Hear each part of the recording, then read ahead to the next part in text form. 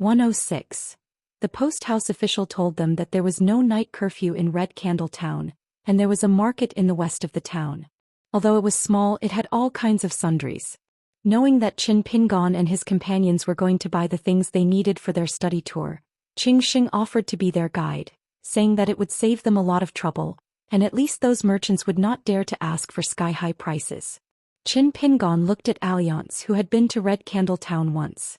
The bamboo hat man nodded and said that he was only familiar with the scenery on both sides of the river and had never been to the market. The post house official looked at Alliance, and the two old men smiled knowingly. There were nearly 100 large and small gaily painted pleasure boats in Tushui Bay. Every night they would sail out of the bay and enter Red Candle Town along the river. After circling around, they would return to Tushui Bay. During this period, men would constantly board those gaily painted pleasure boats to get drunk and laugh. In Red Candle Town, although the girls of the boatmen in Tushui Bay and the other girls in the brothels were all of Dali, the former had always been directly managed by the musical house in the capital city. Even the county magistrate, as a local official, was not qualified to change the identity of the girls in the gaily painted pleasure boats. Therefore, there had always been a rumor in Red Candle Town that the ancestors of the 5 families in Tushui Bay were once the royal children and meritorious families of the Holy Water dynasty. Under the guidance of Qing Xing, the local leader, Qin Pingon and the others went to the market on the west side of the town. The further west they went, the more crowded the streets became. After learning that Red Candle Town was more than 200 li south by boat, and there would be relay stations along the way for them to replenish their supplies, Qin Pingon gave up on some of his ideas. He did not buy too much rice, bacon and other food, but bought a lot of medicinal ointments in a pharmacy to deal with minor illnesses such as cold, heatstroke and injuries. When it was time to spend money, Qin Pingon realized that a whole silver ingot was almost the same as the town in his hometown. Therefore he converted the 2 ingots of snow-patterned silver into Dali copper coins, Tianhua ingots. Because he had the best quality silver, the premium alone was as high as 200 copper coins, which made Qin Pingon very grateful to Miss Xiaoxiao in the blacksmith shop. Because post house officer Qing Xing was by his side, everything went smoothly. In a small town in a county, it was true that officials were not officials. Especially someone like Qing Xing, who often interacted with tycoons, magnates and traveling officials all year round. In the eyes of the people of the small town, he was a big shot who knew everything. Therefore, whenever Qin Pingon and the others walked into a shop, they would greet Lord Qing politely, wishing they could worship this post-house officer like a bodhisattva. Along the way, Li Huai was very reserved. He only dared to hide behind Alliance, sticking his head out and looking around. Alliance teased him that he was timid and only knew how to be a tyrant in his own home. Li Huai had just opened his mouth to argue with Alliance for 300 rounds, but when he received curious gazes from all around, Li Huai immediately drooped his head and followed behind Alliance sickly. This made Alliance extremely happy. From time to time he would slap Li Huai's head. The child was angry but did not dare to say anything. He was very sullen. Lin Shui was still indifferent, as if the matter had nothing to do with him. Presumably, even if this young man was walking on the Imperial Road in the capital, he would still be like this. Only Li Baoping carried her dark green bamboo box. Like a crab running amok, she raised her head and puffed out her chest. She wished she could just randomly pull someone on the side of the road and tell them that her little box was personally made by her youngest martial uncle.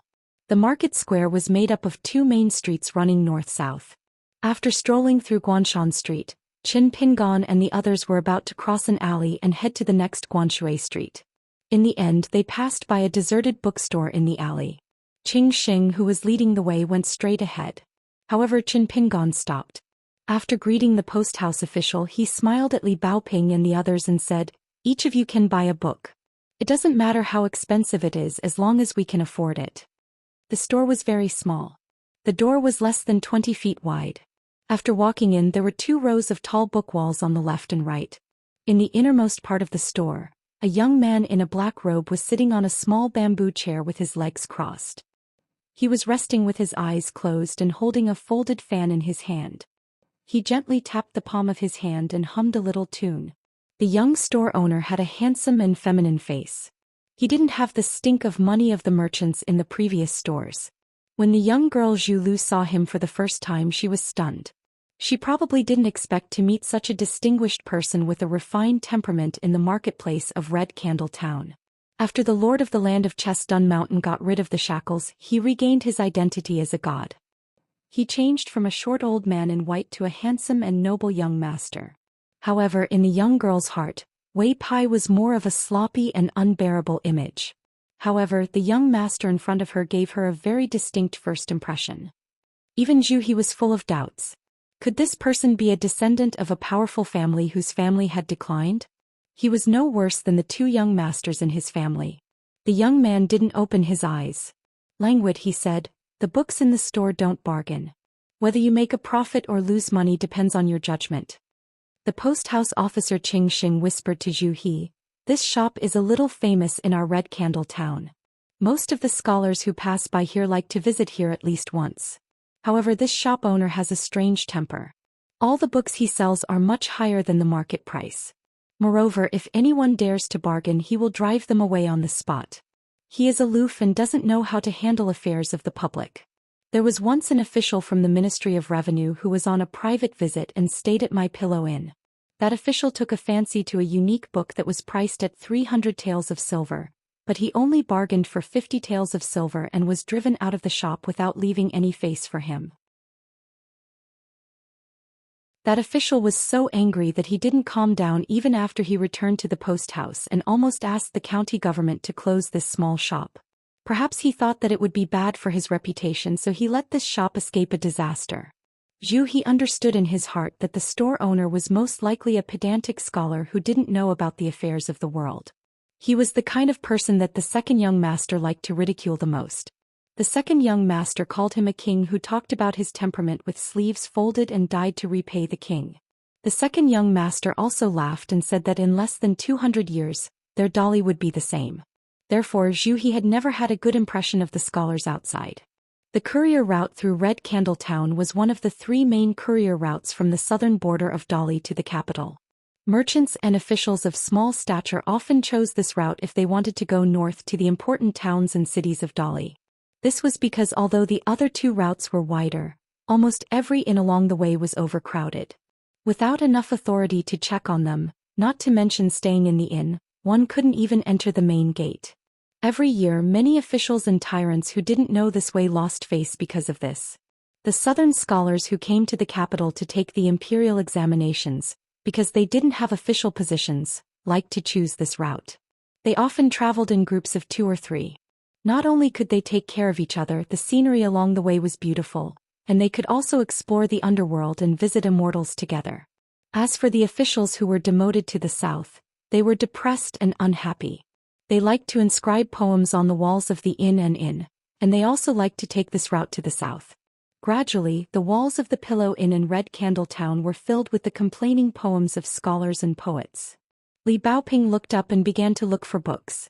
She glanced here and there depending on her mood. Occasionally she would pick out a book and casually flip through a few pages. If she wasn't interested, she would put it back. Finally, the little girl found a travel book of mountains and rivers. It was priced at 300 copper coins. She was a little distressed, but she really liked it. She turned to look at her youngest martial uncle. Qin Pingon smiled and nodded. Lin Shiyi's gaze slowly swept over the wall of books in an orderly manner. From right to left, from top to bottom. Every time he picked out a book, he would start from the title page. Finally, the youth took a fancy to a geomancy book that didn't have the author's name on it. It was priced at 400 copper coins. Lin Shi looked at Qin Pingon and the latter still nodded. After Li Huai arrived at the shop, the noise on the street was finally gone. He immediately returned to his naughty nature, almost like a runaway wild horse. He was the youngest and the shortest, so he insisted on sitting on Alliance's shoulder to pick a book. Alliance agreed, but threatened that if Li Huai didn't pick a book, he would leave him alone on the street after they left the shop. In the end, Li Huai braced himself and picked a brand new book on the highest shelf. It was priced at 9 taels and 2 copper coins. When he saw the price, Li Huai was so scared that he wanted to sneakily throw the book over. However, he was flustered and the book didn't succeed in being stuffed back into the shelf. Instead, it fell to the ground. The young shop owner who tapped his folding fan opened his eyes and looked at the book that fell to the ground. He said angrily, "Buy it and leave." One copy of the latest edition of Great Water Cliff, 9 taels and 2 copper coins. Li Huai didn't dare to talk back to a stranger. He could only cry and carefully look at Qin Pingon.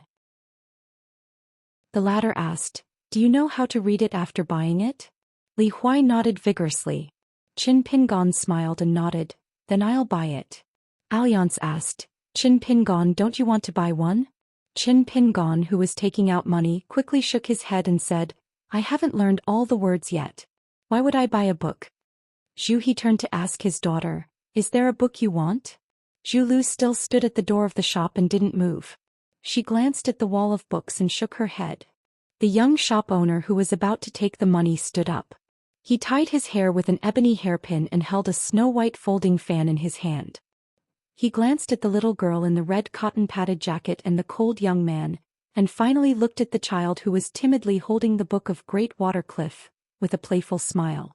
Alliance grinned. Leaving the bookstore and walking to Guanshui Street, Zhu He's heart was moved. He looked back and found that the good-looking young man was leaning against the doorpost and watching them leave. After seeing Zhu He, the man smiled and nodded to greet him. Zhu He turned his head and frowned. After leaving the alley, he quickly walked to the bamboo hat man. "Senior Alliance, is the owner of the bookstore strange?" Alliance held his bamboo hat and said something really strange. "Compared to this guy, the real trouble is still to come, but it has nothing to do with you." The Chongdan River was the most turbulent river with many hidden reefs and dangerous shoals. It was famous for its wonders. In one section of the river, many large and small stone pillars protruded from the water surface, which was known as the bamboo shoots after the rain. Only a small boat could shuttle through the gaps of the stone forest. It was difficult for a big boat to cross. Even the boatman who grew up on the river and was familiar with the water didn't dare to take a boat into the water, unless it was a scholar who paid a lot of money to hire a boat. Therefore, there was also the white paper small boat Tai Sui Gong, saying that every year there would be boatmen and foreigners who lost their lives on this section of Chongdanjiang's stone forest waterway. However, there were many tourists in the Chongdan River at dusk tonight. The surging river water crashed against the stone pillars. A bare-chested man sat on top of one of the stone pillars, gently tossing an empty wine pot into the river water. Beside him were 3 unopened wine pots. In the distance, a red light was getting closer and closer. It turned out to be a hunchback old man holding a big red lantern. He used the stone pillars as steps to wade in the river, like a dragonfly skimming the water surface. Suddenly, a majestic figure descended from the sky and stepped on top of a stone pillar. The solid stone under his feet couldn't bear the weight and turned into powder in an instant. He stood in the river just like that. In the river, a middle-aged woman was swimming against the current, leisurely strolling. 3 feet above her head floated a fist-sized snow-white bead. It emitted a bright light, illuminating the bottom of the river as bright as day. The woman said lazily, "I walked for more than 100 miles and didn't find a single treasure. Who told me that there are flowers under the Chongdan River?" The man sitting on top of the stone pillar looked at the bottom of the river and said indifferently, "Sir is already in Red Candle Town." The old man shook the bright red lantern and laughed with a hoarse voice. "Sir is actually going out in person? Then what do the 4 of us need to do? Sit on the bench and watch the show?" The man drank a mouthful of wine and said in a deep voice, "I hope so." 107. After strolling around Guanshui Street, Qin Pingon had bought everything he needed. He was about to go home when Alliance proposed to take a night boat trip to the Chongdan River. Only Lin Shui agreed. Qin Pingon didn't mind going to the dangerous beach after putting away his things, but Li Baoping tugged at his sleeve. Qin Pingon understood and weighed some coins in his purse. The scattered copper coins were enough to buy some candied haws. Zhu Lu took her father Zhu He to the weapon shop. Li Huai complained that he was hungry, so Alliance asked the post-house official to take him back to Pillow Rest for supper. The group parted ways. Lin Shi walked side by side with the bamboo hat man and asked softly, "Senior, you said that Li Huai is the most blessed. Is the seemingly brand new Duanshui cliff the most valuable?" Alliance nodded gently and revealed a secret. "It just looks new. It's a few years old. The things written in the book aren't worth much. It's a mess of water magic cultivation. It's deliberately used to mislead people. But the material of the book is more precious. It won't be eaten by worms even if it's stored for hundreds of years. Alliance took off the small gourd and drank a mouthful of wine. And if I'm not wrong, this book has already given birth to a few Moby fish. Of course you can't see them with your naked eyes. This thing is one of the world's spirits. It's extremely subtle and swims between the lines just like the living fish in the river. The Moby fish uses the spiritual chi contained in the book as bait. After it grows, it's no bigger than the thickness of a hair. There are many kinds of Moby fish in the world. The species in that book is ordinary, but if it's sold to a high-ranking official who likes to hunt for novelty, it should be worth at least 3,000 taels of silver. So it's one of the most valuable books in that bookstore. The young man was speechless. The Moby fish that he couldn't even see could be sold for 3,000 taels of silver. Was money the most worthless thing in the world outside the town? Alliance seemed to see through the young man's thoughts.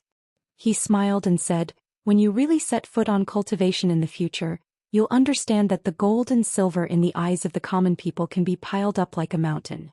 It's just a matter of a snap of the finger. By the way, since money must be spent like running water, it means that the vulgar things are the most valuable." Lin Shuyi nodded. Alliance smiled and said, "If you tell Chen Pingon these things he may not understand." Calm. Lin Shuyi shook his head. "It's about money. He definitely knows." Alliance laughed and brought the young man to the riverbank of Red Candle Town. It was a hubbub of voices. The young man was used to the quiet night of his hometown, so he was not used to it. Especially every time he breathed, he seemed to be able to smell the scent of cosmetics. At first he would feel that the fragrance would assail his nostrils, but after smelling it for a while he felt a little sick. When the two of them passed through the alley and came to the riverbank, their vision suddenly opened up. Both sides of the river were covered with thick bluestone roads. Orioles and swallows were chattering and laughing. Many beautiful women were leaning against the railings of tall buildings, revealing their white lotus-like tender arms. The women's clothes were mostly red and green. A series of lanterns hung from the tall buildings, illuminating the women's faces and making them look even more enchanting. Pleasure boats of different sizes were slowly moving along both sides of the river with bamboo curtains hanging down. Most of the boats had two women sitting at the front and back of the boat with another person rowing. Compared to the women in the tall buildings who were unbridled and loudly soliciting business, although the women on the boats were also wearing revealing clothes, their expressions were more demure. The younger women were like the pretty girls of the neighborhood, while the older women were like the daughters of noble families. From time to time, some of the women in the tall buildings would ridicule and abuse the women on the boats who were competing for business, throwing fruits and vegetables. The latter were used to it and did not care much. Unless they were hit on the spot, they rarely got up and scolded them. Once the women on the boats and the women in the brothels had a conflict, it would inevitably cause a group of men to cheer in unison, as if they wanted to see the world in chaos. Lin Shuyi felt his scalp go numb. "Senior Alliance, aren't we going to the Chongdan River to enjoy the scenery?" Alliance shamelessly said, "Since it's the confluence of the three rivers, then this is naturally the Chongdan River." Lin Shuyi was speechless. A liang squatted by the river and looked at the pleasure boats that slowly sailed past. Every time a boatwoman secretly gave him a flirtatious look or greeted him with soft words, a liang would silently take a sip of wine and murmur to himself. Lin Shuyi squatted down and pricked up his ears to eavesdrop. Intermittently he heard something about keeping one's chastity, being a gentleman, lust is a knife above a knife, and so on. Lin Shuyi couldn't help but laugh. "Well, it turns out that a liang is no better than me." Alliance turned his head slightly and looked at a small pleasure boat not far away. An average-looking woman sat at the bow of the boat and looked around confidently. She did not look like a woman who was in the flesh business, but more like a rich and powerful woman who was on a night tour. On the other hand, the 28-year-old girl rowing the boat behind the woman looked delicate and beautiful. Alliance stood up and waited for the boat to come closer. This chapter is not finished. Please turn the page. 108. At Yefu Pass on the border of Dali, the city gates were wide open. The few light cavalry stationed in the city chose to march at night, which was a rare sight. Although there were less than 1,000 of them, when the iron hoofs of the horses stepped on the ground, the earth still shook. It was like the rapid beating of a drum, making one's blood boil. Beside the post house, A general stopped his horse with a grave expression on his face. A young deputy general with a hideous scar on his face rushed over. After slowing down, he stood beside the general and asked softly, "General Han, what is the purpose of this attack to the north? Dali has a vast territory to the north of Yefu Pass. How can there be a large number of horse bandits and roving bandits? Even if there are, it's not our turn to take action, right?" The stocky general said in a low voice, "Don't ask what you shouldn't ask." The young general grinned and didn't ask any more questions. The general of the Yefu Pass cavalry hesitated for a moment, probably because he was feeling uncomfortable holding it in. After some deliberation he said softly, "It's not just our troops at Yefu Pass. All the passes and towns in the south will take out nearly half of their main field light cavalry and mobilize them all tonight." The young general was stunned. The spring search, summer hunt, autumn hunt and winter hunt, which occurs once every 4 years. But the timing isn't right. We only participated in the spring search last year. Even if there is such a large-scale martial arts exercise this year, it should be in the summer. The general subconsciously touched the soft mane of his mount and said, "After we reach the temporary camp, the Imperial Court's Ministry of War will give the next order. We don't need to think too much." More than 200 miles west of Red Candle Town in the upper reaches of the vast Xihua River, there was a small lonely mountain in the middle of the water. It was crudely called Steamed Bun Mountain by the local people. There was a lonely local temple on the mountain, where incense burned endlessly. It was said to be very efficacious. If one prayed for children, one would get children. If one prayed for wealth, one would get wealth. It was famous far and wide. It was a place where scholars and poets had to visit on boats. However, the local people almost never came here to burn incense. The night of the late spring was cold and murderous. The river water was rolling and splashing in all directions. Vaguely, a 3-foot-long green carp could be seen in the river water, swimming quickly from the shore to the small lonely mountain. The boy in red was sitting on the carp's back. He was only as tall as a palm. His hands were tightly gripping the carp's 2 tentacles like a knight holding the reins. The little boy was moving up and down with the carp in the river water. His whole body was wet, his face was pale, and he was cursing and swearing. When the green carp swam to the shore, it suddenly stopped and directly threw the red-clothed boy onto the shore. The little guy rolled on the ground for a while, his face covered in dust. Facing the big green carp that was swaying back to the other side of the river, he cursed loudly, "If the upper beam is not straight, the lower beam will be crooked. Your master is a slut." The carp suddenly turned around and stared at the boy in red who was on the shore. The latter was so scared that he pissed his pants. He said that a good man does not fight with a woman and quickly ran to the earth temple. The door of the small temple was not closed. The little guy climbed over the threshold with great difficulty and landed on the ground. He raised his head and looked at the funny clay statue that was seriously peeling. He put his hands on his waist and shouted angrily, "I almost drowned in the river water. Why aren't you kneeling down to receive the decree? Do you believe that I won't punish you for being disrespectful and crack your head?" There was a bang. The boy in red was kicked out of the earth temple like a stone. A short man sat on the threshold and scolded, "You're just a child who was born in this broken temple. How dare you call yourself a master in front of me?" If they were not a family, they would not enter the same door. The boy in red ran all the way back, gasping for breath. He climbed up the threshold with difficulty and sat down. He grimaced in pain and his eyes were sad. The man frowned and asked, "What's the matter?" The little guy muttered, "I'm a little hungry." The man raised his arm and pretended to hit him. The boy in red hugged his head and shouted, "I just eavesdropped on the news from the city god pavilion in the city. It said that the Ministry of Rights and the Qintianjian of the Imperial Court issued 2 secret decrees. All the gods of the mountains and rivers within 1,000 miles of Red Candle Town are to be on standby. They are not allowed to leave their posts without permission and are not allowed to go into seclusion. They must be on call at any time. If they do not appear on time, they will be beheaded. Damn you, if I didn't pass you the news with your mischievous personality, you would have been killed by someone else. Oh, I forgot that you are not a human." This time the little guy was slapped into the earth temple. The man stood up and looked in the direction of Red Candle Town with a solemn expression. He did not forget to remind him, "I left some food for you in the incense burner. Remember to eat it sparingly.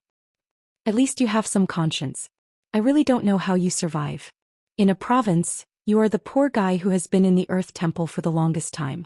Not only do you have a bad relationship with your colleagues, but even those shrimp soldiers and crab generals in the embroidery river dare not to put you in their eyes.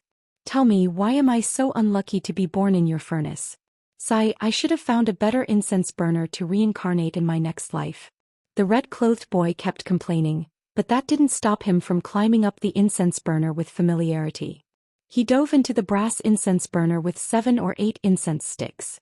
On the way back to the pillow inn, Xianxia found that the child beside him was gnashing his teeth and sighing, as if he was making a choice of life and death. Li Huai finally stopped and gathered his courage to ask, "Old Qing, I have 30 coins with me. Can I go to the bookstore to buy a book? How much is the cheapest book there? Can you leave some for me?"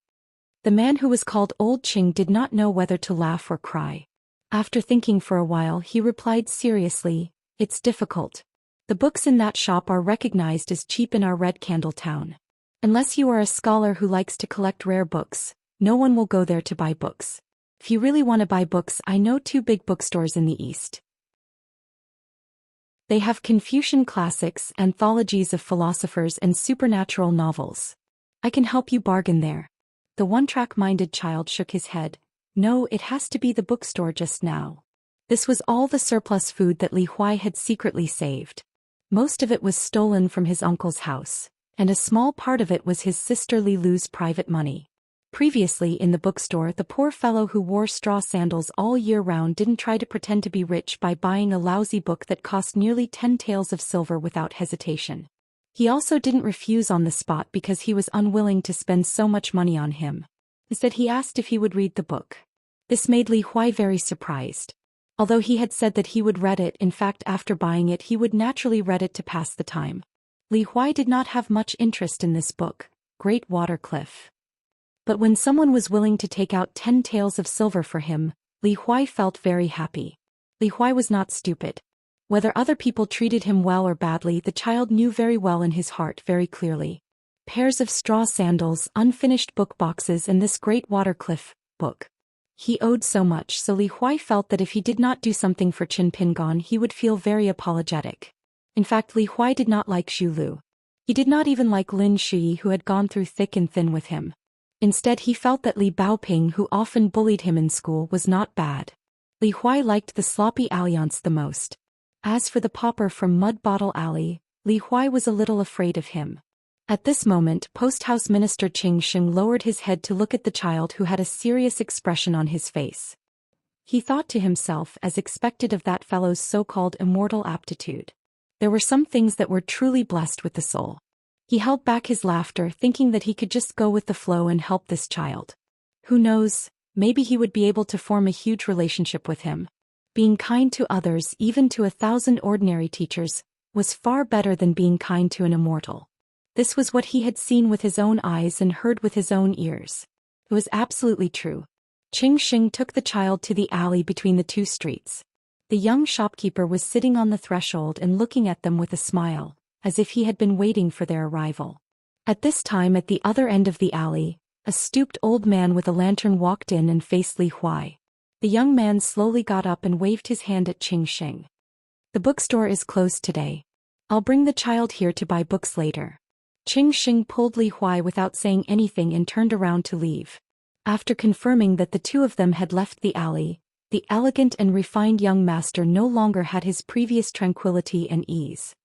He appeared slightly respectful and uneasy as he cupped his fists and said softly, "Li Jin of Chong Danjiang pays his respects to Master Lang Zhong." The white-haired old man nodded with one hand behind his back and the other holding a lantern. He stepped over the threshold of the bookstore and the young man who stepped aside followed him. The old man inserted the handle of the lantern into the lower end of a book high on the wall and turned to look at the young man with a jade-like face. He sighed with emotion. "When you and I first met 40 years ago you had such a face. Now that we meet again you are still the same. You are envious." The young man clenched his folding fan and smiled. "For us aliens, it is a great blessing to be born as a human." The old man nodded and did not refute. The young man asked curiously, "Is it your arrangement that those people can live in the Pillow Inn?" The old man kept silent. The young man did not ask any more. 100 years ago he opened this small bookstore and watched the affairs of the world with cold eyes. He had seen a lot of the ways of the world and the storms in the officialdom, so he was no stranger to the Great Li's officialdom. To be able to vacate so many first and second post houses in the Pillow Rest Inn, it should be the ability of the assistant ministers of the 6 ministries. Of course, the 3 doctors were an exception. In the Dali imperial court, the Langzhong was the head official of each division and the minister counselor was the deputy, secondary grade 5. The positions of the Langzhong and the minister counselor were not obvious, but there were 3 Langzhong and their power was beyond imagination. These were the Ministry of Personnel Meritorious Service Division, the Ministry of War Martial Selection Division, and the Bureau of Rights. The heads of these 3 divisions could be said to have a low position and power. Once they were sent out, they would definitely become officials of the border. One was in charge of the promotion of all officials in the dynasty below grade 4. One was in charge of the selection and promotion of martial artists for the dynasty. He also had the power to recruit people of the underworld. One was in charge of the sacrificial ceremonies of a country. Many times the emperor would ask this person for advice. These officials were usually from the Confucian schools. This unassuming old man in front of him was one of them. 40 years ago, Li Jin, as the owner of this bookstore, had given 2 books to a poor scholar who came to the capital for the imperial examinations. Who would have thought that the poor scholar would rise up and become the Langzhong of the Dali Bureau of Rights? But to Li Jin, who was far away in the Jianghu, the Ministry of Rights' temple and department for purging officials had another layer of meaning. It was this small yamen. It was said that many officials in the capital could not even find the door, but it was secretly in charge of the selection and evaluation of the righteous gods of the world. Although it did not have the final authority to determine the righteous gods, it had the crucial right to recommend them. Li Jin had learned from the officials and merchants passing by Red Candle Town that the old man had taken this position. He had sent many letters, but all of them had disappeared without a trace. Li Jin did not dare to be rash and could only regretfully give up. The young man, who used the alias of Li Jin, had been working hard for the position of the god of the Chongdan River. He had used many methods, but all of them had been for naught. The old man suddenly said, "You should know the reason why the Chongdan River does not have a river god position. Thus, I pretended not to see the letters you secretly sent to my residence. It's not that I'm not willing to help, but that I don't have the ability." The young man smiled bitterly and nodded. "I understand. As long as the emperor does not agree, even the words of the Minister of Rights will be useless." The old man smiled and stared at the young man in front of him. Every 20 or 30 years the young man would change his face and appearance. The old man squinted and said, "But now there is an opportunity in front of you. It depends on whether you dare to fight for it."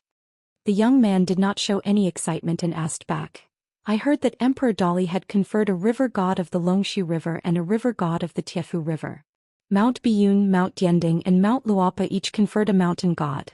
He had given 3 mountains and 2 rivers at once, a total of 5 positions. This had already used up a lot of His Majesty's wealth. How could he throw another precious position to the Chongdan River at this time when he was about to run out of money?" The old man smiled and said, "Don't worry, it's not a conspiracy against you. To put it bluntly, you don't need me to do it personally." The young man was a little angry from embarrassment, but then he looked helpless and did not speak anymore. The old man restrained his smile and said, "With Red Candle Town as the center, all the gods of mountains and rivers conferred by the Dali Imperial Court, as well as the substitute gods of land and river, need to be on standby and be ready to participate in the encirclement and suppression at any time. Apart from this, the border towns to the south, including Yefu Pass and Dali, dispatched large amounts of elite cavalry, scattering out countless scouts and scouts.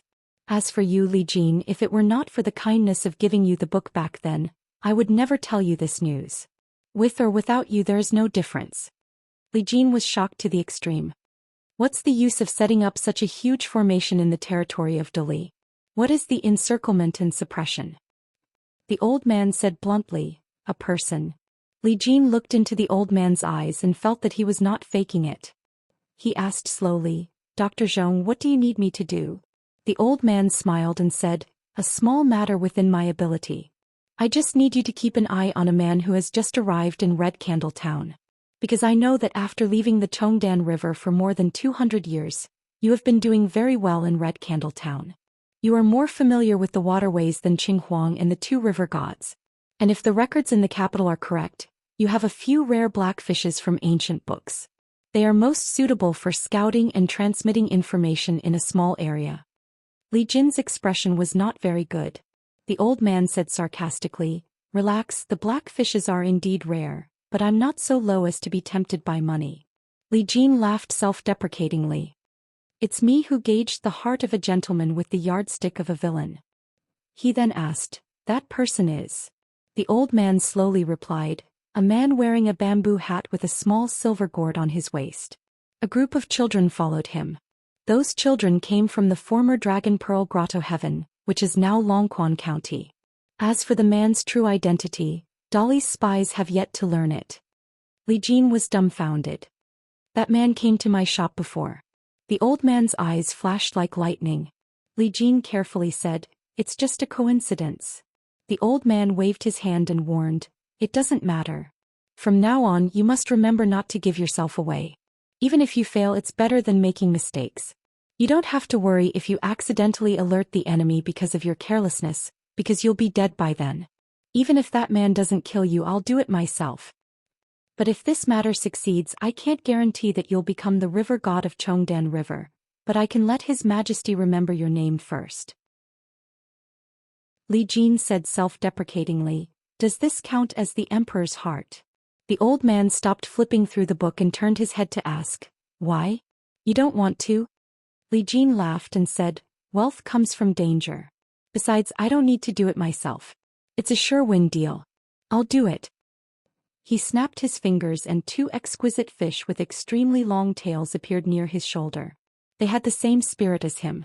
What the fish saw was what Li Jin could see. They swayed their long tails and disappeared in an instant. Before the old man left, he smiled and sighed, "The books in your shop are still so expensive." Only at this moment did Li Jin feel that the old man vaguely had the demeanor of the young scholar. The old man took back the lantern and left the shop. The old man walked out of the alley. At the corner stood a burly man with his arms crossed. The two walked side by side.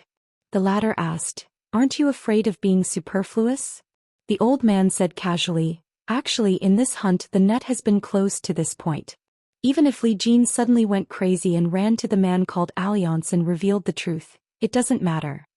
The man said in a bad mood, "In the end, you still have to return the favor of giving him the book." The old man smiled and showed some conceit.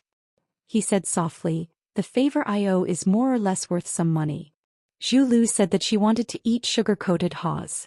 Although he was a little curious about why his daughter suddenly liked sweets, this request was nothing. He took the girl to find a stall. In the end, the father and daughter really did find a stall. There was a hawker carrying a big stick of sugar-coated haws walking through the streets and alleys, shouting loudly. He didn't like such things. Zhu Lu bought 3 sticks in one go. He was a little puzzled. The girl smiled and said that she would eat 1 stick and that the other 2 could be given to the young lady and Qin Pingon. The girl also said that she wanted to apologize to the youth tonight. In any case, she had to apologize to him so that she could feel at ease.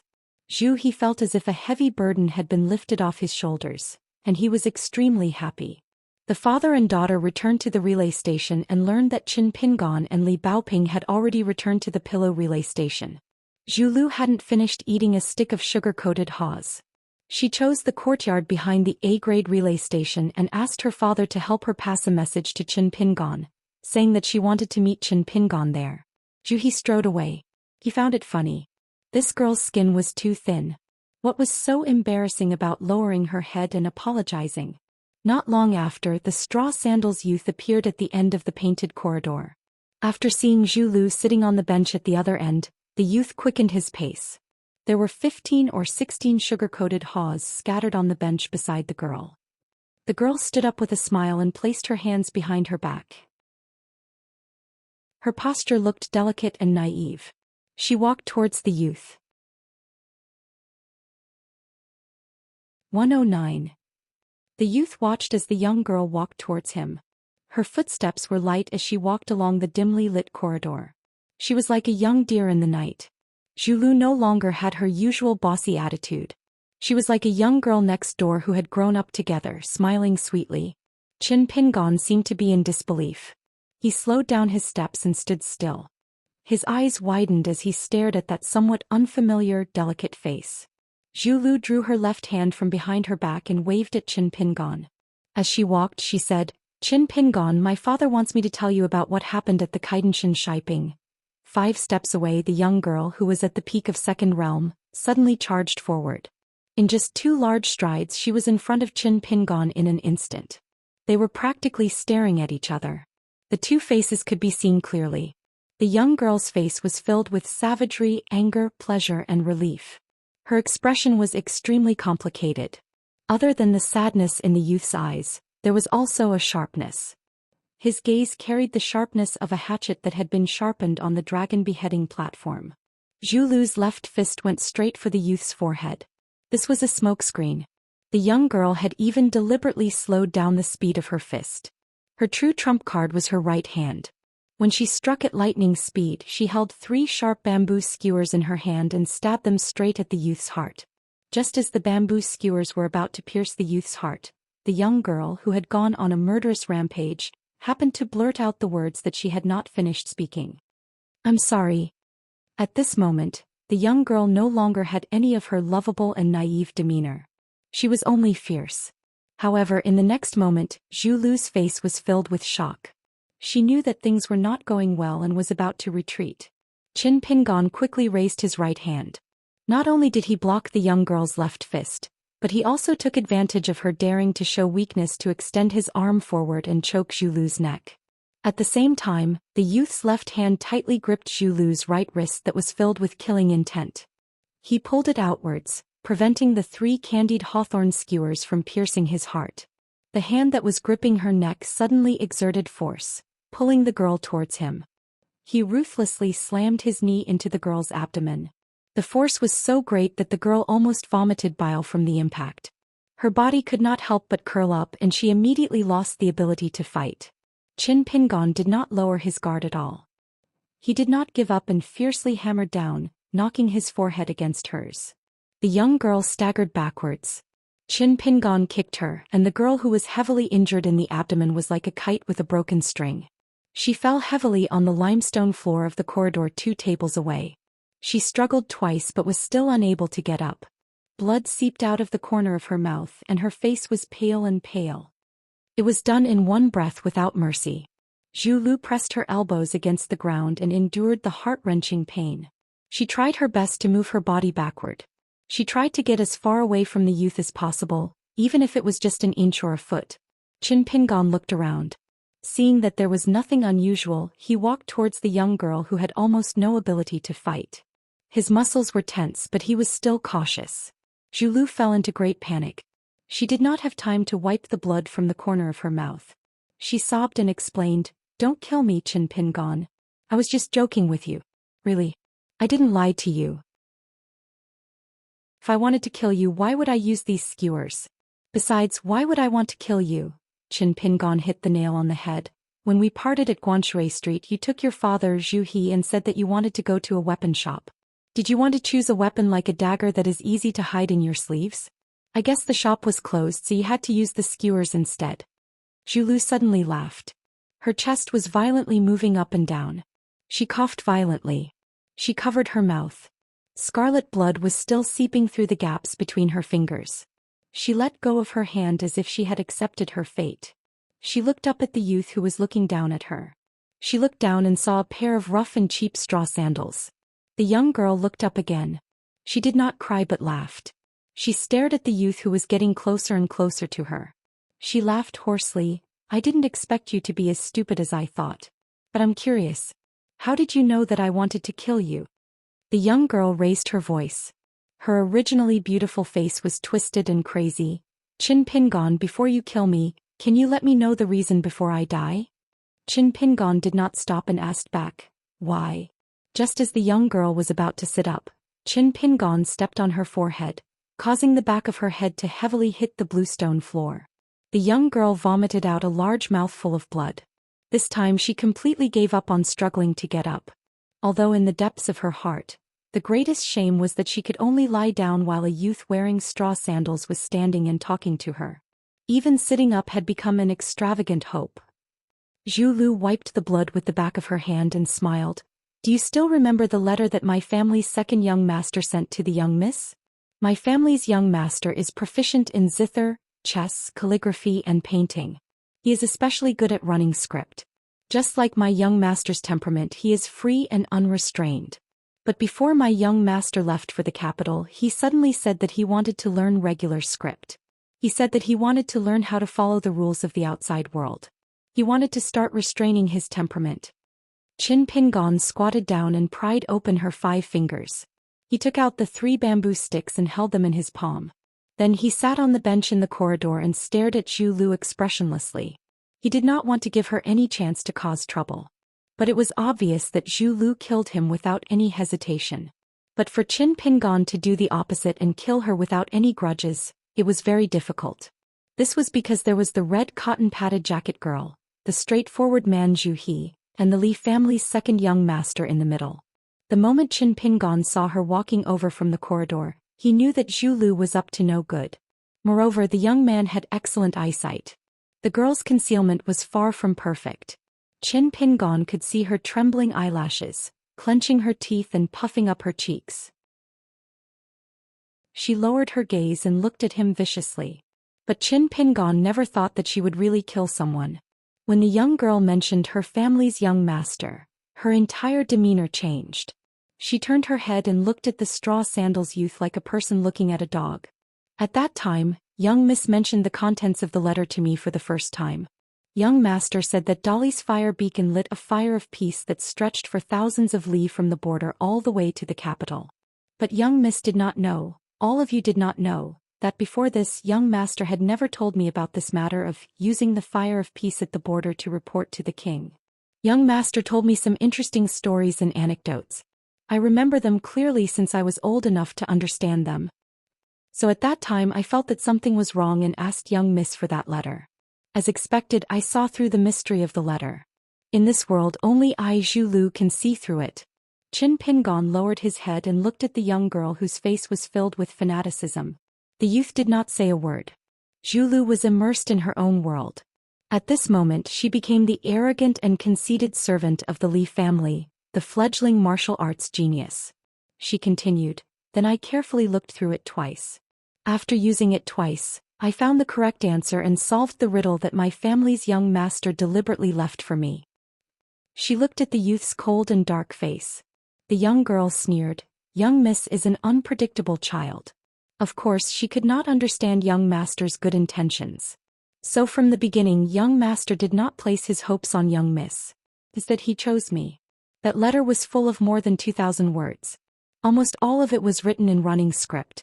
Only 7 words were written in regular script.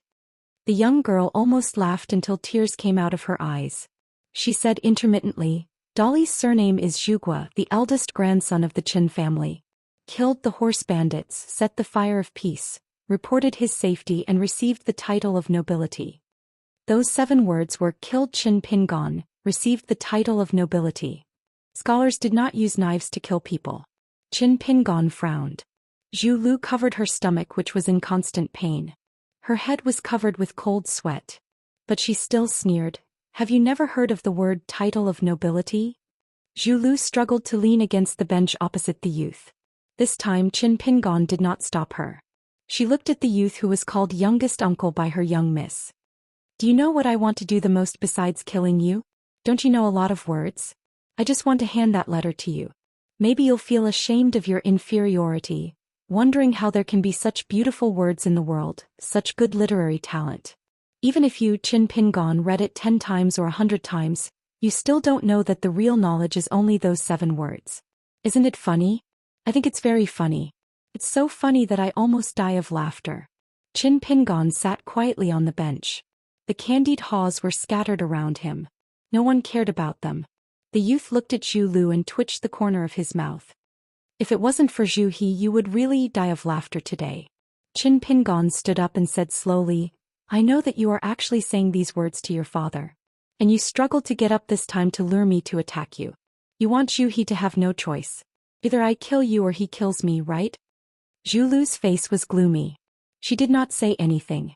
Zhu He was standing in the corridor. His fists were clenched and the veins on the back of his hands were bulging. His face was full of pain. The man looked at the youth and the girl. One was his beloved daughter and the other was a junior he admired. Zhu Lu stretched out her thumb and wiped the blood from the corner of her mouth. She lowered her head slightly, but her eyes were fixed on the youth with straw sandals. She turned her head slowly. For the first time the girl was calm. She said to the familiar figure, "With the temper of our miss, if she knows all this, even if I don't die, I will lose a layer of skin. There will be no hope for me in this life. Father, I beg you, don't be soft-hearted. Take advantage of the fact that Alliance from the Wind Snow Temple hasn't come back yet. Hurry up and attack." Young master said that indecisiveness will lead to chaos. Qin Pingon suddenly turned around and bent down. He picked up a candied haw and put it in his mouth to chew. Then the youth stood in the middle of the corridor and confronted Zhu He. The youth said softly to the girl, "You will die." Zhu Lu's heart sank. Her father was about 15 steps away from Qin Pingon. Although Qin Pingon's martial arts realm was not high, the girl had seen his vigorous body. She was a little annoyed. Her father should not have appeared so openly in such a distant place.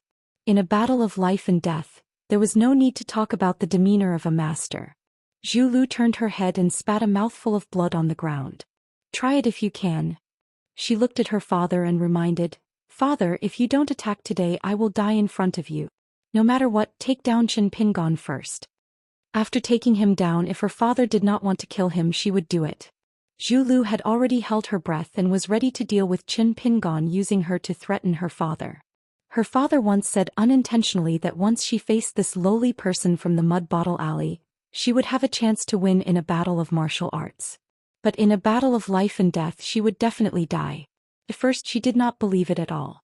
But when she confronted the white python in Kaidenshin Shiping, Zhu Lu was so scared that she lost her fighting spirit and could only wait for death. On the other hand, Qin Pingon was above her in terms of courage and boldness, as well as his grasp of timing. This actually made her almost lose all hope in practicing martial arts. Once the state of mind collapsed, the road of martial arts would be considered to have come to an end. Therefore, even when they were at the border of Chiduan Mountain before entering Red Candle Town, the Lord of the Land and Wei Pai gave each of them a parting gift. Under Zhu He's strong request, she got the so-called Immortal's secret book of purple qi. It was a martial arts treasure that countless martial artists at the foot of the mountain dreamed of, but the girl did not have much heart. The matter of heart was easy to fall and difficult to mention since ancient times.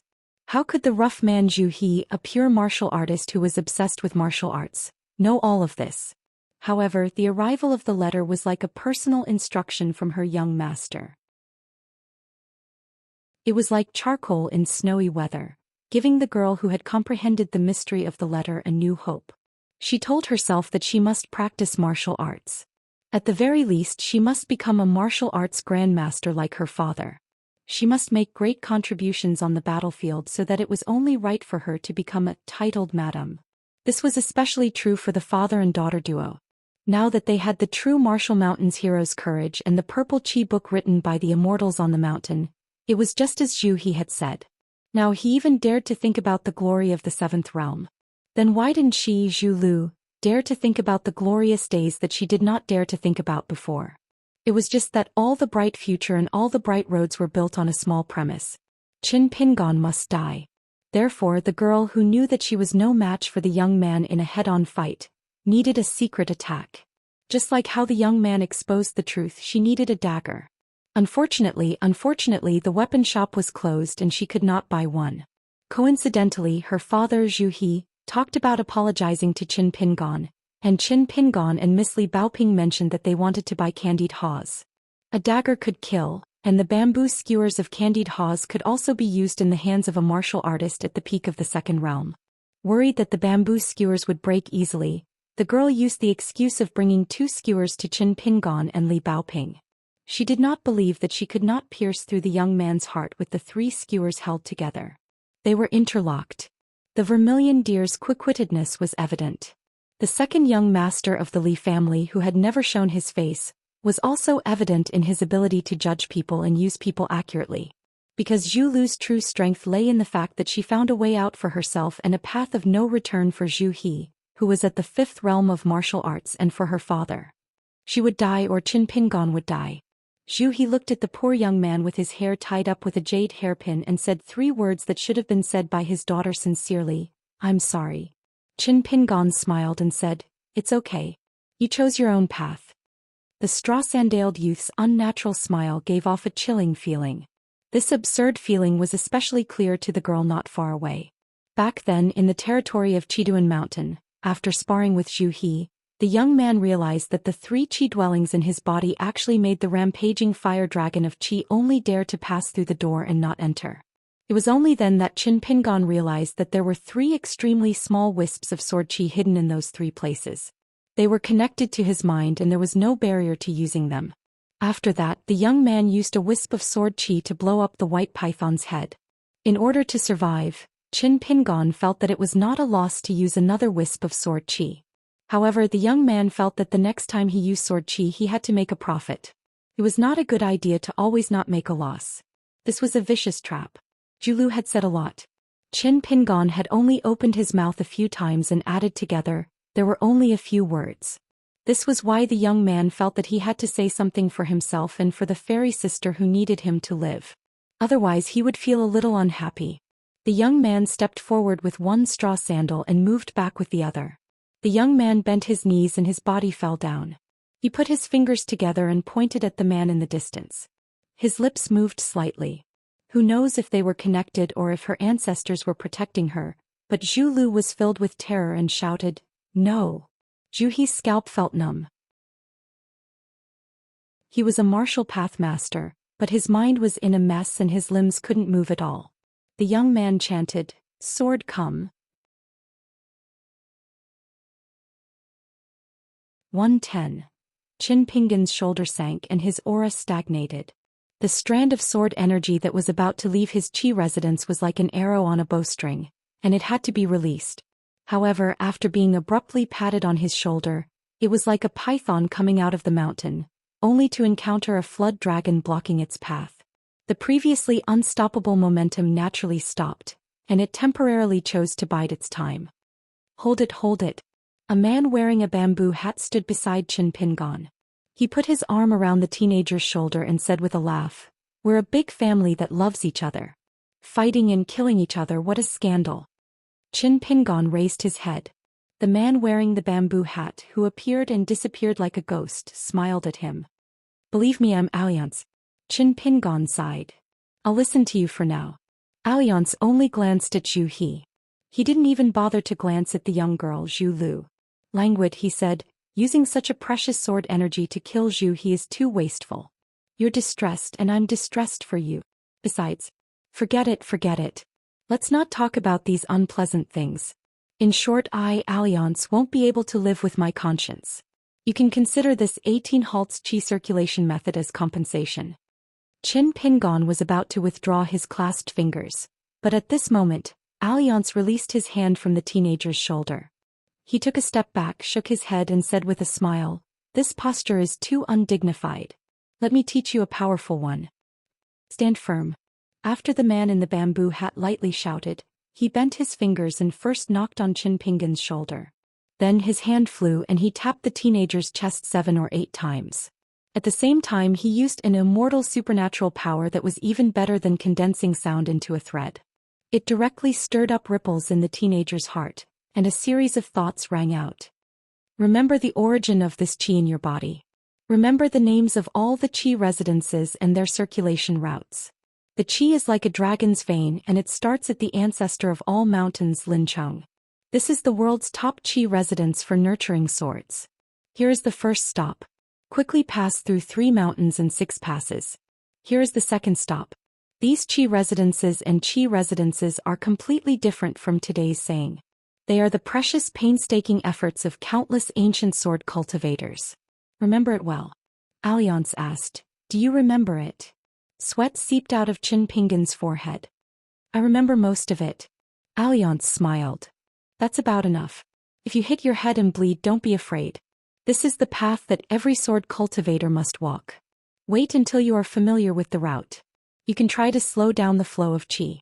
This is the most interesting part of the 18 stops. Yes, this is the knowledge that I, Alliance, came up with. Some people are full of admiration and praise me. They say that this point alone has raised the height of the path of the sword by a lot. It's a bit embarrassing. Qin Pingon suddenly felt that this so-called 18 stops was most likely not much better than the Mountain Quaking Fist manual. Alliance seemed to see through the teenager's thoughts.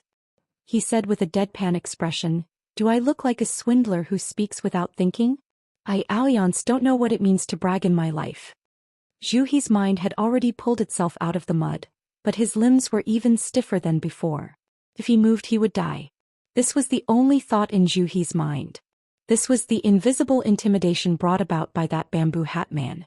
When that guy with a green saber and a gourd at his waist was your friend, you would think that he didn't look like an expert at all. But when this guy became your enemy, Zhu He was so scared that his back was drenched in sweat. He was really scared out of his wits. In the distance, Zhu He had already lost his mind. Nearby, Zhu Lu could only hear Qin Pingon talking to himself. A Liang then told Qin Pingon telepathically, "It's good that the light boat can travel hundreds, thousands of miles in an instant, but it's even better if it can travel slowly, just like how the mountains don't grow taller for 100 years, or how the rivers accumulate water for 1,000 years, but the water level doesn't rise at all. In the future with Qi you can focus on practicing this path. You can do it even when you're asleep." Qin Pingon was puzzled. "How do I know if I'll be able to do it after I'm asleep?" Alliance crossed his arms and said with a smile, "When you reach the end of the water, you can sit and watch the clouds rise. When the time comes you'll naturally know the answer." Alliance sat down on the bench. But as soon as he sat down his expression changed. Qin Pingon covered his forehead. Alliance calmly raised his butt and patted the candied hawthorns off his butt. He shifted his seat and placed his hands on the railing. He took a deep breath and finally looked at Zhu Lu for the first time. "You and your father need to return the hero's gallbladder and the purple Qi book to me at Marshall Mountain. You also need to take out the stack of talisman passed down by the Li family. However, these talisman can only save one of you. Zhu Lu, I'll let you choose now. Do you want to leave Pillow Relay alive, or do you want your father?" Without waiting for Zhu Lu to speak, Zhu He said in a deep voice, "Senior Alliance, please let Zhu Lu leave. I'm willing. This chapter is not finished. Please turn the page." 111. Alliance stopped drinking and tied the small silver gourd, but he still crossed his legs.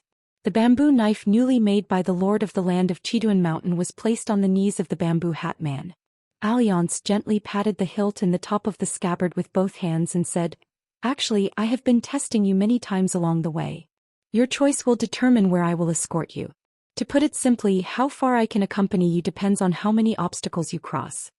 Qin Pingon nodded and said, "I also figured out a little later, but I just feel that you have a lot of ideas in your mind, Alliance. As for what exactly you are thinking, I have never figured it out." Alliance was not surprised by this and said frankly, "The first time was by the Dragon Whisker Creek.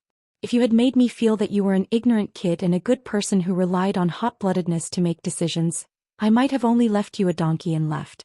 As for whether you can survive until the Wei and Jin dynasties of the Wind Snow Temple come out of closed-door training, it has nothing to do with me. Anyway, you will die sooner or later and it will be a waste of my feelings." Alliance recalled the details and talked tirelessly. Qin Pingon was stunned. He did not expect Alliance to be so meticulous, and he could not imagine that there had been so many strange tests in his life. The third last time was the Battle of Kaidenshan Shiping. If I had not deliberately lured them, the Wei Pai of Chiduan Mountain and the two pythons would not have acted so rashly. I was hoping. The second last time was to lure you back to the bamboo forest and cut a few more bamboos. This time, if nothing unexpected happens, will be the last time. Originally, I wanted to escort you to Yefu Pass before leaving, but now there are some unexpected situations, so I have to leave in advance." Alliance smiled and said, "Some tests are deliberately done and some tests are done with the help of the situation. During this period, some of the things you did made me very disapproving and pedantic, but some of the things you did made me feel very happy. This is right. This is not the imperial examination art of scholars like Qi Jingchun and Cui Dong, which focuses on authenticity. I did all these and then watched coldly from the sidelines. I watched your words and deeds, which is the same as some old immortals of sects who accept disciples as their last disciples. It's a way of thinking, not talent.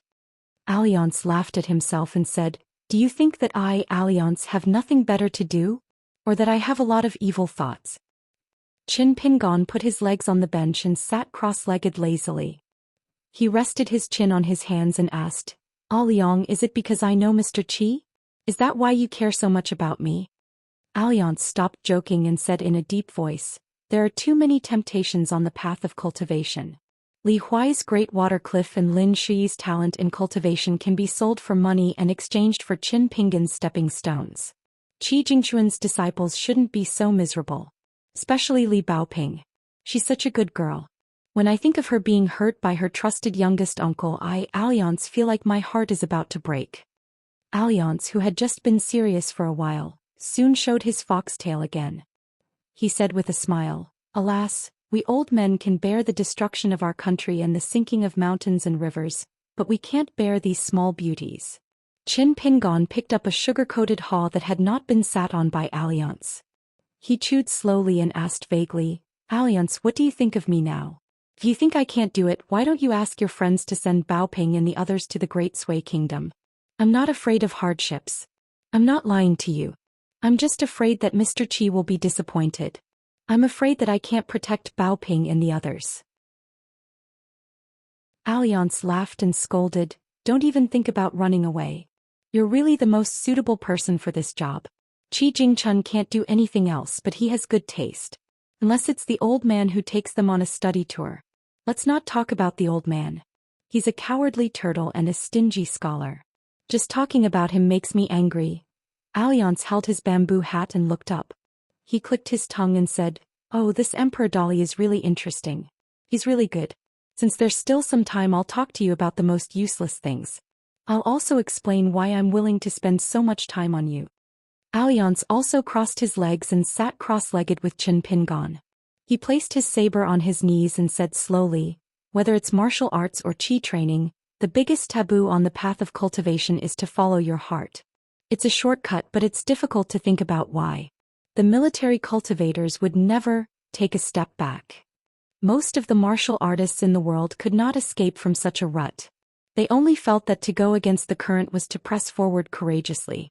What they were fighting for was to advance bravely and to reach the sky by themselves.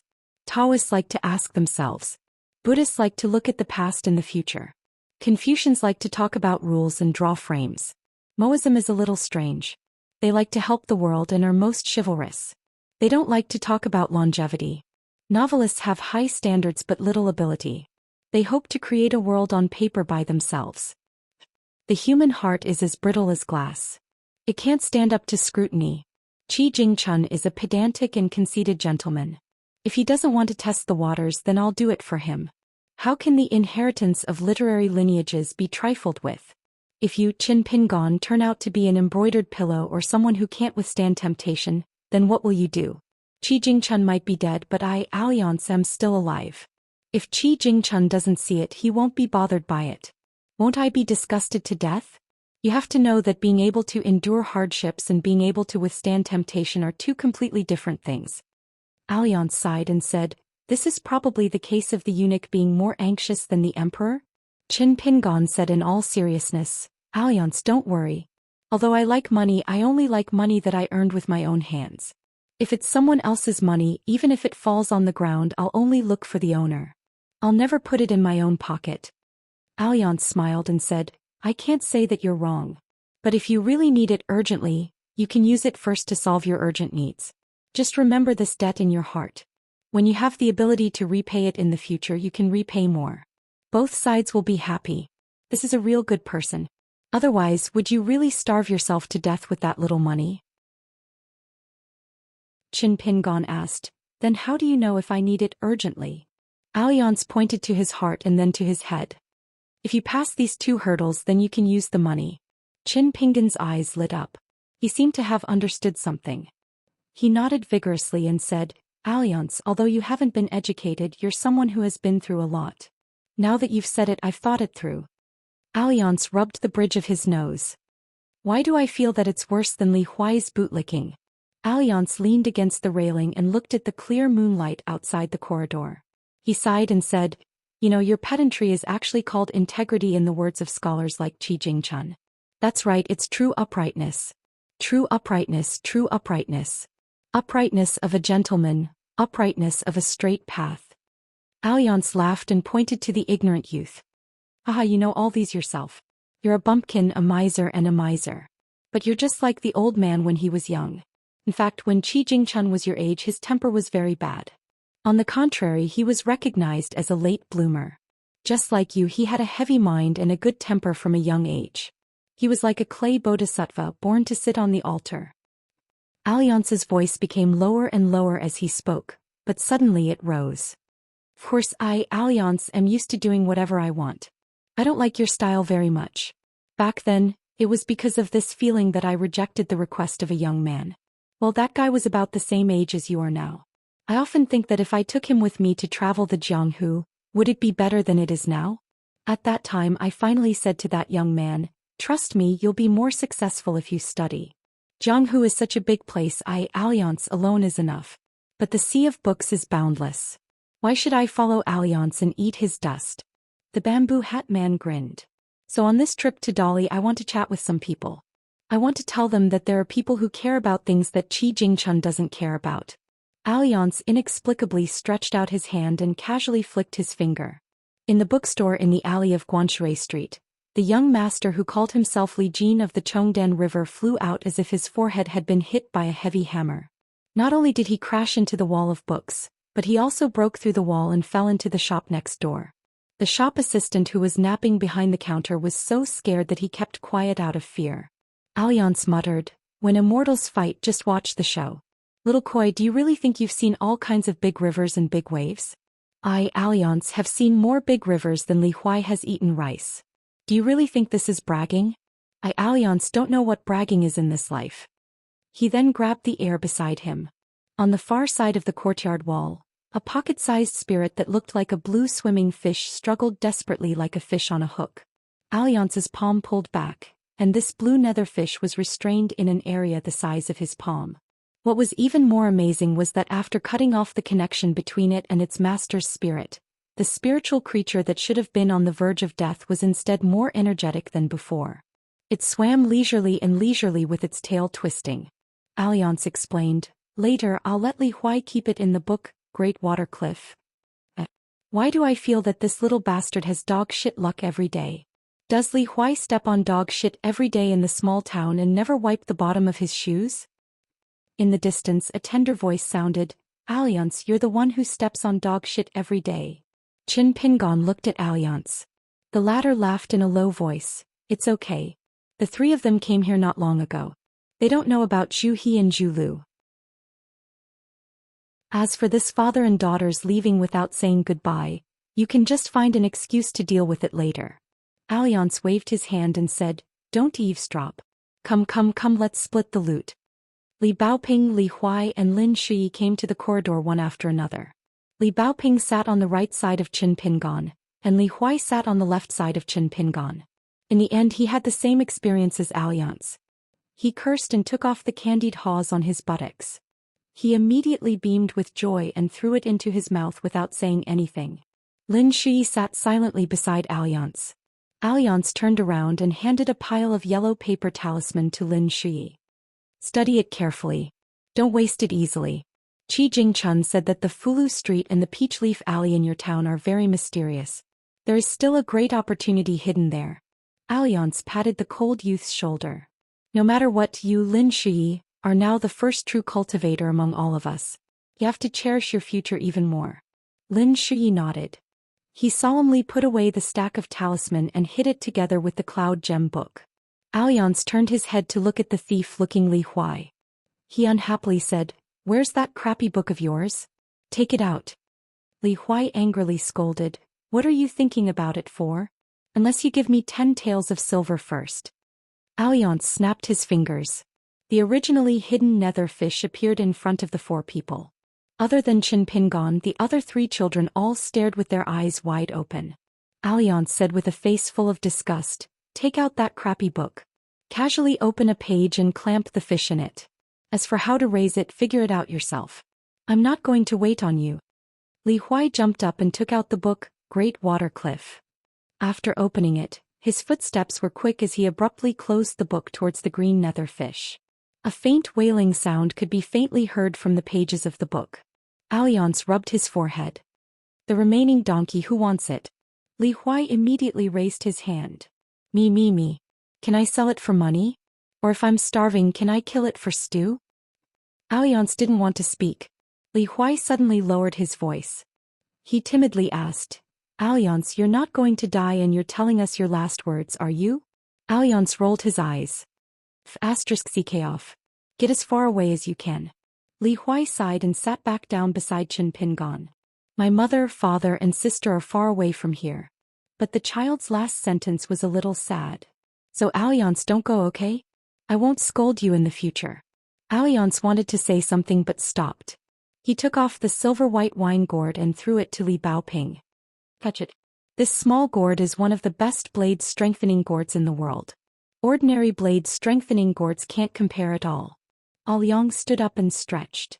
Nothing has happened, so I'm relieved. He looked down at the green bamboo blade. He raised his head and asked with a smile, Little treasure bottle, can I borrow that narrow saber auspicious symbol from you?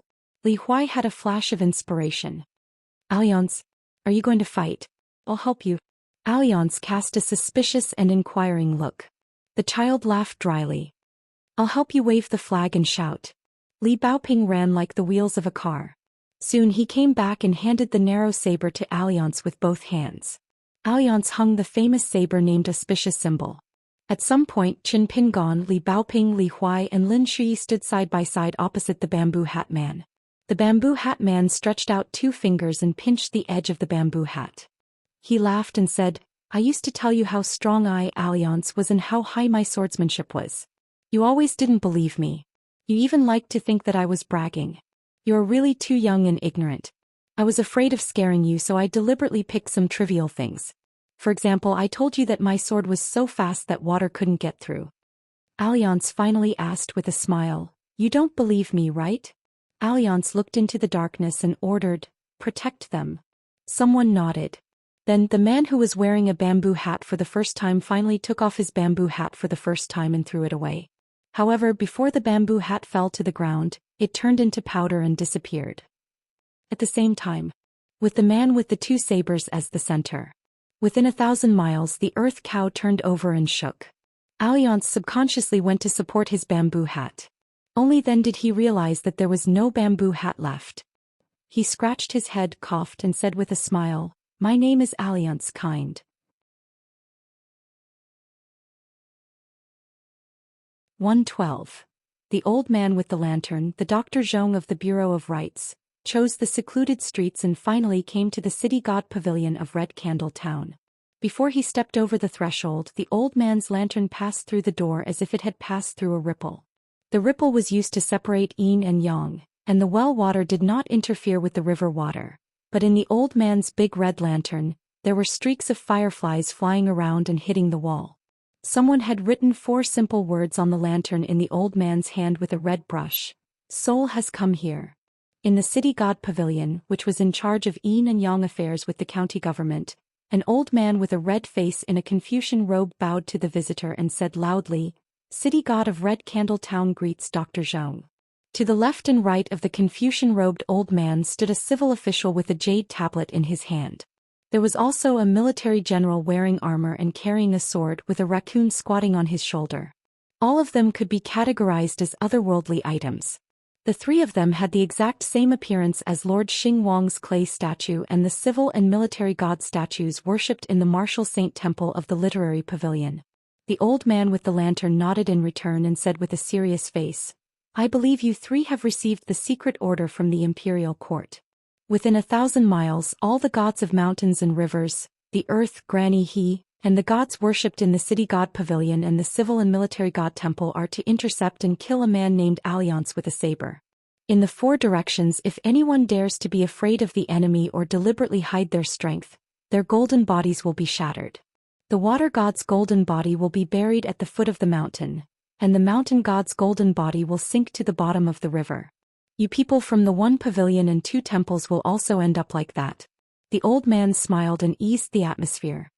I'm not asking you to fight to your death, but to stop him with all your might. His Majesty is personally devising the strategy, so it's a good opportunity for you to make a contribution. Now that our Dali Iron Cavalry is heading south, it's unstoppable. Once we expand our territory, there will be many better and higher positions in the territory of the fallen country. What does this mean for you? You've been on the throne for a long time, so I'm sure you all understand the knowledge behind this. The three local gods spoke generously. I won't do it half-heartedly. I will definitely do my best. I've already died in battle for Dali when I was alive. Now that I've enjoyed hundreds of years of incense, I'll naturally risk my life to make that bastard die here. The old man nodded his head in satisfaction. Dali will definitely have to rely on all of you in the future to help guard the mountains and rivers. In short, we will work together as one and participate in this grand undertaking. In the Jade Liquid River Shrine, which was slightly closer to Red Candle Town, the burly man who had once appeared with the old lantern man on Guanshui Street was actually the director of the Martial Selection Department of the Ministry of War. It could be said that this burly man was in charge of the life and death of most of the Jianghu people in the Dali dynasty. However, compared to the old man's Bureau of Rights, the former was described as dealing with trash in a quagmire, while the latter was laughing and chatting with immortals about immortality. Inside the Xianxia temple, there were two river gods with extraordinary auras standing there. One of them was holding a black iron spear, with golden inscriptions flashing from time to time. The other one had a green snake wrapped around his arm. The agile green snake opened its small mouth intermittently, spitting out snow-white breath. The two river gods were surrounded by misty water vapor. The burly man said in a deep voice, "Once the net is closed, the machete man will most likely escape to the south. So I want you to meet here. At that time I will be the first to stop him. I would like to kill a fellow Daoist, but not me, but now His Majesty may be watching us. So I dare not do it even if I have 10 guts. I hope you two won't let His Majesty down." After finishing his words, the burly man strode out of the Xianxia temple and faced the Red Candle Town in the north. He simply took off his shirt, revealing his strong muscles and ferocious tattoos. An over-the-shoulder dragon tattoo that ordinary martial artists would never dare to tattoo, and a forest tiger was tattooed on his back. Under the moonlight, the burly man crossed his arms over his chest and stood still like a mountain. His aura was soaring.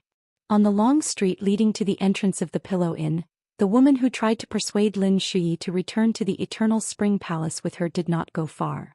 Instead, she chose a wine shop on the side of the street.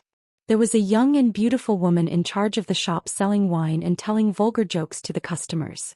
The woman's expression did not change. Her timid husband just buried himself in his work. Sitting next to the Grand Elder of the Eternal Spring Palace was the girl who rowed the gaily painted boat. She was a boatman's daughter who had been born in a lowly family for generations. But this time she received a great fortune and was chosen by her master, who wanted to take her to the Eternal Spring Palace to cultivate the legendary magic. According to her master who fell from the sky, the girl's talent was good.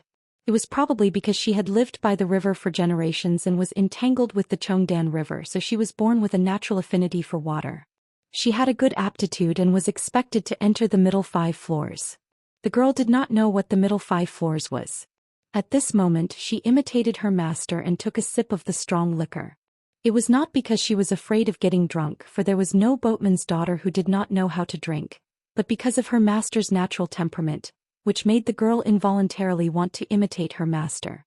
The girl asked softly, "Master, why is that youth unwilling to go to the Eternal Spring Palace with us?" The woman, whose real age was almost 60 years old, smiled faintly. "It can't be said that he doesn't know what's good for him. It can only be said that fate hasn't arrived. Of course, cultivation is cultivation of strength. It's like building a house. You need to strengthen the foundation, but the final height depends on the cultivation of the heart and how far you cultivate it. That Lin Shui has a firm heart and is a natural talent for cultivation. Even if he doesn't enter the Eternal Spring Palace, he can still go very far. So you have to work hard. Only then will you have the opportunity to not feel ashamed of your inferiority the next time you meet him." The girl grunted and lowered her head to drink the liquor. It had to be said that this woman, who seemed to be eternally young, had a rather good temperament.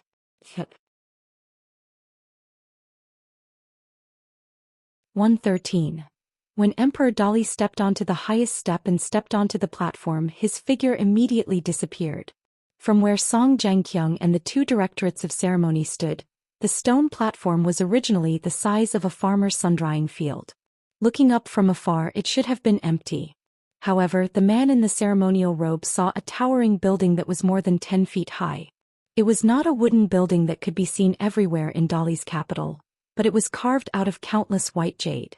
On the ground floor hung a plaque with the words Baek Okkyang Building written in gold. The door of the building slowly opened on its own. Emperor Dali walked in and saw a snow-white sword suspended in the air. The whole floor was filled with strands of wandering electric light. The emperor ignored the electric light that was pregnant with fierce sword intent and strode forward to the stairs. The electric light was like the court officials meeting the first assistant of the emperor. They all retreated to make way for him. It was a similar scene on the second floor with only a flying sword hovering in the center. However, it was different from the first floor where the body of the flying sword was wide. The body of the flying sword here was sparkling and translucent, with a body as slender as a willow leaf in early spring. Inside the building, there was a stream of green water flowing slowly, rippling slightly. Emperor Dali continued to climb the stairs. At first glance, compared to the stunning scenery of the first two floors, the third floor was no different. There was no amazing flying sword suspended in the air, nor was there a strange environment to raise the sword. However, the man in the ceremonial robe who did not stop before stopped for a moment on the first floor. He narrowed his eyes and looked around carefully. He whispered with a smile, "Found you." Then he walked to a wall not far away and leaned forward slightly. In his sight, a pocket-sized flying sword that looked like an embroidery needle appeared. However, such a small flying sword was equipped with a gray scabbard inscribed with the words, "Pillar of Strength." This inconspicuous little toy actually had a grand and exaggerated name. On the fourth floor, there was an ancient long sword covered with talisman script. On the fifth floor, there was an unimaginably large sword as tall as the Dali man, with the word Zhenyu written on it. Emperor Dali ascended the stairs one by one and finally stopped at the 10th floor. Inside the building stood one old man and two young ones. The old man's face was dark and his skin was wrinkled. He was tall and wore a white robe with a laurel on his head. In his deep eyes, there was a purple aura that was visible to the naked eye. Beside the old man was a young man and a young woman. They were the master and servant of Mud Bottle Alley, Song Jisun, and the maidservant GQ from Liju Grotto Heaven. The young man was already one of the most outstanding young men in Dali. The only fly in the ointment was the khaki-colored four-legged snake lying on the young man's shoulder. It was a bit of an eyesore. Fortunately, if one looked closely, the snake's forehead bulged, revealing its loftiness. The young girl GQ seemed to have grown more than an inch taller than when she was in Mud Bottle Alley. Her face was even more beautiful. Her whole body radiated radiance, giving people a mysterious feeling of a cold rain after a long drought. At this time, the old man was standing at the window of the 10th floor. He stretched out his hand and pointed somewhere in the capital to teach the young man. Seeing the arrival of Emperor Dali, the old man just nodded to greet him. Emperor Dali did not care at all. He walked to Song Jisun's side and wanted to touch the young man's head. However, the young man quietly turned sideways and avoided the palm. Emperor Dali's face was as usual. After retracting his hand, he asked with a smile, "Song Mu, you have been learning Qi observation technique from Mr. Lu for some time.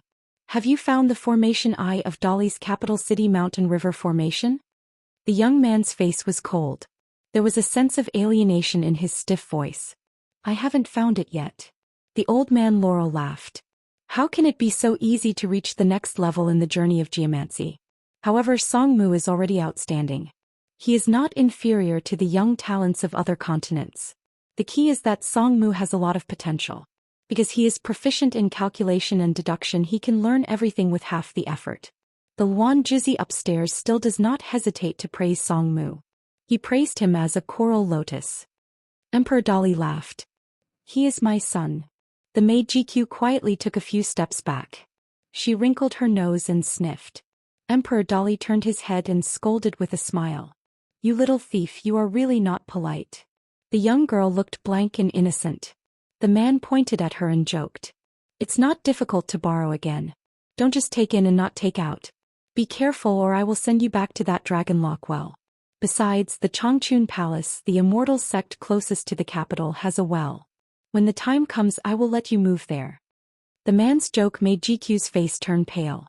She quickly opened her mouth slightly and spat out a trace of golden breath. These faintly discernible breaths, like small golden snakes, quickly attached themselves to the dragon pattern on the man's robe. Like fish in water, they happily swam among the silk threads of the magnificent dragon robe.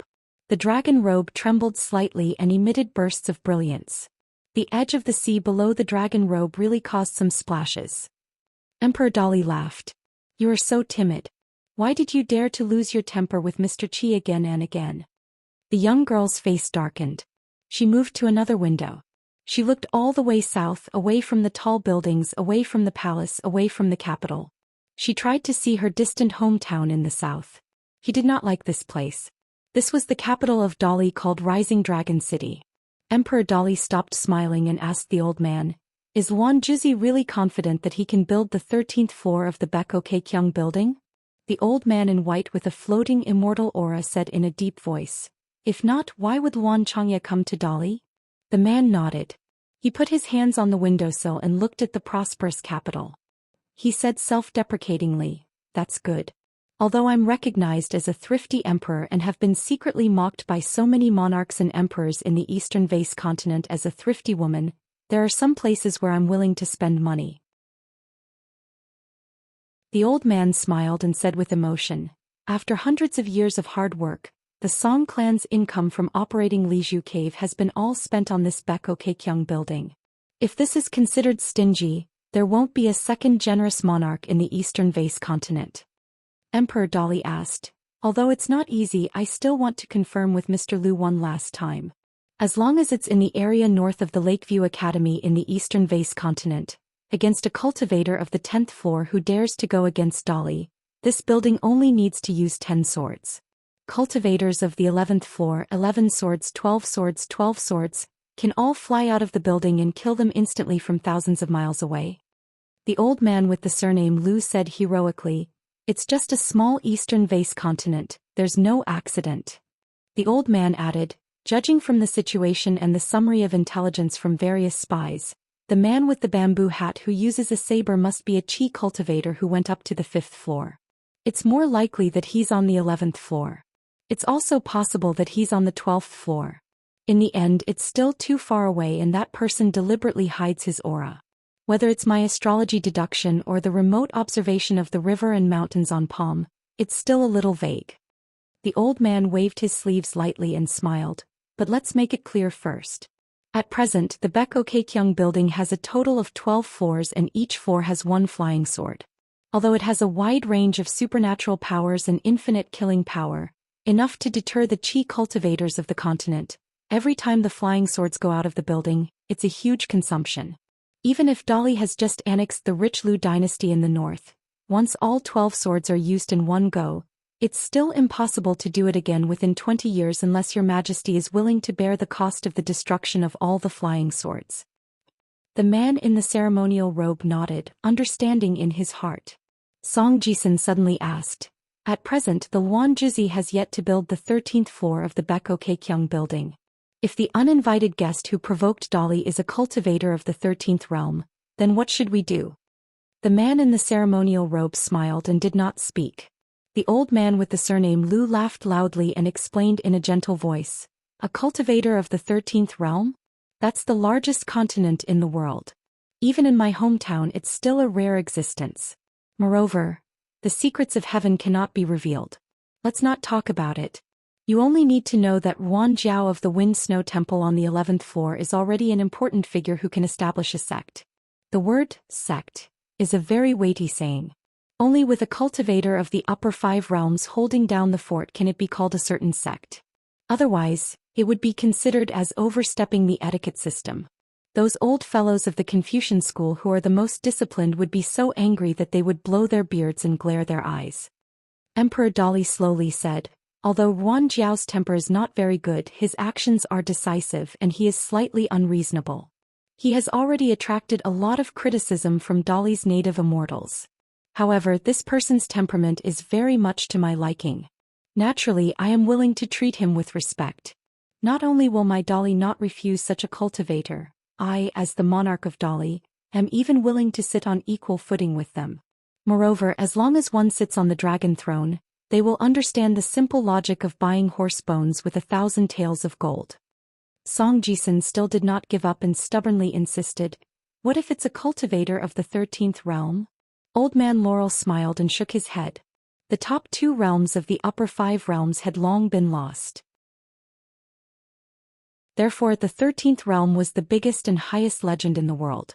It could not be seen in any of the ancient books and secret files of the secular dynasties.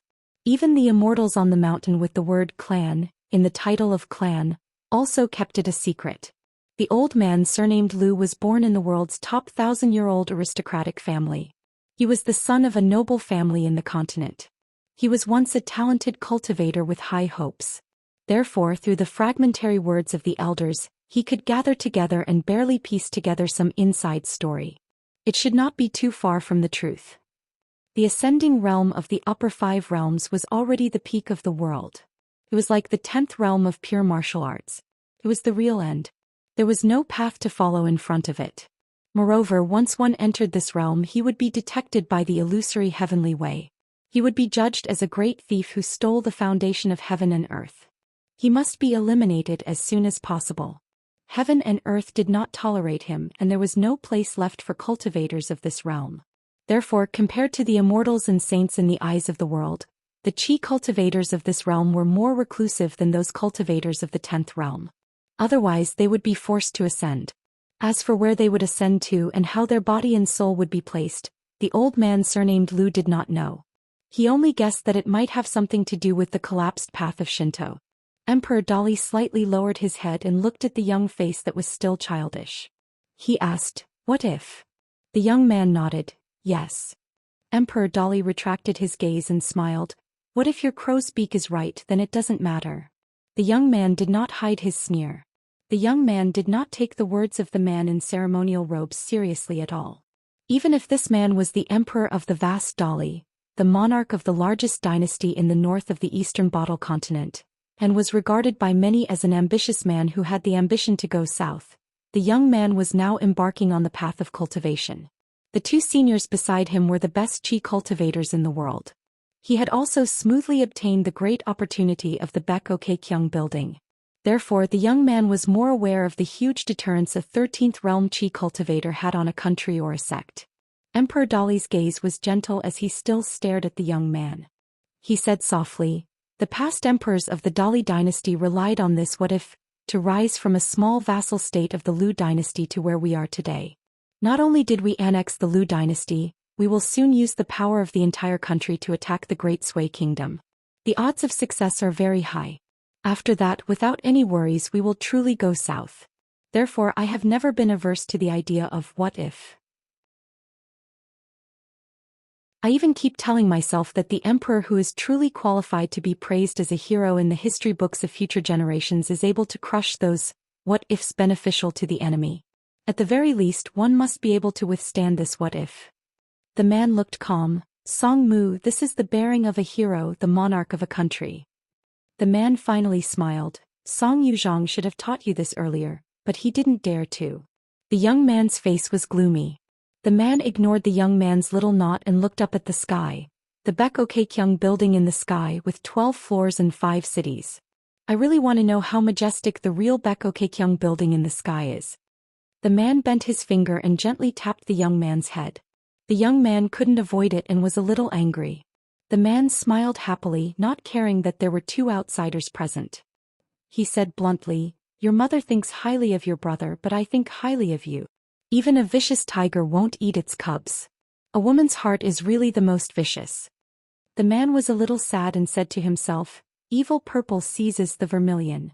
The man then smiled, "That Mr. Chi, I'm sorry, and Dolly is sorry to him. But you are his disciple, so that's good." The young man held back for a long time and finally squeezed out a digression. "As Emperor Dolly, why don't you call yourself Emperor Dolly?" The man gently put his hand on the young man's shoulder. "Dolly has been regarded as a barbarian land for nearly 1,000 years. I hope to reflect on myself and not forget this great shame." The young man was stunned. The man retracted his hand and couldn't help but laugh. I'm lying. I just think that saying Emperor Dali is inauspicious.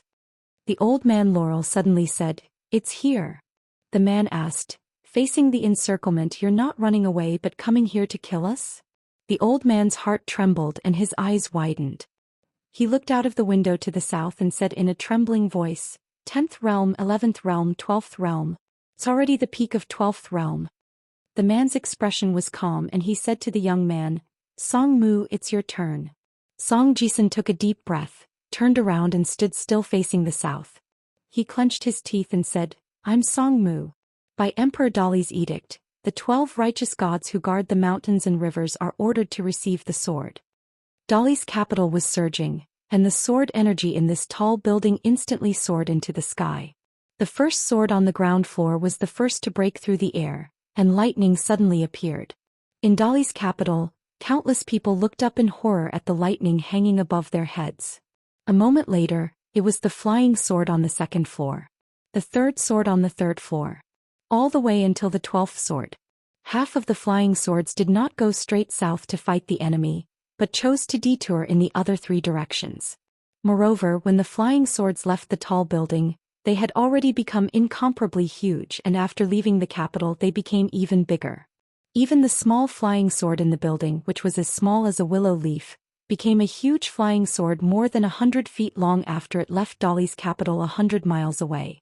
With this 12-story tall building, which was a replica of the Baek Okkyung building in the sky, as the starting point, there were gods in all directions listening to the edict, revealing their majestic dharmakayas. Among them, at the southernmost peak of Dali's Nanue, a golden body god stood on the peak of the mountain, raised his arm high and shouted loudly, Nanue receives the sword. In all parts of Dali's territory, the other 11 gods of mountains and rivers revealed their huge dharmakayas, one after another, caught the flying swords that left the tall building, and then stepped into the air, crossing dozens of miles in one step. Without exception, the spearhead was aimed at the long rainbow that broke through the sky from the south to the north. The golden body of the Nanue god took the lead to meet the enemy. There was a loud bang. The dharmakayas and the flying swords shattered together. In the capital, there was an exclamation from the top floor of the Baek Okkyung building, full of doubts and helplessness. Old man Laurel murmured, Impossible, impossible. On the 10th floor, Song Jisun's mouth seeped with blood. Dali's son of heaven frowned. Only the maid GQ was lying on the windowsill, looking around mindlessly. The second golden body god was the same and exploded with a bang. Every once in a while, there would be a thunderous sound that resounded throughout Dali's territory. The young man was already in a bleak state, bleeding from his 7 orifices. His face was ferocious, but he still forced himself to be firm and his mind was not shaken. When the 6th thunderous sound came from afar, the old man on the top floor smiled bitterly, I'm scared of you. I'll make way for you, okay? The other 6 golden body dharmakayas that were originally lined up from the north to the south began to move to the left and right respectively, making way for the middle road. As if feeling that it was not enough, the white rainbow slightly stagnated, but it quickly dispelled the idea of finding trouble with those gods and continued to move forward.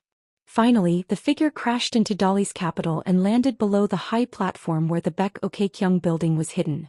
Dali's vassal Song Jianqiang's forehead was already sweating, but he still stood in front of the man who fell from the sky, blocking his path. Song Jianqiang quickly showed a smile, and only felt that if he could have a good fight with this person, he would have no regrets even if he died, and his life would not be in vain. In the square, a plain-looking man stood there. The funny thing was that this person's calf was tied with a foot binding that was convenient for walking on the mountain road, and he was holding a broken green bamboo knife in his hand. The man turned his head to look at the capital city and was a little puzzled. Then he turned his head to look at the vassal of the 10 realms of martial arts. He glanced at Song Jianqiang and nodded slightly, showing a little approval. Finally, he raised his eyes and looked at the top of the high platform where the mystery was hidden. He threw away the bamboo knife and gently stamped his feet. The tall Baek Okkyung building was suddenly forced to reveal its true appearance. He pulled out another narrow knife from his waist. The auspicious symbol, raised his arm casually, pointed the tip of the knife at the tall building and said loudly, There are 5 inside, which one is Emperor Dali? I'm in a hurry, hurry up and come out to kowtow and admit your mistake. I'll count to 10. 1. The man who jumped directly from 10 to 1 suddenly slashed down at the high platform in the tall building. 114. Alliance slashed down with his sword. Between him and the Baekokkyung building, an extremely fine golden thread appeared, advancing rapidly like a tide.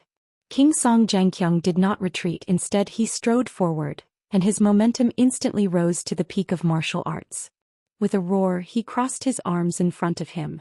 The square under his feet, after being heavily trampled by the second ultimate realm master of the Eastern Treasure Bottle continent, burst into a huge spider web. Honing one's martial arts in the midst of life and death was not an empty phrase. Song Chongjing, as a prince of the Great Li dynasty, had resolutely joined the army. He had been in the army for more than 20 years and had won and lost many battles, big and small, and fought to the death countless times. In the end, he was able to stand out from the martial artists of the entire Eastern Aquarius continent. Song Chongjing's courage this time was probably one of the reasons. When the golden thread touched Song Jianqiang's arm, the sleeve of the white robe was instantly torn, like an iron thread cutting white tender tofu. It should be known that the robe worn by Song Jianqiang was the top Taoist magic weapon of the Dali Immortals, called Flowing Water Robe. It was once a precious relic of a Taoist immortal of the upper 5 realms. It was said to be able to withstand all magical techniques below the upper 5 realms. But in front of the golden thread condensed from aura energy, it was so fragile. Although there was no external object to rely on, Song Jianqiang still insisted on not retreating. This man wanted to try whether his legendary martial arts physique, which was comparable to that of a golden arhat, could block this genuine immortal sword. The answer soon came to light.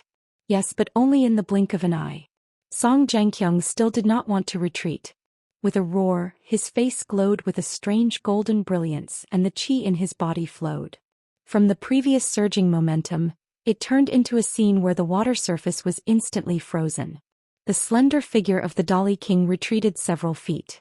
The skin and flesh of his arms had been cut, but there was no blood. At the same time, the unstoppable golden thread was about to be engraved into Song Jianqiang's bones. Get out of the way. A Taoist talisman general, which was several feet tall and wearing a green armor, knocked Song Jianqiang back a few steps and replaced him. The talisman general, which was engraved with countless Taoist golden characters and talisman cloud patterns, was surrounded by light. Its hands clenched the golden thread that was disproportionate to its majestic body. It retreated again and again. In the end, the body of the talisman general, which was carefully created by a Taoist sect, was cut into 2, but the golden thread, which was slightly dimmer, was still advancing toward the tall building. Baekokkyung building. After the Taoist talisman general was cut into 2, it collapsed. But behind it, an old man in simple hemp clothes appeared and stretched out a palm to block the golden thread. The old man had an aura of decay, but his face was still young, which gave people an extremely strange feeling. The old man smiled bitterly and asked in the language of other continents, "Alliance, can you stop now?" Alliance frowned and said, "Wan Changya? Weren't you exiled to the north because you failed to compete for the position of the giant?" The old man resisted the golden thread and his palm was already bleeding. He said helplessly, "It's a long story."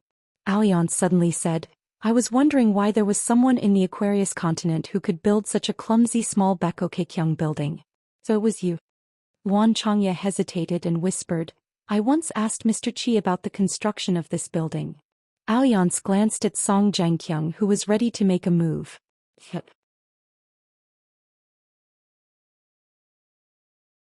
115. Today's first chapter. There are 2 more chapters today. On the peak of Chiduan Mountain, the burly man with wine pots hanging around his waist was dying and lying in a pool of blood. When the rainbow light headed north from Red Candle Town, among the secret masters who participated in the hunt, the Dali Chi cultivator who was closest to it was the woman who was drinking in the tavern near the pillow rest. She was the Grand Elder of Chongchun Palace. Unfortunately, she did not have the time to take action. Or rather, the thought disappeared as soon as it came to her mind. She did not have the time to take action, nor could she stop it. She did not dare to stop it. It was that simple.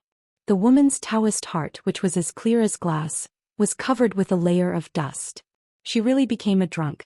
The first person who stopped Alliance was the man who threatened the Lord of the Land and Wei Pai on Chiduan Mountain. He resolutely collided with the rainbow light, and then he was casually slapped back to the original place. Wei Pai sighed. He squatted down and pressed on the man's chest to protect his heart meridian, so that this poor man who was not afraid of death would not be shocked to death by his chaotic qi. Soon an ordinary-looking young man appeared beside Wei Pai. He squatted down and fed his colleague and subordinate who was covered in blood, a vermilion elixir. He grabbed the man's hot wrist and felt his pulse. His pulse finally stabilized. He gently exhaled a mouthful of turbid air, turned to Wei Pai and said, "Wei Pai, you saved old Lu's life. I appreciate this life-saving grace. I can't change how the Dali Imperial Court will deal with you after this. As for the matter of the deity position, it is even more inappropriate for me to plead for you. Once I do, it may only make Emperor Dali feel disgusted. No matter what, I personally owe you and Chiduan Mountain a favor." Wei Pai said expressionlessly, "It's just a matter of convenience." Wei Bian slowly stood up. Only then did he realize that although this young man with a restrained aura was a top swordsman who was regarded as the gatekeeper of the capital by the Li dynasty, he did not have a saber at his waist. Instead, he casually hung the long sword that he relied on for life behind his back. Wei Pai hesitated for a moment before asking, "You were in Red Candle Town, so why didn't you stop that machete man Alliance?" The young swordsman carefully carried the injured man on his back. After getting up, he smiled and said, "Swordsman? He is a swordsman, the most dashing swordsman in the world in my eyes. The reason why I chose the path of sword cultivation when I was young was because I admired him." Wei Pai, in fact, looking at the young swordsman who was about to leave with his subordinates, a rare smile of reminiscence suddenly appeared on his face. For no reason, he was in the mood to chat. He stood where he was and looked at the splendid lights in Red Candle Town. He said softly, "Well, compared to the continents I used to stay in, your Aquarius continent is a small place isolated from the rest of the world. It doesn't matter if there are some taboo interesting things to talk about. I might as well tell you something. You should know that there are 3 great academies in Confucianism. Back then, because of the matter of Mr. Qi Jingchun, this person was indignant and broke into 2 academies alone with his sword. It was a chaotic fight. You should know that when Alliance traveled the Jianghu of various continents, he always followed his famous catchphrase, 'Is there anyone here who can fight? I, Alliance, only beat the big and the old, not the weak and the small.' But on those 2 occasions, Alliance did not show any mercy. Whoever tried to reason with him or block his way, he would break their longevity bridge on the spot without showing any mercy. Do you know that? How many lofty and insufferably arrogant noblemen and sages had been reduced to powerless mortal teachers because of this? It's just that these 2 tragedies were regarded as a taboo scale by the Confucianism, which values etiquette and rules the most, and no one dares to mention them casually. Wei Pai swallowed his saliva and asked in a trembling voice, "Senior Alliance is so domineering? Where is the real sage?" The swordsman looked proud and said with a smile, "That's why one of the 3 statues in the center of the Confucian temple was alerted in the end. That statue quietly descended from the sky and stood in front of Alliance. After that battle, Alliance stopped. No one knows who won or lost. Anyway, that great sage isolated a place which was said to be a chessboard or a book, as the battlefield for the 2 of them to catch each other. Anyway, no one knows what happened. They only know that after that, Alliance left the academy, crossed 2 continents, and went to the Great Wall of Sword Qi in another world through the Inverted Mountain. The Inverted Mountain is an enclave that was built by the Taoist sage himself. It's also a forbidden place for Confucianism students. Therefore, a lot of shocking news was completely isolated. Wei Pai was in a trance as if he was listening to a book from heaven. There was a saying in the Jianghu where martial artists ran rampant. If you're not a cultivator, you don't know what's happening on the mountain. However, on the path of cultivation there was a saying, those who live on the mountain know nothing about the outside world. Although the swordsman wanted to continue and had a lot of stories to tell, he decided to end it here. In the end, he said, "It's not good for me to get involved in your affairs. However, I'll let her and the Changchun Palace cultivate that girl, provided that you don't find it offensive, Wei Pai." Wei Pai smiled and said, "I'm not an idiot who doesn't know what's good for me. Thank you." The swordsman heaved a sigh of relief and looked at this troublesome god who was on the secret list of Dali's Ministry of Rites. He smiled and said, "Then I'll go back to the town and tell her that when they return to the capital of Dali, they can choose to walk across the Chiduan mountain and then fly north." Wei Pai's expression was complicated. He sighed and lowered his head slightly. He said, "I can't repay you. Then I can only thank you again." The swordsman from another continent asked in a low voice, "I didn't believe the contents recorded in the Ministry of Rites files before. Now that I've seen it with my own eyes, I have to believe it. Wei Pai, because of her you've delayed your immortal golden body for so many years. Now you're still not willing to let it go?" Wei Pai shook his head and said, "Since I can afford it, there's no reason for me to let it go." The swordsman shook his head and said, "I don't understand." Wei Pai remembered something and was a little embarrassed. He asked, "It's an agreement with Senior Alliance. I plan to go to Luopa Mountain in Longquan County soon." This chapter is not finished, please turn the page.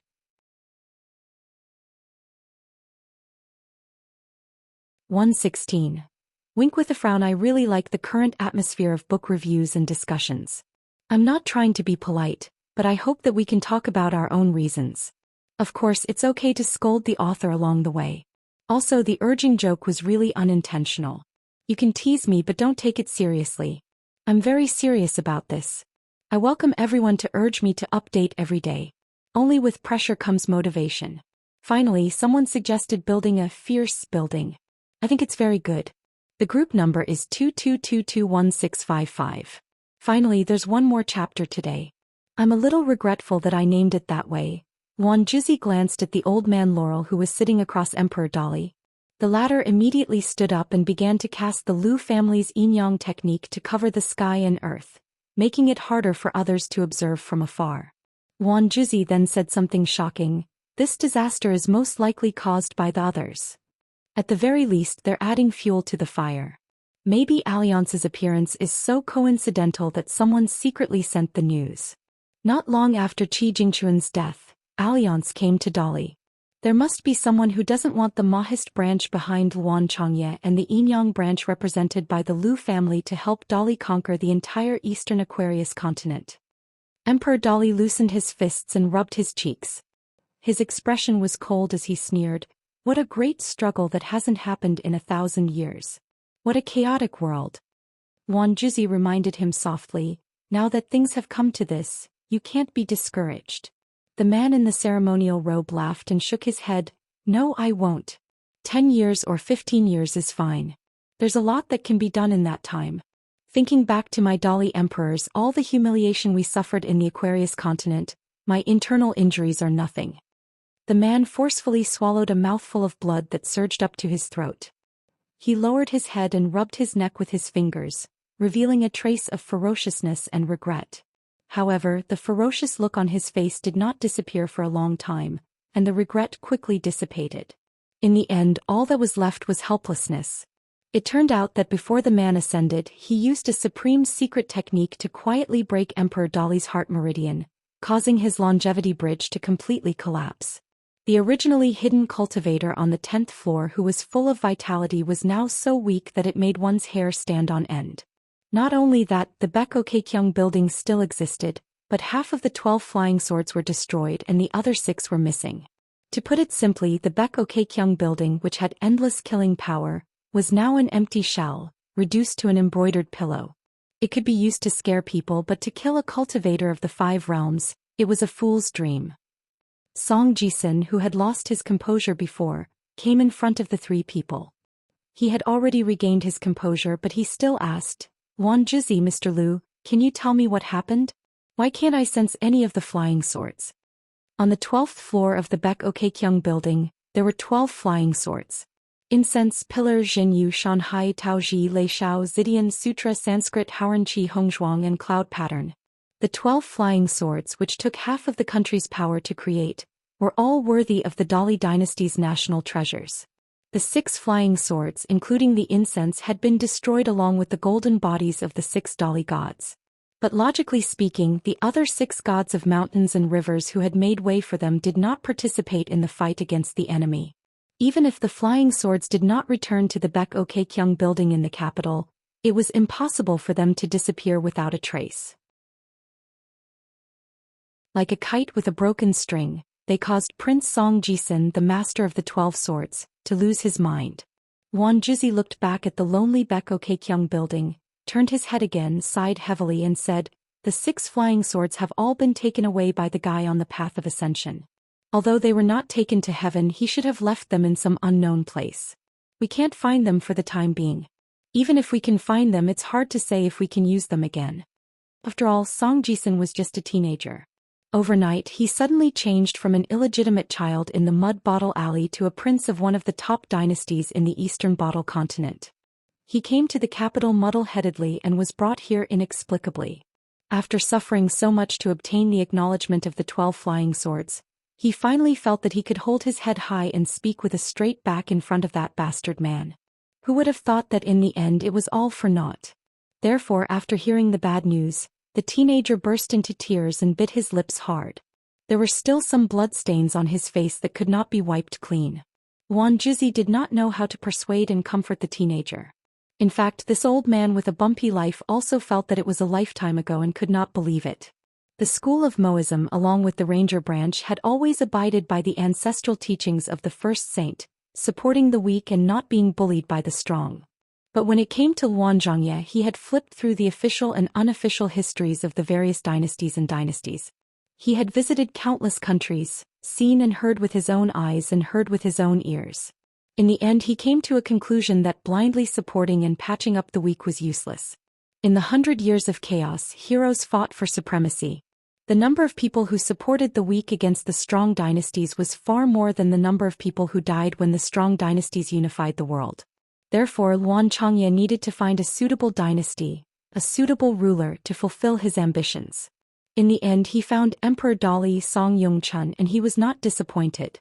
Even though the encirclement of Alliance had caused Dali's powerful nation to suffer heavy losses, Luanzhangye never felt that this matter was wrong. The fault lay in the fact that man proposes, but God disposes. Even Luanzhangye had to admit that he was not as good as some of the big shots behind the scenes. However, he still wanted to gamble. He staked everything on one throw and bet on the unstoppable trend of the world. Emperor Dali opened his mouth and laughed. "You too, can you go and see if there are any mistakes in the Baek-ok-kyung building? If that guy has a backup plan, then I really want to kill myself. It just so happens that Song Mu and I can be alone for a while. But first, you two must promise not to eavesdrop. We father and son are going to talk about our own things, please understand." The 2 old men quickly got up. One smiled and said they would not, the other said they did not dare. Emperor Dali looked up at the stubborn young man, patted the steps beside him, and then quietly crushed the jade pendant hanging from his waist. He said in a deep voice, "Sit down and talk. From now on, I am your father Song Yongchun and you are my son Song Mu. I'll just call you Song Jisun. It's a good sign to pass on the torch and collect bits and pieces." Song Yuzhang's name is tacky, but he still put a lot of thought into it. The young man sat obediently beside the man. Emperor Dali first sighed. "I have to say the great Sui Kingdom's Gao family is really lucky. Also, your crow's beak stinks too much." When the 2 of them were alone, the young man was a little uneasy. Even if he was not afraid of this man on the surface, Song Jisun could clearly feel the man's control over the Dali dynasty from the attitude of his uncle Song Zhangqiang, the servant GQ, and the 2 old men. The kind of magnanimity and sloppiness that only looked on the surface was actually filled with arrogance and self-confidence. It was a bit like the attitude of the swordsman named Alliance towards the Eastern Aquarius continent, towards the whole world. The man smiled and said, "The remaining 6 flying swords that left Luli City, since they did not return, they are all gone. Gone, the sky will not fall." Song Jisun was infuriated. Gone. How can you say it so easily? Wan Juzi and Mr. Liu both told me that these 12 flying swords mean that Dali has a self-evident influence on the direction of the entire Aquarius continent. But the young man did not dare to continue. And Song Jisun quickly regained his senses. The creator of the Baek-ok-kyung building and the flying swords was not him, but the man beside him who had accepted his fate. The man looked at the roof of a big hall in the distance where there were squatting beasts lined up, and he said softly, To the ruler of a country, do not be afraid of any big trouble. When there is trouble, as long as you can solve it, it means that you and the dynasty have become stronger. If you cannot solve it, it means that your ability to govern the country is not enough. In front of us, there is such a big threshold that caught us unprepared. Dolly and I did not manage to cross it safely. It is a pity. But I do not regret it. What I said is true. I am not lying to you. Zhou Xian could not understand it even if he was beaten to death and asked, why? The man's eyes were sharp. Without any of his previous helplessness and discouragement, he pointed to the roof of the big hall. Because this proves that the Dolly country policy that I made is right. The people in the mountains, regardless of whether they are good or evil, must be locked in a cage. Dolly will not interfere with them in their pursuit of immortality, and is even happy to help them a little, happy to see them succeed. But a dynasty must have its bottom line. At the very least, it must make those people act within certain rules. They cannot do as they please. They cannot easily move mountains and rivers in a secular dynasty just because of their personal preferences. In a casual battle between immortals, the ones who suffer the most in the end are the unarmed commoners of the dynasty. It must make all the commoners in my Dolly's territory be willing to worship immortals, not just because of fear. Even if it is a commoner living at the lowest level of society, if he innocently dies because of a battle between immortals at that time, I, Dolly, must have the confidence and ability to seek justice for that commoner who is as insignificant as an ant in the eyes of immortals. Zhou Xian was shocked beyond words, his mouth wide open, and he could not say a word. The man stretched out 2 fingers almost touching each other and laughed. Now the justice that I, Dolly, can seek is very small, only this much. But compared to the other dynasties of the Eastern Bottle continent, those dynasties and countries that are slaves to the mountain immortals, it is already a world of difference. The man casually flicked his wrist and finally clenched his fist and raised it high towards the roof as if he was demonstrating to someone, I sincerely hope that the justice that the Dolly can seek in the future can be as big or even bigger. Zhou Xian was already somewhat numb. It was just that for the first time, the youth felt that the man beside him had become flesh and blood, and was no longer a rigid existence similar to the dragon robe on the dragon throne. The man in the ceremonial robe turned his head and asked, do you know what that alliance said that angered me the most? Zhou Xian mustered up his courage and asked, was it that person who asked you to kowtow and admit your mistake? The man laughed out loud and shook his head, as the owner of Dolly's land I can die standing but I will never live kneeling. If I can't even do that, why would Dolly want to go down south and swallow the entire Aquarius continent? If a man deceives himself, the heavens will deceive him, but if a man is strong, the heavens will bestow him. You better remember this. Even if those immortals keep on saying that our Aquarius continent is the smallest continent in the world, but do you really know how big a continent is? You can go and flip through any history book in the world who has become the owner of a continent. Zhou Xian's face was firm and he nodded his head. If a man is strong, the heavens will bestow him. I will remember this. The man said sadly, what truly angered me was that he said that Dolly does not have a single person who can fight. Not a single one. I sneakily walked step by step to reach the 10th level of Qi Cultivator, and in this Eastern Aquarius continent, it is already considered very impressive. Your uncle Song Jiangqiang is even more exaggerated as a 10th level martial man, but what happened? In other people's eyes he still belongs to the category of cannot fight. But fortune and misfortune come hand in hand, and that is the reason why I am able to live. One of the reasons. If I was at the 12th level today and let that guy feel that he has the strength to fight, I am afraid he would have killed me in one slash. The man laughed out loud for no reason, but it gave off a feeling of a hero past his prime. Zhou Xian touched the pot that did not boil. One slash? The man nodded his head.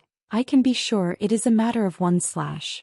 That guy is a 13th level peak sword cultivator, a sword cultivator. That is why he is so unreasonable. Zhou Xian's face was conflicted. He opened his mouth a few times, but swallowed it back as though there was a question that was scratching his heart, but it was not convenient for him to say it out. The man leaned back, his elbows on the ground, and looked at the sky in this posture leisurely. Do you want to ask why he did not kill us and then ascend to that other place where the world does not know where? Zhou Xian used the back of his hand to rub his cheeks hard and grunted in agreement. The man said frankly, before I tell you the answer, let me tell you a piece of unfortunate news. Rumor has it that after breaking through the 13th level, the important people can come down again and return to our world. Although the number of times is extremely few, there is still a precedent.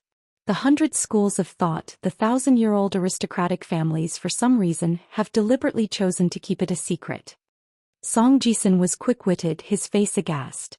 The man sighed. That is why the path that our Dolly has chosen is still very long. There is still a long way to go.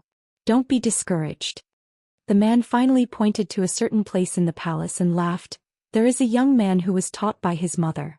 In his early years he was unwilling to go to the Cliff Academy to study. As for me, I was too lazy to care. This little fellow, his temperament is very interesting. If there is a dog on the side of the road that pretends to bite regardless of whether he is injured in the end, the young man will definitely kill that dog and stew it. Who knows, he might even find that dog's 7 ants and 8 ants and kill them all. Then what about you? Song Jisun? Song Jisun said without hesitation, that is also the case. The man nodded. I was also like this when I was young. After sitting on the dragon throne, my temperament changed a little. Because suddenly one day I felt a little bored. The man turned his head and laughed. But it is a good thing to have such a temperament and personality when you are young. You are eager to forge ahead and show off your ability. People respect me, I will respect them tenfold. People bully me once, I will bully them forever. A real man should be like this. Song Jisun said softly, I thought you would feel very disappointed. The man patted him on the shoulder. I'm not disappointed. If you're so young and haven't learned any real skills, but you've already learned how to read my body language and take out the things that the court officials use to figure out the emperor's heart and call it the art of dragon slaying, then I'll be really disappointed. Song Jisun leaned forward, his hands on his knees and his chin on the back of his hands. But I know someone who might make a different choice. The man sat up straight and reached out to press the young man's head. Trust my eyes. That fellow can hold a grudge against anyone. It is just that he has suffered too much since he was young and knows how to endure at such a young age. If this kind of person becomes an enemy, then it will be a real disaster. That is why I chose to turn a blind eye to the assassination at the Green Wave Pavilion. But you can rest assured that he has never treated you as an enemy. Especially after you followed your heart and did those 2 seemingly boring little things, he won't do it again. Song Jisun's face flushed red. The man in the ceremonial robe said again, but when you become the emperor of Dali one day, it will be hard to say. While that person has just ascended and will definitely not return to the human world for the time being, we should eliminate the root of the problem and eliminate this as soon as possible. After this thought came to Song Jisun, he was a little annoyed as soon as he said it. He denied himself and muttered, no, if that person comes back in the future, Dolly will really be destroyed. The man was happy and said with relief, do you think this problem is unsolvable? It's okay, that's because Song Jisun's position is not high enough. Song Jisun was a little discouraged. He could only silently comfort himself in his heart that it was a gift from the heavens to be strong. The man smiled. In this life it is interesting to have 1 or 2 people who are both enemies and friends. I have had one since I was young, so do you? After a moment of silence, Song Jisun said doubtfully, you haven't said the answer yet. Take your time to think about it. I'm not so good-tempered that I like to expose my own scars after being beaten half to death.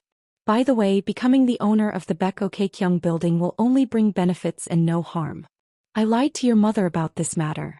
I believe that after you lost control of the flying sword, you will know that I didn't lie to you. As for the meaning of this, you should think about it carefully. It's always good to think more about everything. The man who revealed the heavenly secret had just lifted his butt and was about to get up and leave when he suddenly sat back down. He picked up the youth's palm and said with a smile, come, let me read your palm. I know some superficial knowledge, but I didn't have the chance to use it before. Today I'll use you to try it out. The youth handed it over in a daze. The man observed the lines on the youth's palm and said casually, in 10 or 15 years, you can still be close to your uncle Song Jiankyung, but you must not rely on him. As for recruiting, it was better to forget about getting this martial arts genius to be convinced by a junior like him. This younger brother of mine doesn't even bother to hide his ambitions. Even I, the older brother who suppressed him since he was young, never dared to show the slightest attitude of taming a beast. No matter who you resent, before you truly grow up, you can think about revenge in your heart, but you must not act rashly. But don't hold a grudge against your uncle because of my words. He is indeed a true hero. Otherwise, he wouldn't have said the true words, how can I, Dolly, be the only hero in the world? So in the future, as long as you have something stronger than him, he may acknowledge you. After a moment, Emperor Dolly got up and left with a smile. The youth clenched his fists and continued to lie on his knees. The man said some polite words that he didn't understand, but during this time, the man quietly wrote 4 words on the youth's palm. Longevity. 3. Be careful. Zhou Xian suddenly raised his head and shouted at the back of the man who was striding away, "Father!" The man turned around and looked at the youth with a smile. His expression was not like that of an emperor looking at the youth. And this man's real ambition was to talk to all the immortals in the world about the rules at the foot of the mountain. His life's work seemed to have all gone down the drain, and it was silent. Zhou Xian stood up. His eyes were moist and his lips were bleeding from biting. The youth was about to speak. The man had already turned around. His voice was warm and mellow, and he left 2 irrelevant words. A journey of 1,000 miles begins with a single step. In the future you must eat 3 meals on time. A travel-worn old scholar finally arrived at the foot of the Chiduan mountain. He adjusted the luggage behind him and held his waist as he lamented, "My old waist and old bones are suffering. What a pain, what a pain."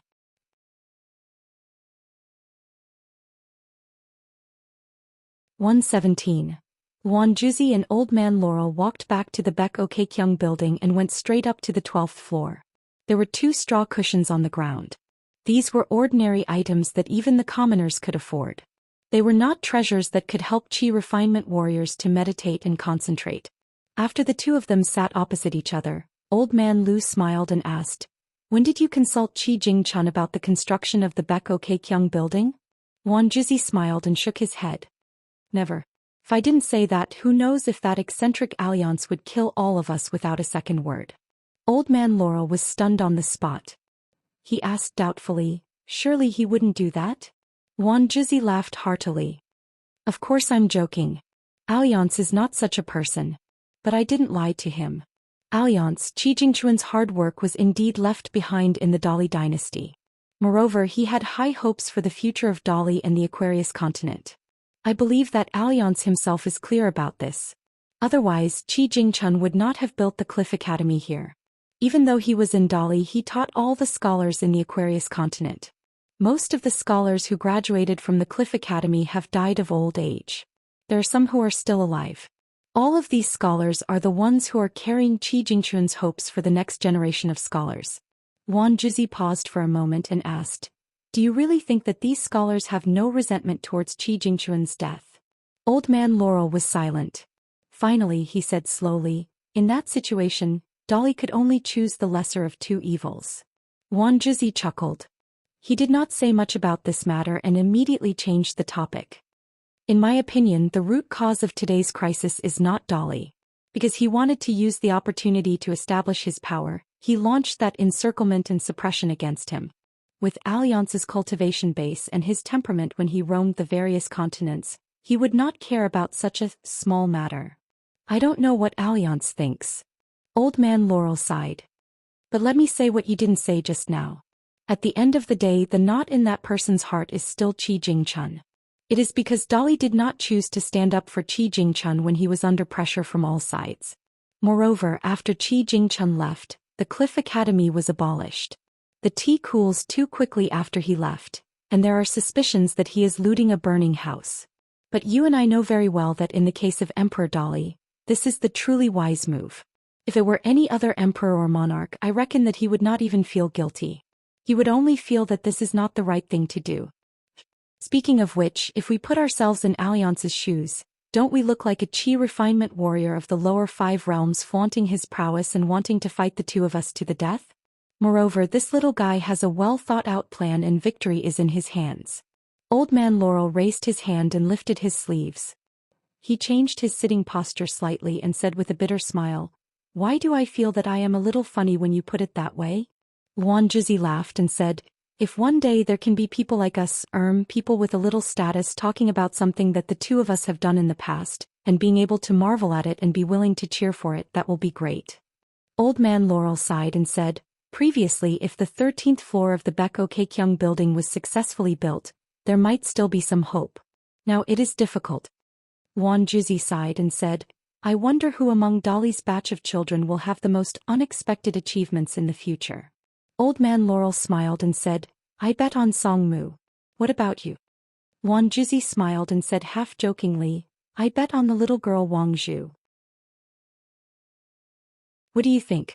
The old man from the Yinyang school of Lu clan shook his head and said with a smile, one branch can outshine others, but it is difficult to form a forest. Wan Juzi also shook his head and did not comment.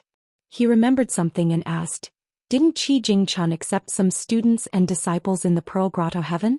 For example that Zhao Yao? Other than that, it seems that the militarists and Daoists of the Aquarius continent also fought over a child with the surname Ma. Old man Laurel said indifferently, let's wait and see. I only hope that the two of us old men can live until the end of the chaotic world. The servant girl GQ stayed on the 10th floor of the Beko Keikyung building and did not go out. When no one was paying attention, she climbed up to the windowsill and curled up her body. She leaned against the window and turned her head to look at the south. She looked at the sky and then looked at the south. She did this repeatedly and did not get tired of it. You just like to reason with ants. Even when it comes to me, you like to talk about your principles.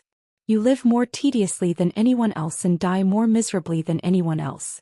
This guy who seems to be very familiar with you is very different from you. He does not even put any of us in his eyes and is very carefree. But why do I still feel that you are better? But I feel that even if you are better, as long as you know what you are doing, as for how you conduct yourself, you should be like this weird guy.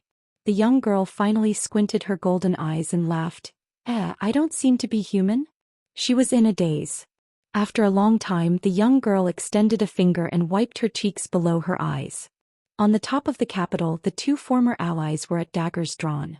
The woman in the palace dress said sharply, Cui Dong, you knew that person from the beginning, right? So in order to curry favor with him, you deliberately opened the capital's gate and let him kill all the way to the Beko Keikyung building. This is a capital offense. Dying once is not enough. Do you think that if I was beaten into the dust you would be any better? Is there something wrong with your brain? Cui Dong, who appeared in the image of a green-robed scholar, said indifferently, if I did not remove the capital's formation, do you believe that other than me, there would definitely be people dying in front of the Beko Keikyung building? Unlike now, at least no one died. Cui Dong sneered, I know that Song Jisun's existence is now meaningless. He has lost his value. In any case, your other son, who is also my good student, is no longer needed to be the head of the Beko Keikyung building, which is very likely to be destroyed by the sword. So I guess you can't wait for this kid to die and be reincarnated. The woman smiled sweetly and said with a calm expression, how can imperial tutor lie through his teeth? Cui Dong did not linger on this topic and said, the famous talisman in the capital, which no one can pull out, was originally proposed by Mr. Liu to be the flying sword on the 13th floor of the Beko Keikyung building. First, Wan Juzi felt that it was inappropriate. As the last sword on the 13th floor, it was not powerful enough. Second, in Longquan County, the predecessor of the Dragon Cave, it needed to consume 2 magical weapons as the price to split open the huge dragon beheading platform. The royal treasury was really stretched. Coincidentally, the talisman was known as the toughest. If it was lucky, it could withstand 3 attacks from a sword immortal. The woman frowned and said, Cui Dong, what on earth are you trying to say? Cui Dong said, unexpectedly, the dragon beheading platform was too big. After 2 attacks, the sword body cracked like the ice cracks on the porcelain of the dragon kiln in a small town. The sword's spirit inside was broken and there was no way to restore it. His Majesty felt sorry for it, but he did not blame anyone. Later, he seemed to have a sudden idea and simply gave it to a woman named Yang Hua, who was the maid beside you. However, at the same time, he ordered that woman to become the Jiang god of the Tiefu River. Thus, your highness lost one of your left and right arms, right? The woman in the court dress smiled and said, are you trying to say that His Majesty is reminding me? Cui Dong said sarcastically, you have always been beautiful on the outside and smart on the inside. The woman in the court dress sneered. Cui Dong clicked his tongue and said, why don't you think about the fate of the 5 mountain gods? Her originally fair and tender face turned pale in an instant. The woman fell into deep thought like a chess player starting to review the game. Cui Dong did not disturb her thoughts. Emperor Dali originally wanted to use the falling of the Lizhu cave to promote the cloud-pinning mountain, which was full of fate, to the north mountain of the Dali dynasty. However, this created a very awkward and delicate situation. Now the 5 mountains of Dali were all located to the north of the cloud-pinning mountain.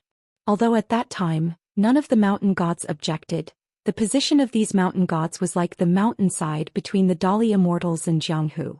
It was like the majestic pass at the waist of the country. Overnight, the situation became turbulent. Many sects disguised themselves as good men and women, ordinary pilgrims, scholars and poets, visited the 5 mountain gods.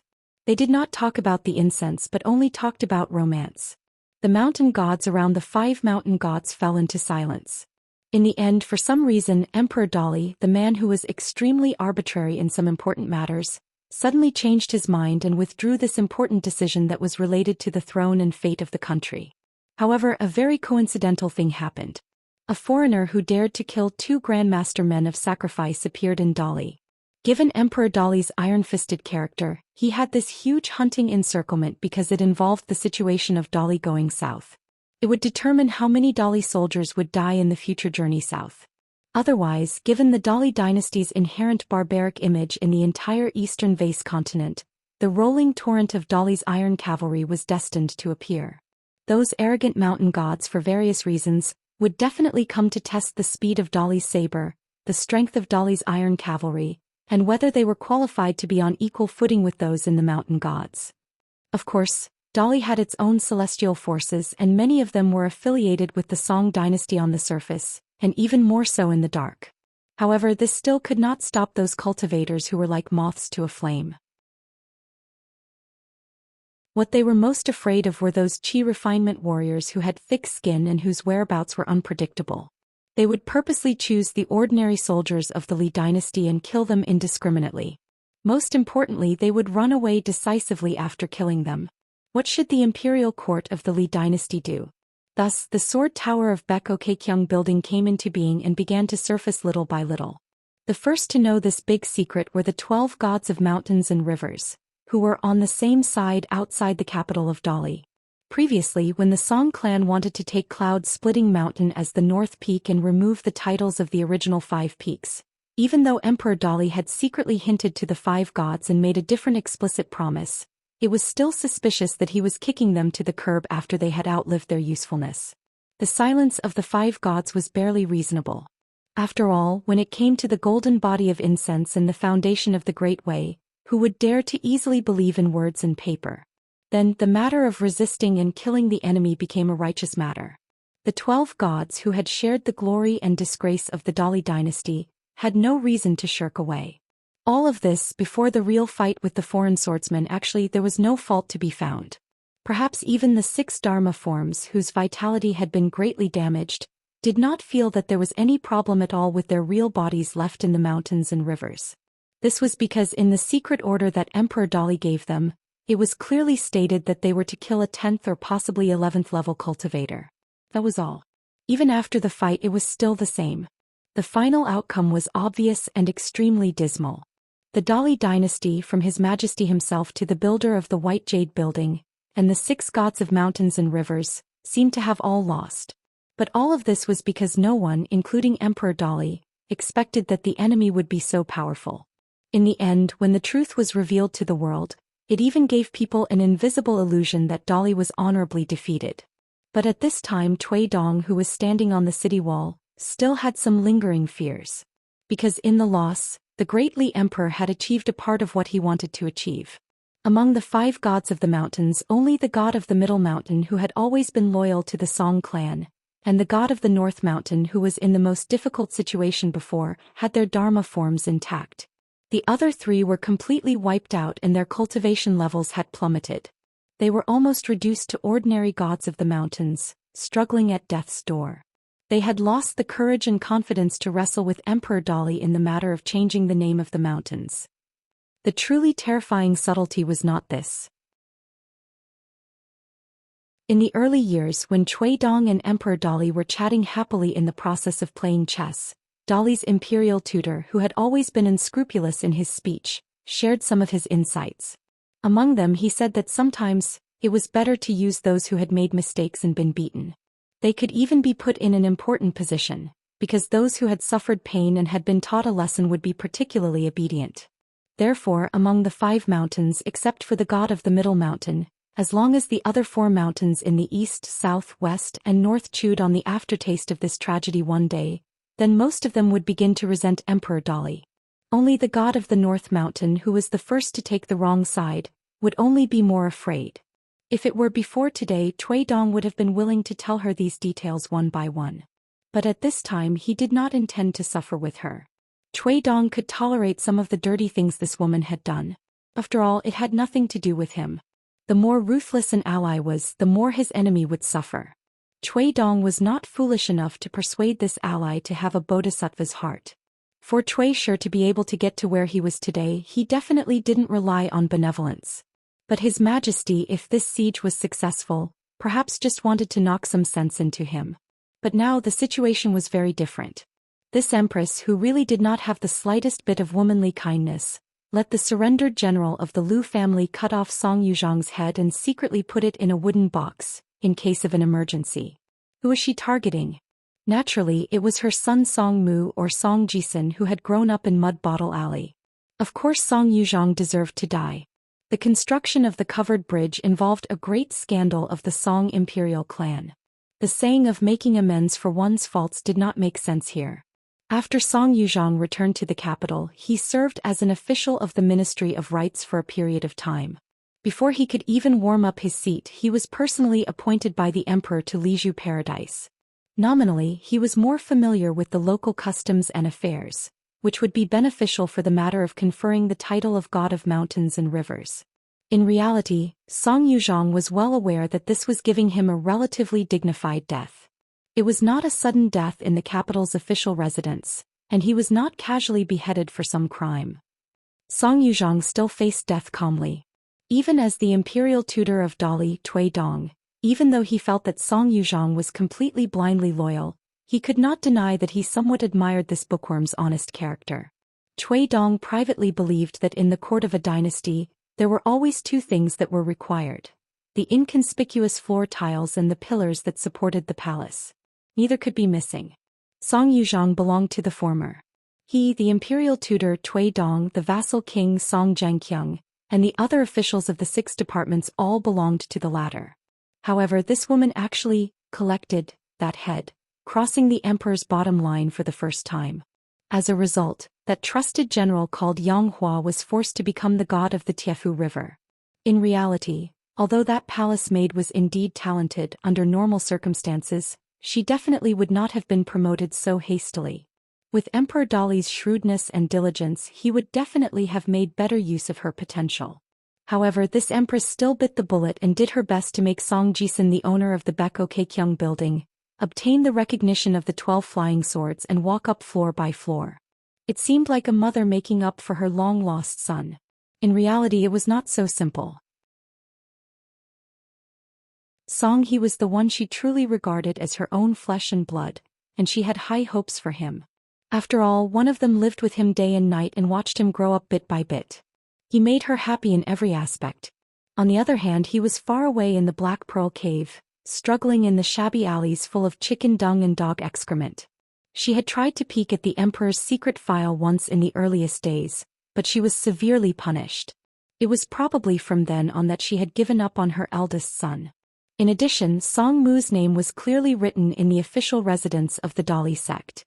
His name was crossed out in red ink, which was a shocking sight. As for whether there was suffering and pain in the depths of her heart, Cui Dong did not know. No one knew.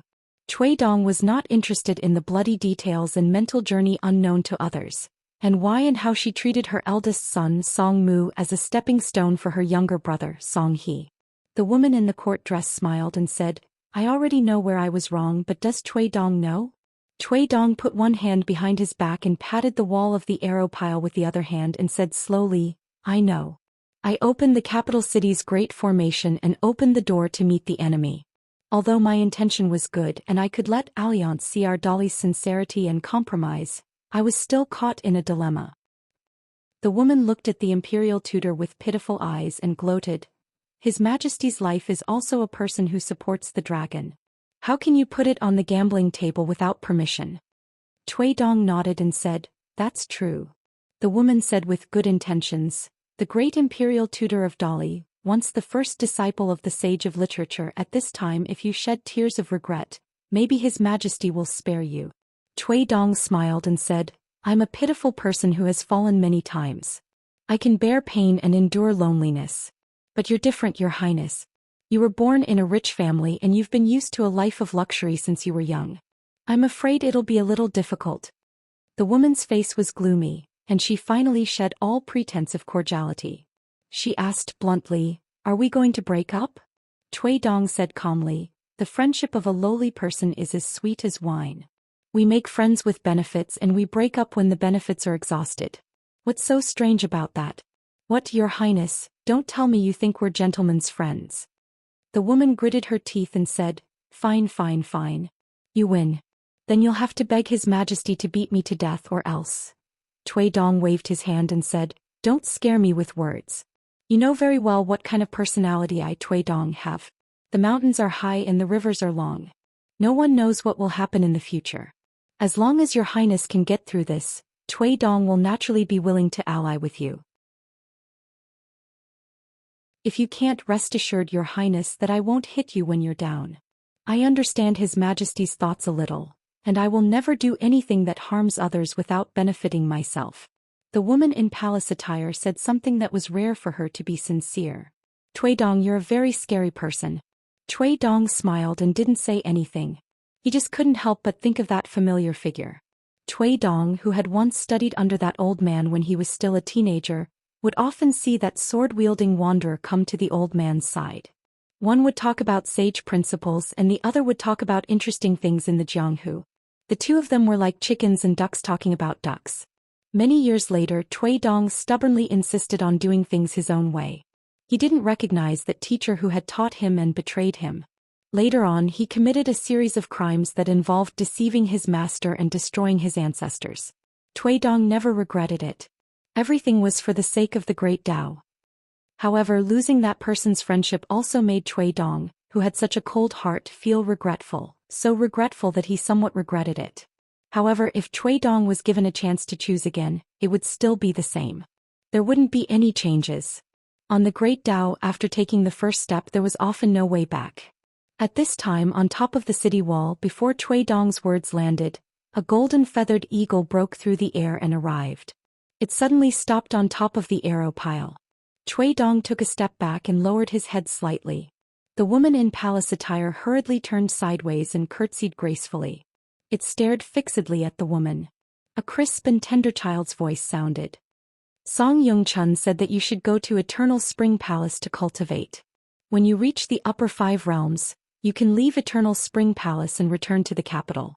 However, during this period you are not allowed to interact with anyone. At the same time, you will immediately hand over all the files on Bamboo Leaf Pavilion to Imperial Tutor Cui. You only need to cultivate in peace. Cui Dong bowed and said, thank you, Your Majesty, for your kindness. It turned its head and looked at the Dali Imperial Tutor. Song Yongchun said that you should not do it again. Back then he told you not to do it more than 3 times. He wants you to cherish it. Cui Dong nodded and didn't say anything else. The woman in palace attire only asked one question. Can you let Mu-er and here visit me at Eternal Spring Palace from time to time? It nodded and said, of course. Song Yongchun also said that Song Mu will stay in the heart-nourishing room to continue studying. If you feel lonely on the mountain, you can bring Song Mu to Eternal Spring Palace to cultivate the thunder technique. Everything is up to you. The woman's eyes wandered. He was still a little impatient. Song Yongchun wanted me to tell you that Dali's national strength was damaged because of that person. This matter was his own decision and has nothing to do with you. You don't have to think too much about it. The woman in palace attire was on the verge of tears. She raised her head and looked in the direction of the palace. At this moment she was extremely charming. She said in a soft and trembling voice, Your Majesty. Suddenly its voice became shrill. Stinky. Rotten woman, you vixen, hurry up and get out of the capital. I've been tolerating you for a long time. The woman in palace attire asked with a smile, did His Majesty also say this? It snorted coldly, flapped its wings and flew high into the sky, disappearing in the blink of an eye. After the golden falcon left, the woman staggered and supported herself with both hands on the city wall, her face deathly pale. The bamboo leaf pavilion was a spy organization that she had painstakingly built. It was a shadow pillar of the Dali dynasty and was almost her third son. Cui Dong was a little sad. Killing someone is just a matter of nodding your head to the ground, but the pain of your heart being pierced will last for thousands of years. However, even though Cui Dong now held the power of life and death in the bamboo leaf pavilion, he still couldn't feel happy at all. Because the body of the young man that had restored the mental connection seemed to have completely disappeared. Even that old Yang chose to turn a blind eye. He was unwilling to send any news back to Dali's capital. The turbulent and dangerous shoals of the Chongdan River were no different from the gates of hell in the eyes of the common people. Therefore, every time the boatman returned with a guest, he would have a bountiful harvest and a bulging bag. The boat was tied to the riverside that ran through the town. Off the boat, there were brothels and restaurants where orioles sang and swallows danced. There were also many small taverns that sold cheap and inferior liquor. Most of them were beautiful women soliciting business for the boatman to get drunk. If the boatman could persuade the scholars on the boat to take the opportunity to go to the taverns and brothels that they were familiar with, there would be an additional considerable income under the table. Today, someone hired a boatman to tour that section of the river where the stone forest was as tightly guarded as spears and halberds. The boatman was a stout man of about 50 years old, but his body was still robust and his arms were bulging with muscles. He was also talkative. The guest who hired the boat was an old gentleman. He looked shabby but his spending was passable. He gave 10 taels of silver and looked at least 60 years old. However, he still wanted to travel alone, which made the boatman somewhat puzzled. The boat bobbed up and down in the turbulent current. Waves constantly splashed onto the two people. The boatman looked at the old gentleman leaning sideways with both hands tightly grasping the side of the boat. He laughed in his heart. Scholars, regardless of age, seemed to be like this. For example, the boatman really didn't understand what was so interesting about those stones in the water. Could they talk, or were they more beautiful than the women on both sides of the river in our Red Candle Town? Spending money to buy suffering, the brains of scholars really couldn't understand. After the boat sailed out of the dangerous shoals, it came to the smooth surface of the Chongdan River. After the boatman roughly told the old story of the Empress Temple, he casually asked, "Old master, are you a foreigner? Where are you from?" "But our Dali official language is passable. My hometown is far away. I just like to visit the scenery, walk around and have no worries. It's comfortable. You don't look young anymore. You have to take it easy." It's okay. "Old master, let me ask you a question. You have traveled extensively, so you must have been to many places. What do you think of our Dali's scenery?" Very good. It's a place of great people." "Then is the wine in our Red Candle Town good?" It's good. It's just a little expensive." "Then isn't our emperor very powerful?" "Very powerful." "Is our Dali imperial tutor's chess skills better than those of the Great Sui Kingdom?" "It should be." "Is our Dali the strongest in the north?" Of course. In fact, except for the first question, the boatman deliberately teased the old man with a series of questions, because he found that the old man was really a nice guy who liked to nod and agree with everything. When they were about to go ashore, the boatman saw the old man nodding with a sincere face again. He couldn't help but laugh. "Old master, you have a good temper, but it's too good. How can you only say nice things like that? The scholars I have met before, big and small, old and young, there are at least 100 of them. They all speak in a genteel and sarcastic manner, making people unable to understand what they are saying, making people feel that they are very knowledgeable. Alas, it's a pity that I'm not good at understanding. I haven't been to school and I don't have a teacher to guide me. Even if I want to interrupt, it's difficult. As long as you have the heart, nothing is difficult." The old man laughed and then asked, "By the way, have you heard of Mr. Chi from Cliff Academy?" The boatman hesitated, sighed softly and finally shook his head. "Never heard of him." The old man nodded and said with a smile, "Dali is a little different. I passed by a small beacon at the border where there were only 2 people. In the end, an immortal descended and asked for food. If it were any other country, they would have knelt down and offered it with both hands. But you Dali soldiers are different. You talk to the immortals with a straight back. Of course, it's inevitable that you're nervous. The boatman laughed and said, Old master, you've seen immortals before? Then you didn't walk so far in vain. You're better than me. Those tourists say that there are water ghosts and river grannies under the Chongden River, but I've been rowing for 30 years and haven't seen anything strange. The old man smiled and said, That's right, I've seen it before. It's just that those immortals have bad tempers. Those 2 beacon fire soldiers were slapped and sent flying, smashing all the tables and stools into smithereens. But one immortal, after eating and drinking to his heart's content, threw a gold ingot on the ground before leaving. The boatman said enviously, Wouldn't that be a fortune? If it were me, not to mention 1 slap, 10 slaps would be enough. The old man nodded and said approvingly, You have a big heart. It's a good thing, a good thing. The boatman suddenly asked worriedly, By the way, those immortals didn't make things difficult for you, old master, did they? The old man looked at the sincere old man and laughed heartily. They didn't make things difficult, they didn't make things difficult. After the boatman felt relieved, he wanted to tease this interesting old man.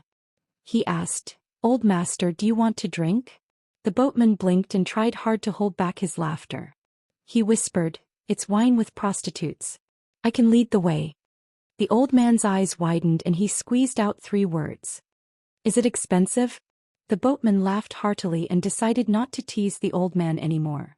It's expensive. The old man struggled with himself. It's okay. Wait for me when we get ashore. I'll go borrow money from someone. Maybe I can borrow 20 or 30 taels of silver. The boatman was stunned for a moment. He was an honest man after all and naturally couldn't bear to take him to a brothel where money flowed like water. Old master, I'm just joking with you. The wine with prostitutes is boring. Thinking of drinking 2 or 3 taels of silver in 1 cup, I'll be so distressed that I won't even care about the taste of the wine. Let's not go. If you really want to drink, I'll take you to a small wine shop on the shore. It's an authentic local brew in Red Candle Town. The price can be considered fair. The boat slowly approached the shore. The old man stood up and patted the boatman's shoulder. He said with a smile, Good words but evil deeds. You're a national demon. The robust boatman's face suddenly turned pale. He wanted to retreat but he couldn't move at all. He wanted to jump into the water, reveal his original form and quickly escape, but that was an extravagant hope. The old man continued with a smile. Words can't speak but actions can be taken. You're a national treasure. I hope you can stick to your heart and do good deeds. The old man's chest seemed to be filled with an inexplicable awe-inspiring aura. He wanted to speak but he couldn't say a word. After the old scholar went ashore, he slowly left. The boatman's eyes were brimming with tears. When he was finally able to move, he immediately jumped ashore and knelt down in front of the old man's back. He performed the 3 kneels and 9 kowtows ceremony. It was said that there was a saint in heaven and earth. His mouth contained the heavenly law and his words were law. The old scholar asked all the way until he reached the door of the pillow relay station. He asked if the young man called Chin Pingon was still there. The relay station guard asked who he was. The old scholar thought for a moment and said that he was half a teacher of the young man. In the end, the relay station guard told him to get lost. For some unknown reason, a handsome young man with a mole between his eyebrows had been obediently staying in an old school these days. Every day he would hold a book and read. What was even stranger was that the young man would often cry until his face was covered with snot and tears.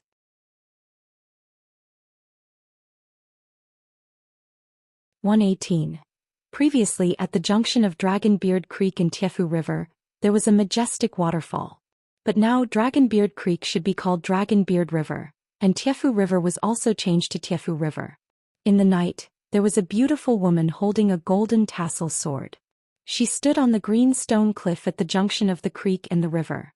The young woman had an excellent figure, and the clothes around her chest bulged up high. It could be said that when one looked down, one would not be able to see the tips of her feet.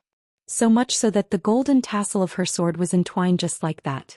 She was the personal servant girl of the Empress. Although she was extremely beautiful, she had a vulgar name of a countrywoman, Yanghua. The woman first threw the eastern treasured Bottle Island sword, which was originally called a talisman, into the river. She took a deep breath and began to take off her clothes. She took them off one by one and casually threw them into the splashing water of Tiefu River. In the end, she revealed a curvaceous, flawless and perfect body. Bathed in the moonlight and mist, she looked even more ethereal. Then she took a step forward and her slender body fell straight down. She wanted to enter the water and become a god. The woman Yang Hua, who had obtained the decree of the Dali imperial court, was going to become a river god of this Tiefu River tonight.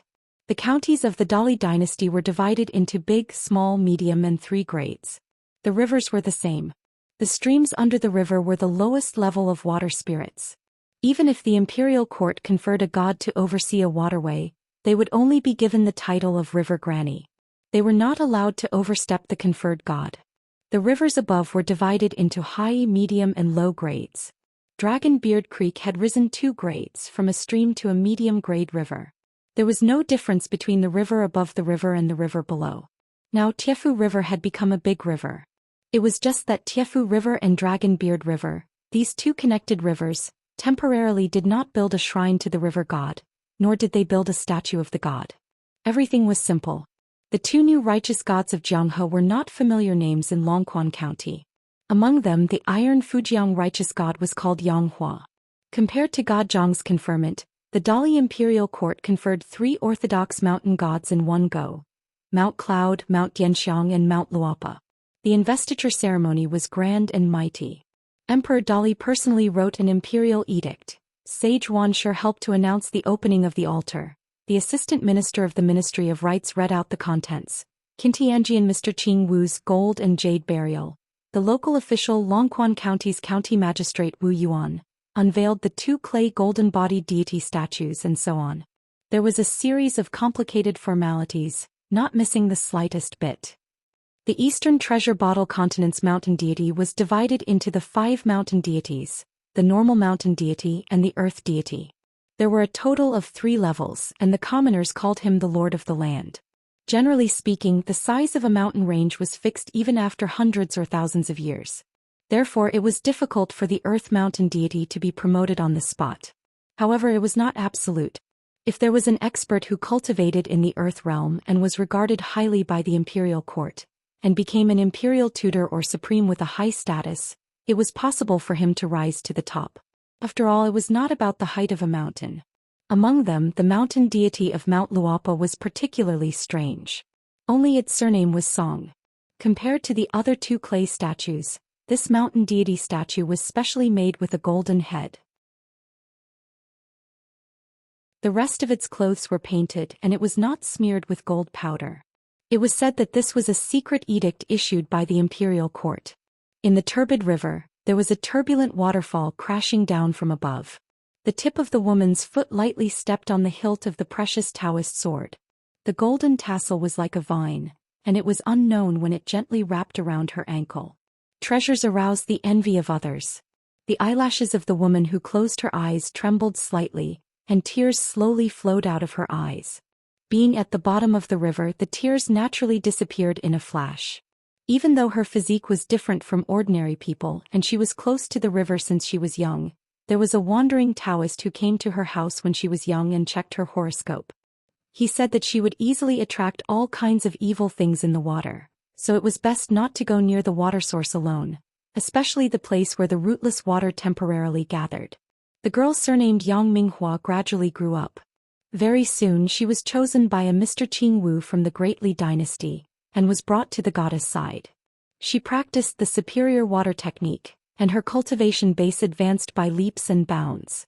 It was possible that just 3 years of practice would be equivalent to 30 years of hard work for other people or even longer. However, the real reason that forced her to embark on this road of no return. One had to know that becoming a river deity had always been regarded as a dead end by orthodox qi cultivators. It was not the right way to live a long life at all. Imagine a longevity bridge. If one knew that it collapsed halfway and people could not reach the other side, then what kind of longevity bridge was it? She knew in her heart that this was called, possessing a jade ring becomes a crime. Because she was recognized by the capital city rune sword, she successfully controlled the talisman before the young swordsman Liu Baqiao of the Wind and Thunder Garden made his move. After obtaining this great opportunity, her cultivation level skyrocketed. just when she thought that the upper 5 states was just around the corner. But at the same time, bad news came one after another silently. First, the goddess asked her to take out the rune sword and give it to Ruan Qing, who was in charge of Diju, to split open the dragon-slaying platform twice. Then, the rune sword that was returned to her was already in a state where it was almost broken. What else could she do? One was the goddess who gave her a new lease of life, and the other was the military saint who was treated as a distinguished guest by the Dali. She could only grit her teeth and accept this result. However, she did not expect that the emperor would temporarily confer her the title of the water god of the Tiefu River. In the river, the woman who stood on the sword hovered motionlessly, just like a god standing on a shrine. She abandoned all distracting thoughts and began to calm her mind and concentrate. Her hands formed a seal and she was as still as a mountain. First, her fine black hair fell off strand by strand and dissipated in the river, disappearing with the flow. Then her flesh and blood melted little by little. The intense pain did not only come from her flesh and blood, but also from the depths of her soul. The woman's delicate body, which was gradually becoming a bloody mess, was still trembling incessantly, even though Dali's secret technique isolated her senses. She was so skinny that her bones stood up. In the end, the woman was reduced to a real skeleton. The water surface boiled and steam rose high. The half-destroyed rune sword remained motionless at the bottom of the river, but the horrifying skeleton of the woman could be faintly seen. It began to sway like floating water plants. It was extremely fragile, as if it could be washed away by the river at any time. At the critical moment, the golden tassel of the Daoist rune sword, talisman, began to emit golden rays of light. Not only did it bind the woman's ankle more tightly, it also continued to climb up slowly and finally stopped at the knee of the skeleton. This allowed the skeleton to stabilize her body and help her not to be despised by the mysterious spirit contained in the river and completely become the lowest class of water ghost otherworldly item. Condensing divinity, reconstructing the golden body, the body became a false saint. The first strand of hair began to grow on the top of the skeleton's head. It was not the dark green hair of the old woman of the Dragon Whisker Creek, but light golden hair. Strands of hair appeared on the white bones and became more luxuriant. Finally, they gathered into a long golden hair that was dozens of feet long. It was extremely gorgeous. This was the sign of a rain master that was rarely seen in 100 years. The gods of the rivers in the world, no matter big or small, were ultimately attached to the earth and flowed with the flow. However, the rain master that was almost extinct in the Aquarius continent could be regarded as a god in the heavens. Although the rank of a rain master was not much higher than a river god, the difference was like an ordinary chi cultivator fighting against a swordsman of the same level. It was a bit similar to the old man who held a lantern in the officialdom. The position of a doctor was much more important than other Dali officials of the same rank. The De Luo golden immortal that was revered by Daoists, the Arhat golden body of the Buddhist protectors, the clay golden bodies of the gods in the world, and the so-called golden branches and jade leaves of the secular dynasties all had the word golden. Among them, the golden body dharma of the gods was actually an illusion. It did not mean that the gods really achieved a golden body all over their body. The golden body of the dragon beard river's granny, he was actually just a little golden light in her eyes. However, this woman had a head of golden hair that symbolized the qualification of a rain master. The difference was like heaven and earth. The woman began to recover her appearance. Flesh grew from bones. When she finally opened her eyes, she was already more beautiful than before. A green dress condensed from the essence of the river wrapped around her extremely attractive body. She walked forward slowly as if she was walking on flat ground. She breathed freely. Compared to cultivating in the cave that was full of spiritual energy, she felt more satisfied. The woman raised her hand and the talisman sword that had never been unsheathed jumped out from the bottom of the river by itself. She held it in her hand and held it horizontally in front of her. She gently pulled the sword out of the scabbard and stared at the shocking cracks. They were like scars on a beauty's face, making people feel sorry and pitiful. Yang Hua, who had already become the Dali River god, turned her wrist and held the talisman sword upright.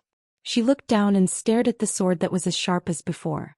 She said softly, "In the end, only you did not leave me." The talisman sword trembled slightly and its spiritual energy was exhausted. It was like a withered old man on a sickbed without any spirit. I won't abandon you. It's good that we have a dead end. We will walk to the end together. Yang Hua lowered her head and turned her cheek slightly. She used the sharp blade to cut a bloody groove on her face. It was so deep that the bone could be seen. The talisman river water rolled and flowed. The momentum of the water became more and more vigorous. It was murderous and there was no trace of resentment or melancholy. Everything in the world was a crime because of one's wealth. People in the world who had sharp weapons would naturally have murderous intentions. On the back of the green ox by the Dragon Whisker River, an old man squatted on the stone cliff and smoked. A young woman sat carefully on the edge of the stone cliff. Her hair hung down and extended into the river. Now that she had been promoted to the legitimate river god recognized by the Dali imperial court, she could rely on this method to go ashore temporarily. Don't underestimate this small step. Even if you practiced for hundreds or thousands of years, you would still be powerless. The woman whose long hair covered the water below the stone cliff timidly said, "Immortal, why can't I, Malanhua, have a river god temple? Even if it's just a small temple, it'll be fine." The old man puffed and sneered. "With your rotten reputation, you still want to have continuous incense? I'm afraid it's only a few big water tanks worth of saliva. Moreover, do you think that by enjoying the incense you can guarantee a good harvest? Moreover, it's just a business where you can lie down and enjoy life without doing anything?" The woman smiled embarrassedly. "Immortal, you know that I'm a village woman with long hair and short knowledge. Please tell me lest I commit another taboo and anger a certain big shot. I'm not afraid of being beaten, but if I cause trouble for you, I'll feel terrible." When she said that her hair was long and her knowledge was short, the woman glanced at her black hair from the corner of her eyes and felt slightly proud. Her hair was long, but it was really long. Those foolish women with short lifespans in the small town, many of them had gray hair when they were in their 40s. How could they be compared to her? In terms of identity and family background, what could they use to be compared to her, a dignified river god? The old man slowly said, "Once the temple is set up, the altar is set up, and the incense burner is set up. After the first incense is lit, you can be considered to be truly dependent on this land." For example, when there were 2 earthquakes from Red Candle Town, Longquan County also shook and the river swayed. If you have an ancestral temple and a clay statue, then you will suffer the impact of this kind of vibration. Although the woman pretended to nod in agreement, she did not think so in her heart. The old man was expressionless. He held the pipe in one hand and casually knocked on the stone cliff with his free hand. The woman's flesh and blood instantly cracked inch by inch, causing her to fall into the river from the pain. She wailed with all her might under the water, and her body twisted and rolled crazily. The old man turned a blind eye to this and said slowly, "Why did the righteous god of mountains and rivers choose to follow the king at the foot of the mountain to help keep the people on the mountain in check? Other than the source of incense, the fights between the immortals on the mountain will affect the rise and fall of the fate of the land. This is also the key. Who would be willing to be in a precarious situation? Who knows if their golden body will be severely injured tomorrow and they will disappear from the world the day after tomorrow? Other than that, the folk customs, culture, education, weapons, and many other things will also affect your cultivation. It can be subtle or sudden, but it can't be changed by the will of the gods. The former is like cutting flesh with a blunt knife, while the latter is a disaster from the sky. You should cherish the current leisure time. This is the real carefree and happy life like a god." The woman didn't dare to go ashore anymore. Her pale head slowly floated to the surface of the water and begged for mercy. "Great Immortal, I know the severity of the situation." The old man waved his hand. "Go away." The woman dived into the water and swayed her waist. Her figure instantly passed through the stone arch bridge and escaped 2 to 3 miles away on the waterway. The woman who used to be a river woman leisurely passed by the section of the river where the blacksmith shop was. Now she was not so afraid of the little girl with powerful means. After all, in addition to working diligently for the military saint and increasing the gloomy weight of the flowing water, she was occasionally called by the little girl to ask about the past of the small town. Over time she felt that her waist had become very strong. As for the girl Xiaoxiu, who was very strange in the woman's eyes, according to their chat, the woman knew that in addition to forging every day, she continued to keep an eye on the old house that was about to be repaired. She also helped to clean a few houses every few days. She also moved the cage of old hens and chicks to the blacksmith shop. In fact, the woman didn't understand the girl's thoughts at all. How could the only daughter of the military saint live like a daughter of an ordinary family in a small town? Not to mention that it was boring, she didn't have any great ambitions. However, she didn't dare to tell Ruan Xiu her thoughts. After she became the legitimate river god, she felt the power of the fire dragon even more deeply. However, the woman now felt that she really had a backer. She thought that she and Xiu had turned from enemies to friends. She could even be considered half of the military saint's helper. Moreover, she could be considered as old Yang's unofficial disciple. These things made the woman very proud. In fact, she also remembered the beating, but she was a little forgetful. She often forgot the pain after the scar healed. However, she enjoyed it. The old man sitting alone on the back of the green ox sighed. A frog at the bottom of the well forgets his worries when he sees the full moon. After a long time, a young man with a cinnabar mark between his eyebrows slowly walked up the stone cliff. He squatted beside the old man and sighed. Old Yang smiled and asked, "Did you study a lot at school today?" The young man, imperial tutor, was hurt by this sentence. He was so angry that his whole body trembled. The old man didn't continue to sprinkle salt on his wound. After all, they were temporary allies. The clay statues of the Yuan family's Wenchong Pavilion and the Chao family's Martial Saint Temple have already been built, right? But the location hasn't been decided yet? Don't you want to help that student of yours? Are you really willing to see his career break in this Longquan County? The handsome young man with a cinnabar mark between his eyebrows said dejectedly, "If it was in the past, I would have a backup plan. Do you think I still need to do this now?" Old Yang nodded. "It's a little tragic." The young man said angrily, "Hey Old Yang, it's fine if you didn't help me at that time, but you still have the nerve to mock me?" Old Yang was unmoved. "At most, I'm being sarcastic. It's not called mocking." The old man thought for a while and said, "I'm willing to put down my old face and plead for you. Is it useful?" The young man stammered, "I have to speak up for justice and say something." The young man leaned back and lay on the uneven green cliff. Looking at the deep night sky, he muttered to himself, "Did you and Song Zhangqiang have a private alliance like me?" Old man Yang smiled and said, "Yes, and he didn't try to hide it. Otherwise, Li Er wouldn't have made such a big fuss with Song Chongjing. Instead of letting your emperor worry, it's better to put it on the table and let him see it himself. That way he'll know what's going on. However, I reckon that with Song Zhangqiang's unruly personality, when he arrives in the capital, he will definitely tell us everything." The young man said angrily, "My luck is just not as good as Song Zhangqiang's. I shouldn't have come to this broken place. What kind of paradise is this? This damn place is my Tui Dong's land of calamity." The old man smiled. For the other half of the imperial tutor Tui Dong, that might not be the case. The young man sat up and said angrily, "Old Yang, if you talk like that again, I'll fight you to the death." Old Yang turned to look at the young man who had suffered one disaster after another. He stopped adding fuel to the fire. "Have you realized that after you were cut off, you've changed a lot?" The young man frowned and wondered, "Have I?" The old man nodded and said seriously, "Yes. Your temperament has gradually changed and your soul has gradually stabilized. Although your cultivation is negligible, compared to the previous imperial tutor Tui Dong, you finally look a little like the young Tui Dong." The young man's face was ashen and his eyes were burning. The old man looked into the distance and joked, "It seems that studying is still useful." Tui Dong, who was originally living in this precious body, was now like an immigrant who had migrated to a distant place and took root in the local area. Tui Dong was divided into two.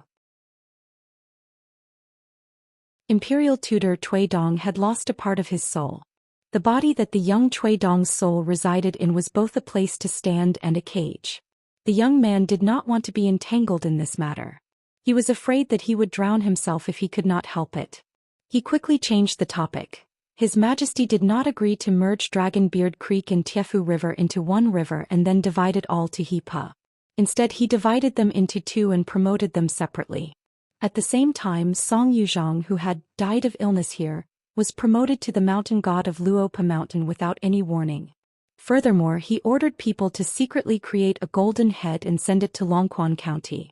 In this way he gave imperial younger brother Song Zhangqiang and that person who slept beside him 50 times each. Old Yang looked at the rolling mountain range and peaks in the west and asked, "You Cui Dong imperial tutor also need to figure out the emperor's heart like this?" The young man was stunned and sighed deeply. Firstly, he has been in a cage for a long time, the horse is thin and the hair is long, and the man is poor and the ambition is short. Secondly, that His Majesty the Emperor is ambitious and likes to scheme openly. He is upright and really cannot be underestimated. If it was another dynasty, Song Zhangqiang would have already usurped the throne. As for that woman, she might have already tasted the taste of an empress. Although the Eastern Treasure Bottle continent is small, there is one thing that other continents do not have, and that is that in the official history, there has never been an empress who ruled over the world. Who knows how many women are restless, wanting to take the lead and use this chance to be immortalized in history. Even if they have to go down in infamy for 10,000 years, they would still be willing. I just don't know if Dolly can get through this hurdle. Even if he does, who knows how many years he will be pushed back. However, in the world only I know what Alliance wants to do and can guess what he will do. As he finished speaking, the young man suddenly became spirited. Old Yang asked, "The capital's Cui Dong also does not know?" The young man sighed and said with a complicated expression, "About that I don't think I know." The young man used all his strength to rub his cheeks. That Dragontail County's Chen family suddenly opened a school here and taught all the children in Longquan County for free. They hired 3 teachers with a large sum of money, and all of them are great scholars and literary heroes whose names shook the county. They are all guests who have close relations with the Chen family. Is there any incitement from the Yingyin Chen family? Is it their scholarly faction that is plotting something in the Aquarius continent? Old Yang chuckled. "I know about this karma, but I will not tell you. Anyways, you are about to roll out of here. For me to talk to you for so long, it is already very benevolent of me." The young man Cui Dong was not angry this time. "It's good that you left." After the young man stood up, his face instantly changed. He was so angry that he stomped his feet and scolded, "Good my ass. Bringing along 2 troublesome burdens is fine, I can bear with it. But to want me to be that brat's disciple, what is going on? Old man, what are you thinking? Is it because without your cultivation, without your status, you have lost all your knowledge? If you dare to stand in front of me now, I guarantee that I will scold you until your head bleeds. Old man, you are shameless, you are a scoundrel, do you know that? As a person you have to have some conscience and reason." Old Yang gave a thumbs up and clicked his tongue. Young man is chivalrous and courageous. The young man suddenly stopped scolding and asked in a low voice, "I didn't mention any names." The old man used to be extremely powerful, but that was so many years ago. Now there's only a little left. You can't possibly still hear my words, right? Old Yang stood up and put away his pipe. He patted his butt and prepared to leave. "That is hard to say after all, you were his first disciple, you might be an exception." The young man Cui Dong laughed dryly and comforted himself. "Impossible, impossible." At this time the most common scholarly books appeared in front of the young man. No one flipped them, but they slowly opened to the first page. The young man with the cinnabar mark on his forehead was dumbstruck, as if he was grieving for his parents. Old Yang walked away. "Say, someone wants to read again." The young man's eyes were lifeless as he straightened his clothes. He straightened his back and began to recite loudly, "Heaven and earth have righteous energy, the chaos is manifold. Below are rivers and mountains, above are the sun and stars." The young man suddenly came back to his senses and looked at the old man's back. "Damn you! Did you deliberately leak my secret and pass my words to the old man? Old bastard, how can you bully people like that? I only exposed your identity, do you have to bear a grudge?"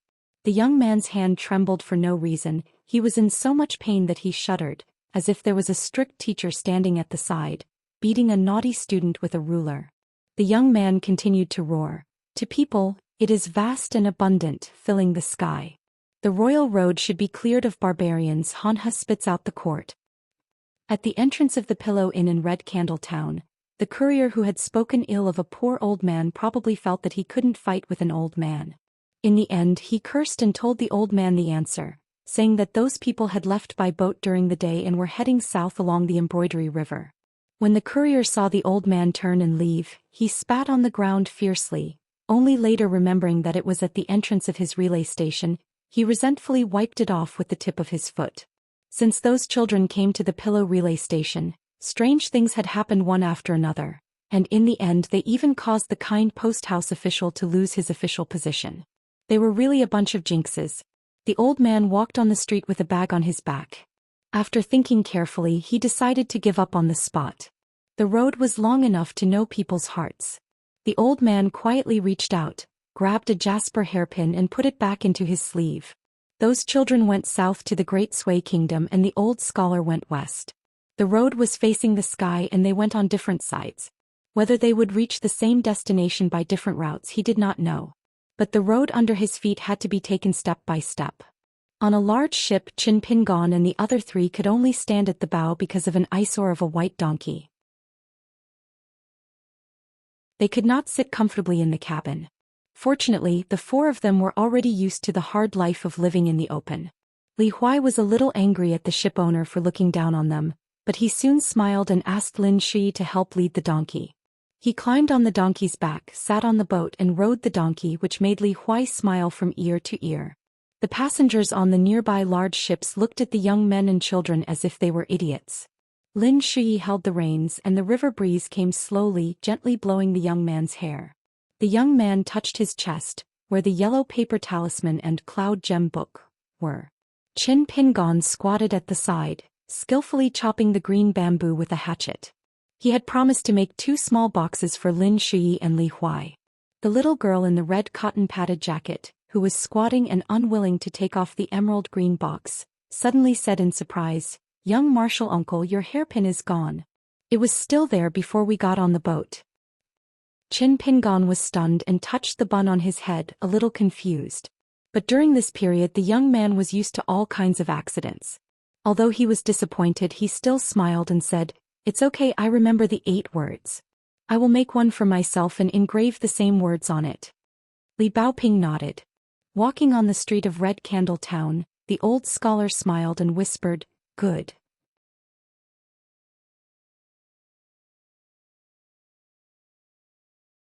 (119) The embroidery river was very delicate with green waves. There were no strong winds or strong waves. The water surface was wide, but it gave people a gentle feeling. The boat that Qin Pingon and the other 3 took to the south had 2 decks. Most of them were Confucian scholars in green robes and merchants. Li Baoping was not afraid of strangers. She liked to carry a small book box and join the crowd. She would perk up her ears to listen to the people talking loudly. When ordinary scholars saw a young lady who looked lively and carried a small book box made of green bamboo that was used to travel far to seek knowledge, standing at a distance that was neither too far nor too close, the adults would smile kindly and not take the young lady to heart. They would continue to chat and talk without restraint. Li Huai carefully controlled the reins and rode the white donkey in a small circle at the bow of the boat. He was like a general patrolling the border, unparalleled in the world. It was strange that the white donkey was only willing to let Li Huai ride it. This made Li Huai very happy. As for Wei Jin of the Wind Snow Temple, he would be coming to take the donkey away in the future. At that time he would ask Li Huai to remember to ask for remuneration from that person. He could just ask for an exorbitant price. These important matters were all ignored by Li Huai. Lin Shi came to Qin Pingon's side and sat with his back leaning against the inner wall of the boat. He hesitated for a while and asked, "Don't you want to know why Alliance said that I am a Qi refinement warrior? And how did I become a Qi refinement warrior?" Qin Pingon stopped the chopping action of the hatchet in his hand and smiled. "Of course I want to know. But there is no point in asking. I am afraid that you will think too much." Lin Shi was a little depressed. Among the 3 people in the school, even a blind person could tell that the only person that Qin Pingon really cared about was Li Baoping. Between him and Li Huai, Qin Pingon should be closer to Li Huai. As for whether it was because they both grew up in small towns, or because he was too quiet, Lin Shi wasn't sure. Moreover, the youth never really cared about these trivial matters that weren't worth mentioning. But Lin Shi couldn't help but feel depressed. Lin Shi asked, "Do you know how powerful that small silver gourd is?" Qin Pingon looked around calmly, then nodded and said in a low voice, "Even Alliance said that this is a rare sword cultivating gourd. Of course it's precious and rare." Lin Shi said, "Then do you know how big of an opportunity you missed when you refused to drink because you practiced martial arts? The reason why I could officially ascend the mountain and become a chi refinement warrior, an immortal on the mountain in the eyes of ordinary people, was because I drank the wine in the small gourd time and time again. After drinking the wine, I could feel that no matter if it was my blood, flesh, bones, vision, hearing, or even the strength of my legs, I could even keep up with your footsteps in the end. Can't you tell? Qin Pingan's fingers subconsciously rubbed the cool green bamboo. After leaving the Tiefu River and approaching the Chiduan Mountain, you'll actually have an easier time walking on the mountain road at the back. Lin Shuyi's expression didn't change. He said lightly, "Oh, so you've already seen through it." Qin Pingan smiled and said, "Alliance is very lazy. He's very capable, but he's not willing to take care of small matters. Since I'm leading the way, of course I have to take care of the strength of each of your legs. You have to know when to stop and rest. Not only do you not have to be so tired from walking, but you also have to try your best to increase your strength by walking. We still have a long way to go in the future. I hope that everyone won't have to suffer so much in the future." Lin Shuyi looked at Qin Pingan's expression and eyes. He crossed his arms and snorted for no reason. "I won't believe it if others say this." Qin Pingan raised the bamboo in his hand and asked with a smile, "It's getting better and better. However, the last bamboo box is definitely the best. Then I'll give this one to Li Huai first? I'll make it smaller then." Lin Shuyi glanced at Awesome, who was riding on the old donkey. He shook his head and said, "Forget it, make it for me first. At most I'll be nagged by him." Qin Pingan smiled, "Then I'll try my best to make it sturdier for you. Use more rope. You're an immortal after all. If you can really fly around like Alliance, if it's not sturdy enough, I'm afraid you won't be able to carry it for more than a few days." Lin Shuyi sighed. He felt that he wasn't stupid, but it was really difficult to keep up with this guy's thoughts. He thought of something that he couldn't figure out and asked curiously, "Why did you tell Li Baoping everything about Zhu He and Zhu Lu not long after Alliance left at the Pillow Inn?" Qin Pingan's expression turned serious and asked back, "Do you think I have a better relationship with Baoping or with that pair of father and daughter?" Lin Shuyi said angrily, "Nonsense." Qin Pingan nodded and said, "So I have to let Baoping know clearly what the people who came out of her house did. I have a rough idea of what kind of person Zhu Lu is. When Alliance deliberately set a trap for her, she wasn't just hesitating. She was hoping that her father Zhu He would stand up for her again. If we were in danger because of her messing around at Chiduan Mountain, but since everyone was safe and sound after the incident, I can think of it as her eagerness to save her father. If I put myself in her shoes, I might not have done better than her. So although I was angry, I would never complain to her face. However, in the corridor of the Pillow Inn, Zhu Lu's actions are really unforgivable. I think as long as she doesn't give too many benefits, Zhu Lu will betray everyone, let alone her daughter Baoping." Qin Pingan was a little sad. If she still has such a character, one day her father will really be killed by her. I don't want a good person like Zhu He to die in the hands of his daughter after leaving Red Candle Town alive. Why doesn't she know how to cherish her father even though she has one? Lin Shuyi's expression was cold. "Do you think that every parent in the world is good?" Qin Pingan said firmly, "I don't care about others, but my parents are very good." Lin Shuyi's expression was a little ugly. However, Qin Pingan's words eased the teenager's expression a little. Zhu He is a good person, but he doesn't seem to know how to teach his children how to behave. For some things, if it's so obvious who's right and who's wrong, why don't he teach them? I can't figure it out. Lin Shuyi, you're a smart person. Do you know the reason? Lin Shuyi looked a little tired. Maybe it's because it's dark under the light. However, parents in the world couldn't be summed up with a simple phrase, the heart of parents in the world. Qin Pingan, every family has its own difficulties. Your parents left early, so there are some things that you don't have to worry about. Of course, I don't have any other meaning. If it's unpleasant to hear, don't take it to heart. Qin Pingan waved his hand and smiled. Of course not. Lin Shuyi glanced at Qin Pingan's bun. The hairpin is gone just like that. Aren't you going to look for it? Qin Pingan lowered his head and continued to forge the small box, shaking his head. I can't find it. Do you think that a greedy person like me will lose such a valuable thing? Lin Shuyi's expression suddenly became strange. Could it be that Alliance said that I should change my name with yours? Qin Pingan asked curiously, is there a reason behind this? Lin Shuyi had already changed the topic. He leaned forward slightly and gestured to Qin Pingon, who was an expert. Can you make a little curve here? Otherwise it's too square and rigid. It's better to have a degree of roundness. It'll be more comfortable to look at from afar. Qin Pingon nodded and said, I'll try my best. If the result is not good, I won't care anymore. Lin Shi knew that this guy was a man of his word. If he said he wouldn't care, then he really wouldn't care. Therefore Lin Shi, who actually had great expectations for the small box, suddenly became anxious and quickened his tone. How can that be? These bamboos from Chiduan Mountain are very particular. Every piece that is used is one less piece. My box must be pleasing to the eye, and at the same time, take into account the advantages of practicality and firmness. Qin Pingon, you can slow down when you're chopping. Think more when you're building the frame of the bamboo box. Qin Pingon was still chopping as if he was flying. Small pieces of bamboo kept falling from the ground, and then Qin Pingon put them into the basket on his back one by one. Lin Shi was shocked. Qin Pingon caught a glimpse of the cold teenager's anxious look from the corner of his eye and held back his laughter. Why don't I make your box last? The teenager said angrily, My name is Lin Shi. Am I the kind of person who likes to go back on his words? Qin Pingon suddenly understood why Alliance liked to play tricks so much. It felt good. Li Huai led the donkey to the two of them and asked casually, Qin Pingon, do you think Alliance will be back tomorrow? Qin Pingon looked up and said, Have you forgotten? Li Huai hurriedly covered his mouth. After he let go, he looked around with shifty eyes.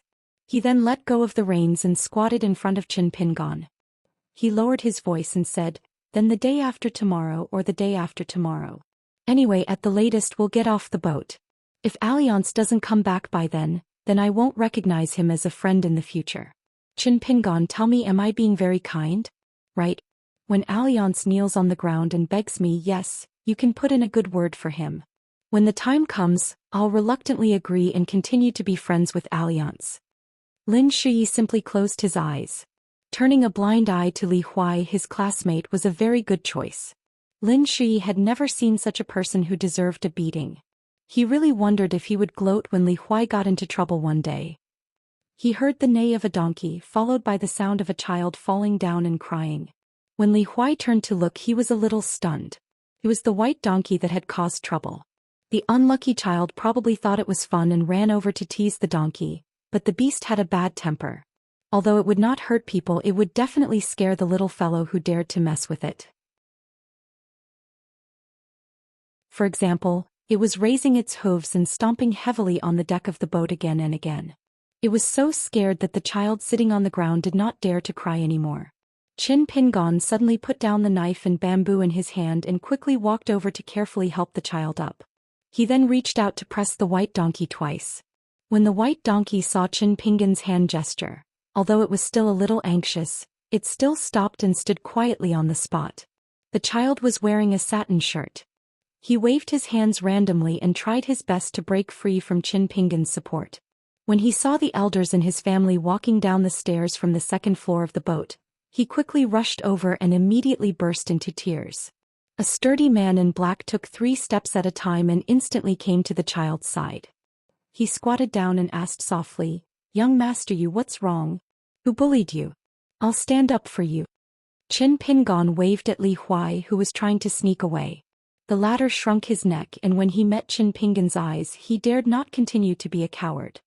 He walked to Qin Pingon's side, lowered his head and said in a weak voice, My little white donkey won't bite people for no reason. I'm not lying to you, Qin Pingon. Qin Pingon nodded and said softly, But no matter what, you have to apologize to them. Li Huai raised his head and said with an aggrieved expression, Why should I?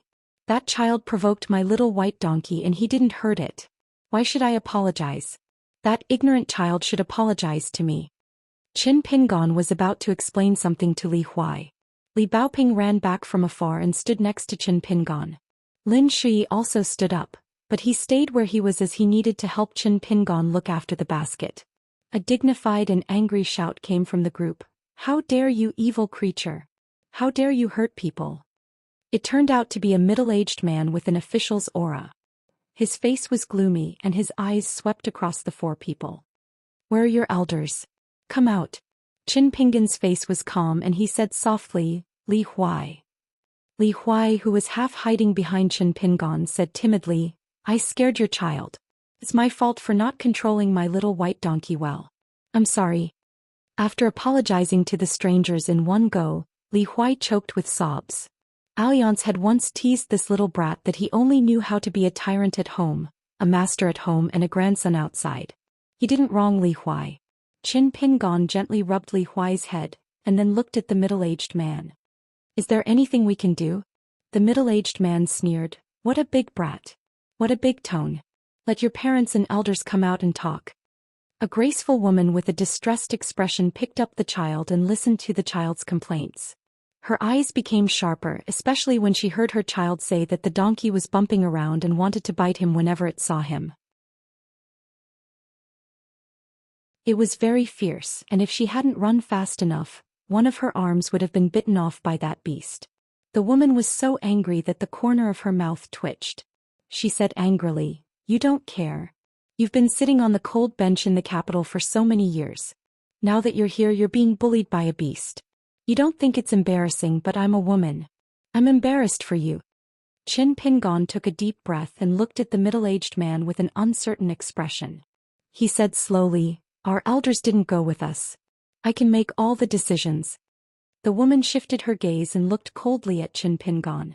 She sneered, If you can't control a four-legged beast, how good can a two-legged one be? A bunch of bastards without parents. Li Baoping was so angry that her lips were trembling.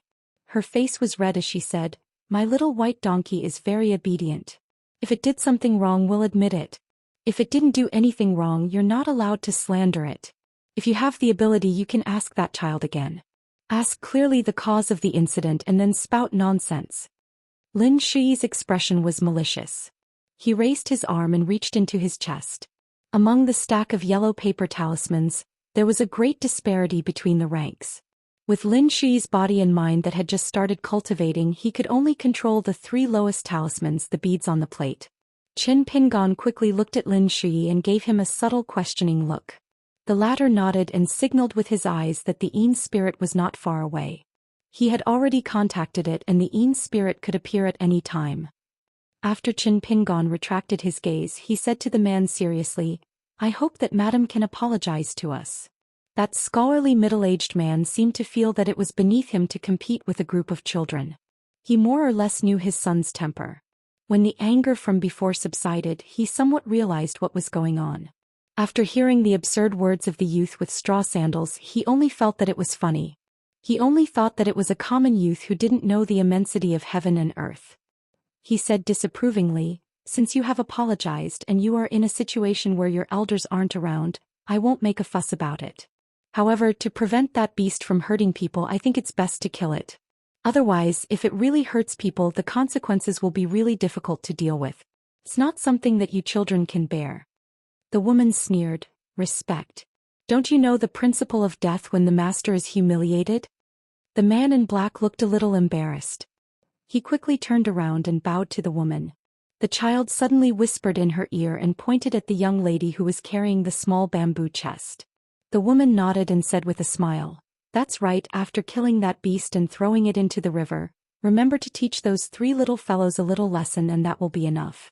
As for the little girl in the red cotton-padded jacket, I think she's quite pleasing to the eye. It's not bad for her to be my Yu's personal maid. It's also a blessing for her. Li Huai was extremely terrified. He grabbed Chen Pingon's sleeve with all his strength.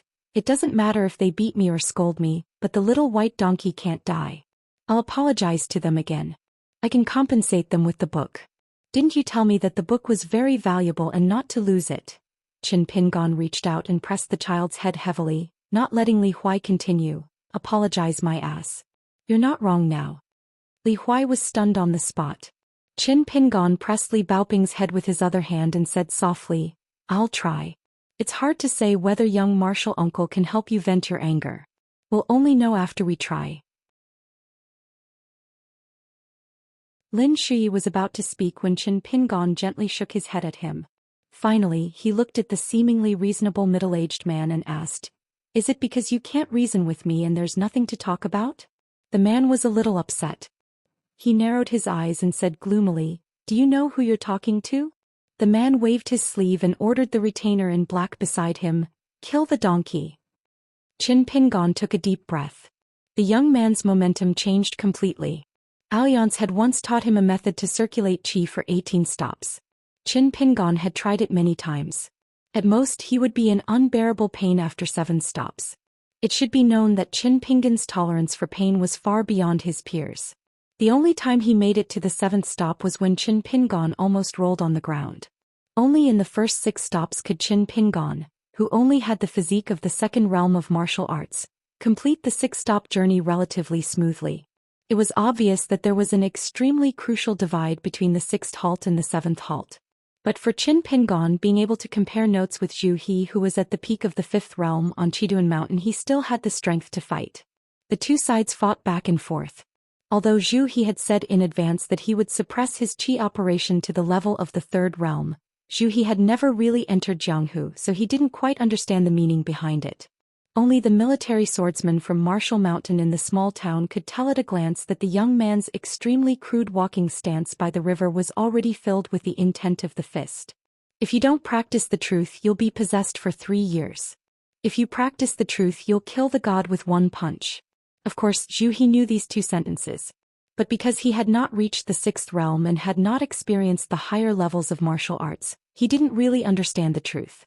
Zhu He didn't even know that the limit he firmly believed in was the 9th realm. But above this there was the legendary 10th realm. To reach the peak of the mountain, I am the peak. On the path of martial arts, after crossing the threshold by chance and talent, one would enjoy as much fortune as one could endure. It was the most fair. No matter how much the qi cultivators on the mountain looked down on the pure martial artists of the lower 9 classes, when their fists really landed on the heads of these immortals, it was really painful. The strong man in black strode forward and walked out from the side of the family head. He said casually, "I advise you to get out of the way." Qin Pingon didn't say anything and took a step forward. The sound of the ship's boards was dull. To outsiders the momentum was ordinary. At most it was the young man who had some brash strength. The Hans Han manual boxing technique had a total of 6 staggered steps. After Qin Pingon memorized the 18 stops, he tried to stop 1 step at a time. Once Qin Pingon started to compete with him, there was really no saving him. Just like when Qin Pingon decided to practice the boxing technique a million times just because of Miss Ning Yao's words. After that he didn't slack off every day. As a martial artist of the 3rd realm, although the strong man in black was surprised to see a poor young man who he met by chance walk a decent boxing stance, he still didn't take any precautions. Instead he felt a little lucky. After all, if he only bullied a few children after killing the donkey, he didn't know where to put his face. There were many people on this ship who were the retainers of the family clans. After the 6-step boxing stance, Qin Pingon exerted force on the last step. The ship's boards creaked under his feet. His whole body was like an arrow, instantly arriving in front of the strong man in black. The stunned man could only take a deep breath in a hurry and protect his chest with his arms. A sharp pain came from his arm as if he was hit by a hammer. His whole body was knocked back and he could only stagger back. Just when he managed to stop himself from falling back and was about to let his almost paralyzed hands relax a little, a black shadow leaped up high like gangrene and hit the man's chest with his knee, which was slightly open in the middle. This time the man was seriously injured and he flew out with a bang. When the blood rushed to the man's throat, his mind was completely clear. His mind was even clearer than before when he had been careless.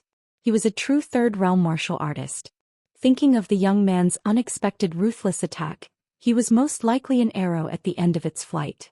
As long as he used this momentum to fall in the distance, he should be able to quickly get up and face the enemy.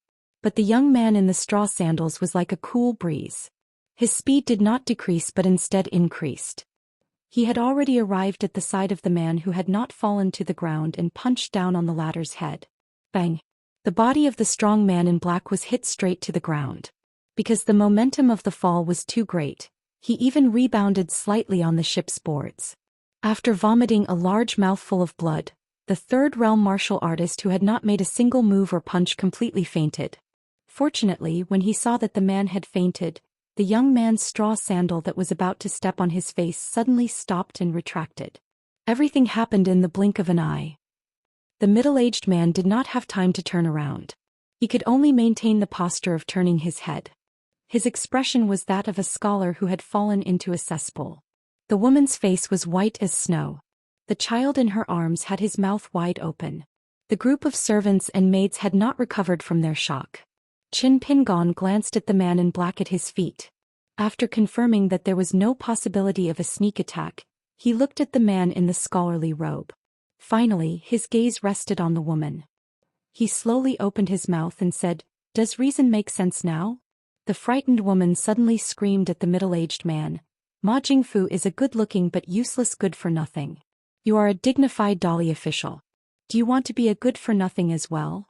Hurry up and reveal your official identity." The man turned around and pointed at the young man in the straw sandals. He shouted, "How dare you? I am the Wanping County Magistrate at the end of this embroidery river. I am currently on my way to take up my post." Qin Pingon did not even look at the angry man. He stared fixedly at the woman. The woman said that he was born without a mother. She also said that she wanted to kidnap Li Baoping to be her family's maid. Qin Pingon remembered it very clearly. Qin Pingon wasn't someone who didn't hold grudges. When others hurt him unintentionally, Qin Pingon would endure it and let it go. However, when it came to enmity that had to be avenged, as long as he didn't get his revenge, he would remember it for 96 years of his life. Alliance had once asked him with a smile, "You ate the remaining 4 years." The young man replied in a methodical manner, "Before I was 4 years old I had parents. I was not sensible, so I did not count." Qin Pingon rushed forward again like a breeze. He kicked the woman and the child in her arms, causing them to stagger and fall. However, compared to the black-robed man, the shock was more than the pain. Qin Pingon coldly glanced at the child who was living in luxury. The middle-aged man cursed, "How dare you? You don't even let a woman and a child go? You bandit. You are crazy." Qin Pingon walked towards the man and said, "As long as you are a person, you must be reasonable when you reach the age of sensibility. I don't care whether you are old or young, male or female." The man stepped back step by step. He pointed at the young man and threatened in a trembling voice, "I will punish you with a felony and let you live in prison for the rest of your life." At this moment, someone on the second floor said in a low voice, "Young man, this is a bit too much. It's enough that you have taught the retainer a lesson. You should stop now. If you continue to be unforgiving and dare to violate the law with your little ability, although I am not an official, it is not difficult for me to stop you and help the county magistrate arrest you." Qin Pingon heard the voice and turned his head. An old man in a cyan robe was standing on the bow of the ship on the second floor. Beside him stood a man in a white robe with a sword. The man was resting with his eyes closed. Qin Pingon withdrew his gaze and said to the man who claimed to be the county magistrate, "Apologize to us." Seeing that someone was speaking up for justice, the man was emboldened and said angrily, "Don't even think about it. When we are in the jurisdiction of Wanping County, I will let you, a bandit, know the law of Dali." Qin Pingon took a deep breath and said, "Apologize." The man in the Confucian robe was a little timid. He looked at the second floor and shouted, "I hope you will be brave enough to do what is right. I will be grateful." The old man was expressionless. He looked at Qin Pingon's back and said, "Young man, I advise you for the last time. Stop and stop." Qin Pingon signaled to Lin Shui at the bow of the ship not to act rashly for the time being.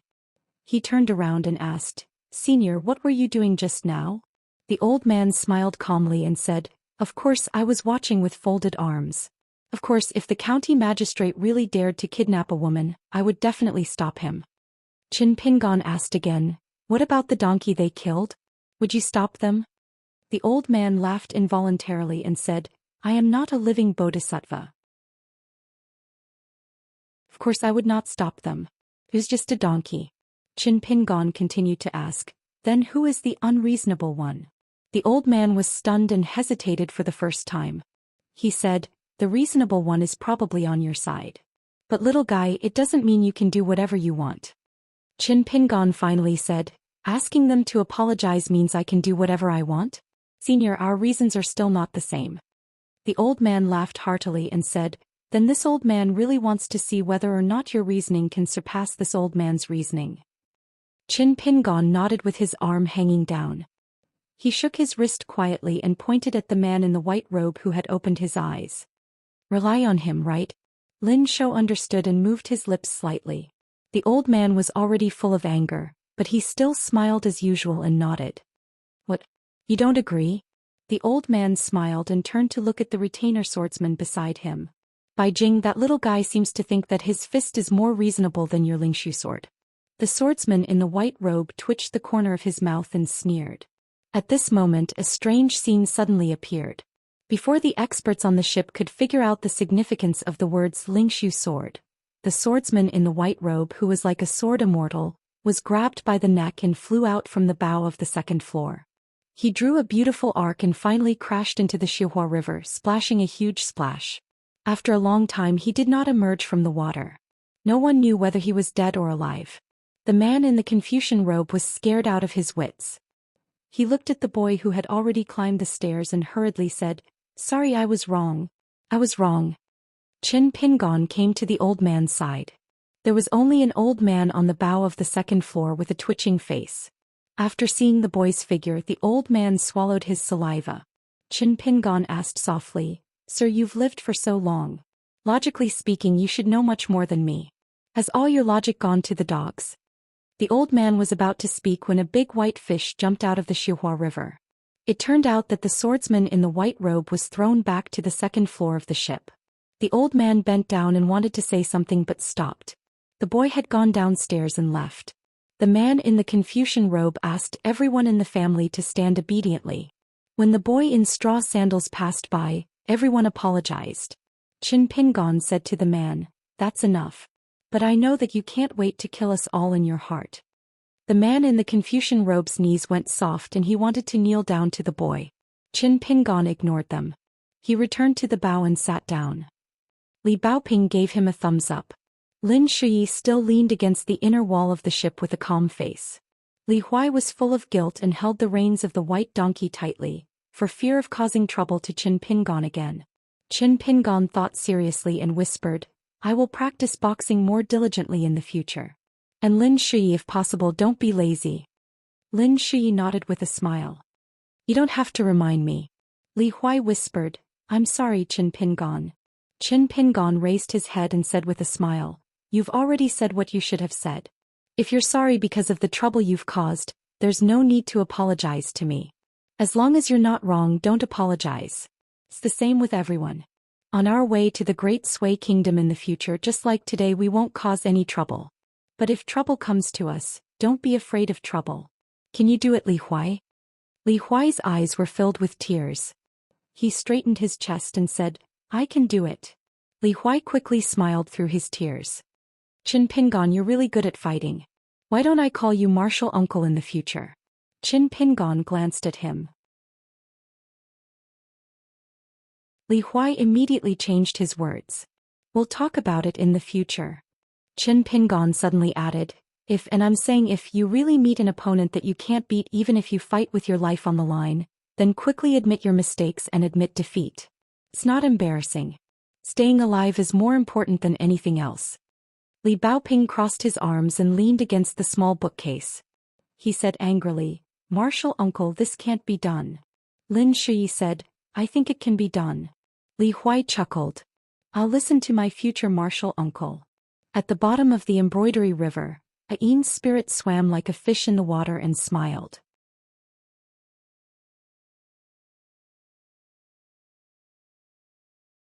"120.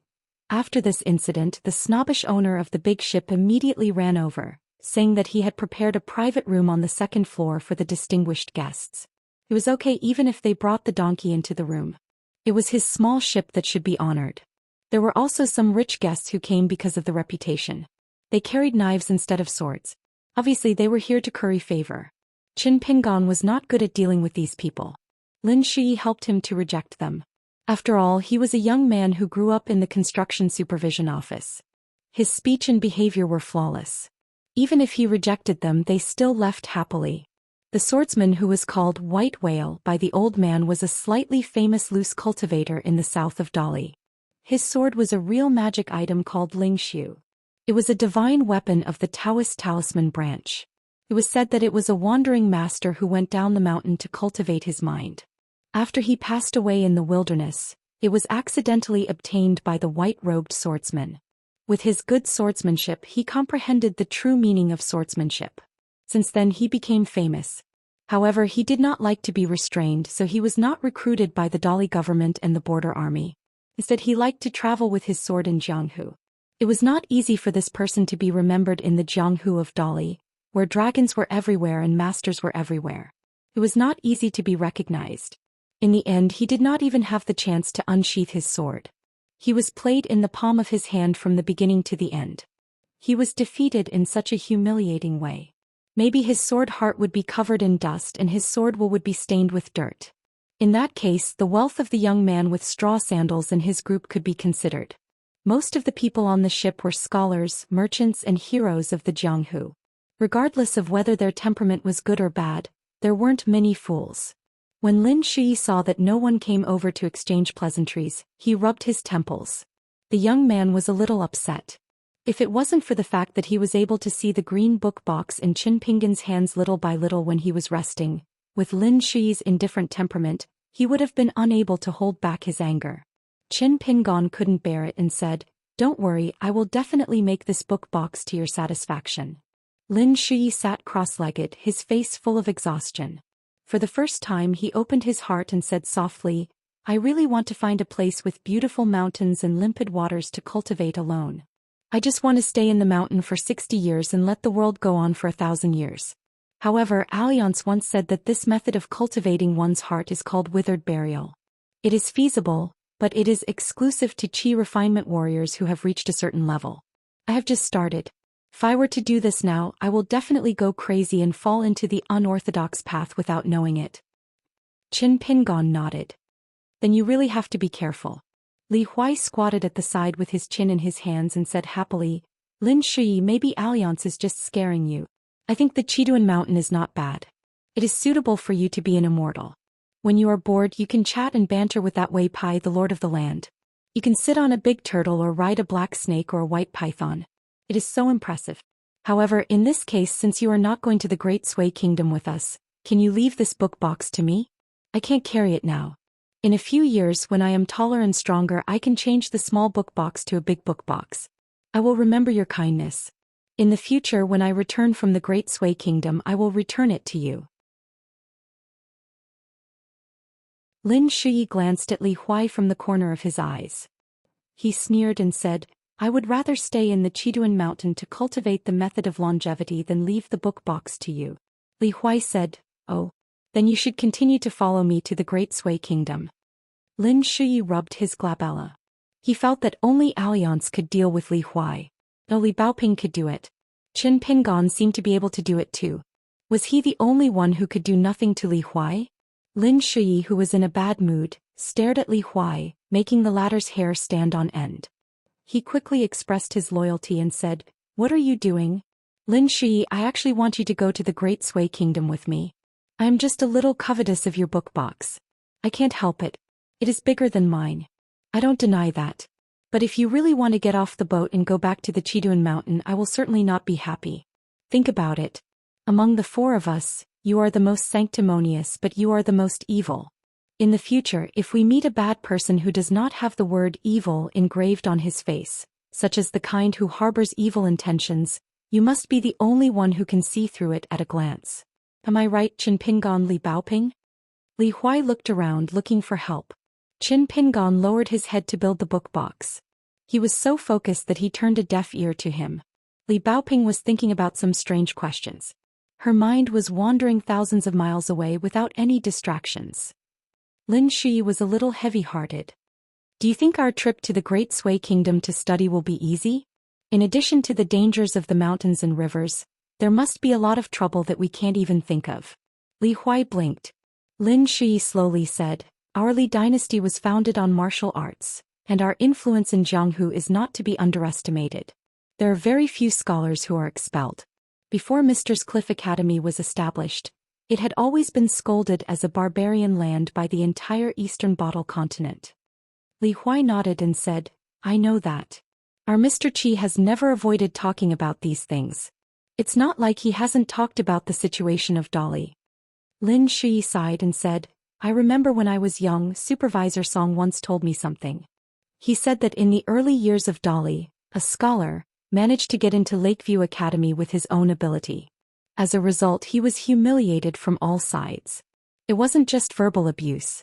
According to Supervisor Song, 2 scholars from the Great Sui Kingdom and the Liu dynasty worked together to set up a series of traps. The scholar from Dolly had his state of mind shattered and became insane. Many years later, when he finally regained his sanity, he was stabbed in the back by love affairs. Then he committed suicide by jumping into the lake. Because of this matter, our Great Li was enraged by the entire nation, which was why we started a war with the Liu dynasty. Before that, the Great Li had always tolerated the Liu dynasty, who used to be the Great Li's upper nation, for making things difficult for them. Now, of course, the situation has changed a lot. Now there are more and more scholars in Dolly. The Qi trainers on the mountain have also started to go down the mountain to serve the Dolly imperial court. They are fighting bravely at the border. Then a new pattern has emerged. That is, the literati in the Li dynasty are very noble. When scholars become officials, they will think highly of themselves. For example, the man who claimed to be the Wanping County magistrate is most likely someone who was sent to other places from the capital and has a formal background in the imperial examination. So now I'm worried that after the man gets off the boat at the border crossing of Wanping County, he will choose to reveal his true intentions to us, whether because of his scholarly spirit or because he wants to be a new official. At this point, Lin Shi smiled and said, fortunately, he is a civil official who used to be a scholar. But among us there is also a mountain immortal, who has never shown up. Maybe he can be deterred. After all, no matter how noble scholars are in Dolly, they can't be compared with Qi trainers. But I am afraid that the county magistrate is not smart enough. Or even if he is from the capital, he has never really seen the power of Qi trainers. Then we will have a series of troubles. Li Huai was very worried. He turned around and slapped the white donkey lying on its side behind him. He scolded angrily, troublemaker little white donkey. Do you think you are a virgin who throws a tantrum just because someone touched you? Li Baoping suddenly said, now that old man must be the distinguished guest of the Wanping County magistrate. They are complaining to each other. I believe that the higher the old man's status is and the better the swordsman's swordsmanship is, the more the Wanping County magistrate won't dare to do anything openly. My big brother said that a scholar can't rebel for 3 years. As for making trouble secretly, we are not afraid. As long as that guy doesn't dare to use the power of the imperial court, we can deal with whatever comes our way. Lin Shi, what are you afraid of? Don't be confused. Lin Shi thought carefully and nodded, saying, that should be the case. After Li Baoping finished speaking, she asked with a serious face, Junior uncle, right? Qin Pingon said helplessly, how would I know the tricks of these scholars and officials? Anyway, if you encounter any trouble, you can discuss it with Lin Shi. Last time, when the scholars' coachman entrusted the children, not only were they able to return to the town safely, but they also fooled the coachman who claimed to be a Dolly spy. In fact, Lin Shi was the one who started it. Li Baoping set the general direction and Lin Shi found out the details and filled in the gaps. It was flawless. His maturity far surpassed that of his peers. Qin Pingon suddenly stopped what he was doing. After thinking for a while, he put down the hatchet at his feet. When he was not calm, Qin Pingon would not do anything. He would rather let it go first.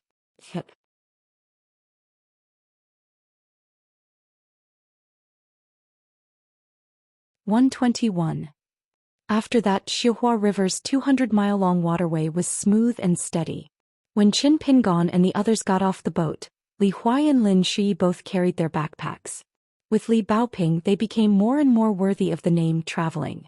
As a result, the straw sandals teenager looked more like a young servant of a rich family. If he hadn't seen it with his own eyes, he wouldn't have imagined that the straw sandals teenager was a martial artist who could make the secretary of a county magistrate of Dolly powerless to fight back. When he got off the boat, he was carried down on a stretcher.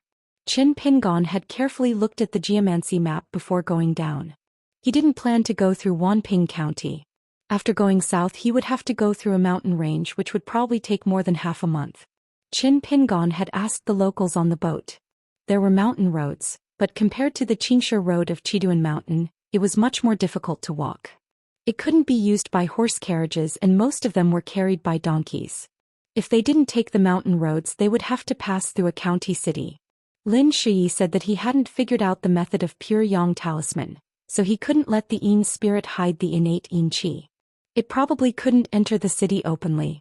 According to Alliance, the city god pavilion, Wenwu temple, and a general's mansion in the county city would probably have innate rejection of the yin spirit.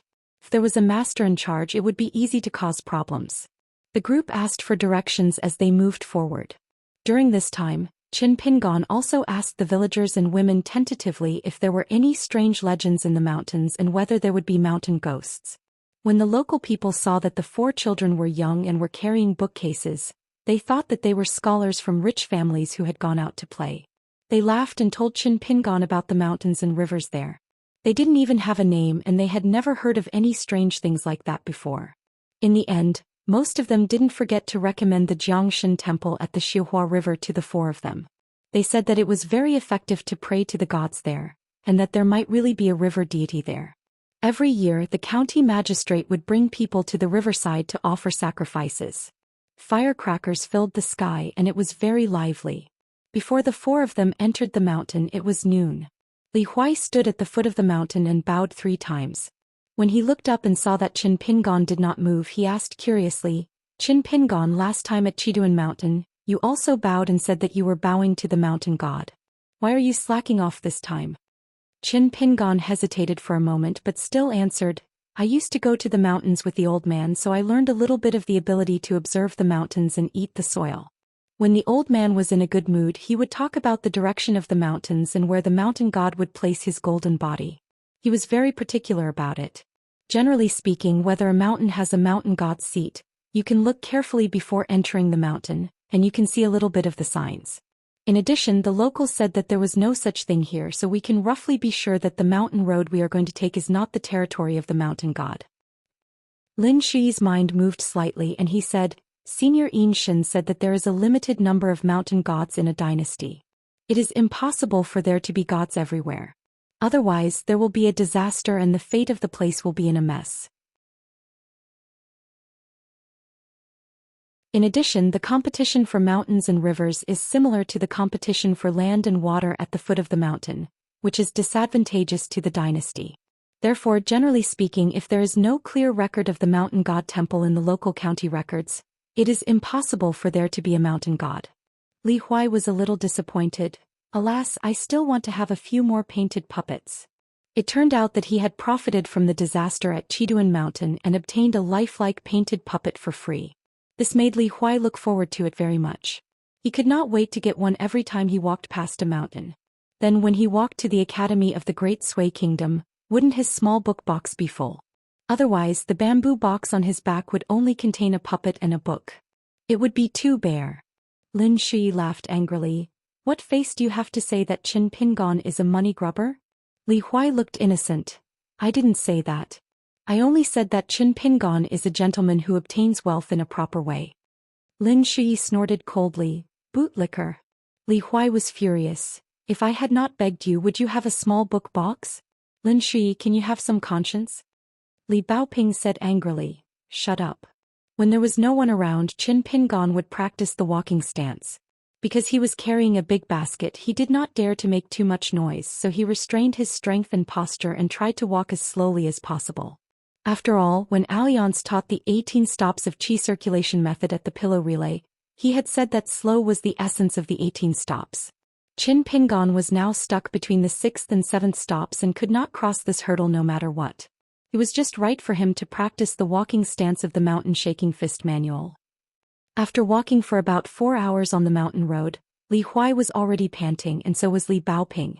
Qin Pingon knew that this was the end of the so-called one breath, so he just picked a stream to rest next to. Lin Shui was indeed an immortal who had climbed the mountain with 1 foot. He was calm and composed, but his forehead was slightly sweaty, which was not as good as Qin Pingon's. After finding a place to sit down, Qin Pingon took out Li Baoping's saber from his big basket. It was a narrow saber that Alliance called the auspicious symbol. Although Alliance had said the word last, Qin Pingon was not blind. He was used to using kitchen knives and hatchets, and had even borrowed Miss Ning's skirt saber for a period of time. He knew that this saber must be very expensive, so as long as there was no one around, he would take out the small beheading dragon platform that appeared out of nowhere and carefully sharpen the blade. After unsheathing the saber, he first dipped it in water on the shiny black beheading dragon platform. Qin Pingon squatted by the stream and began to slowly sharpen the saber. His movements were slow and unhurried, as if he was treating the town's most precious and fragile porcelain.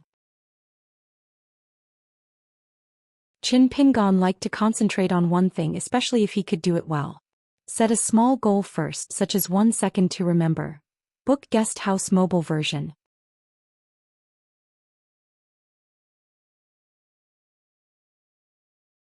(122).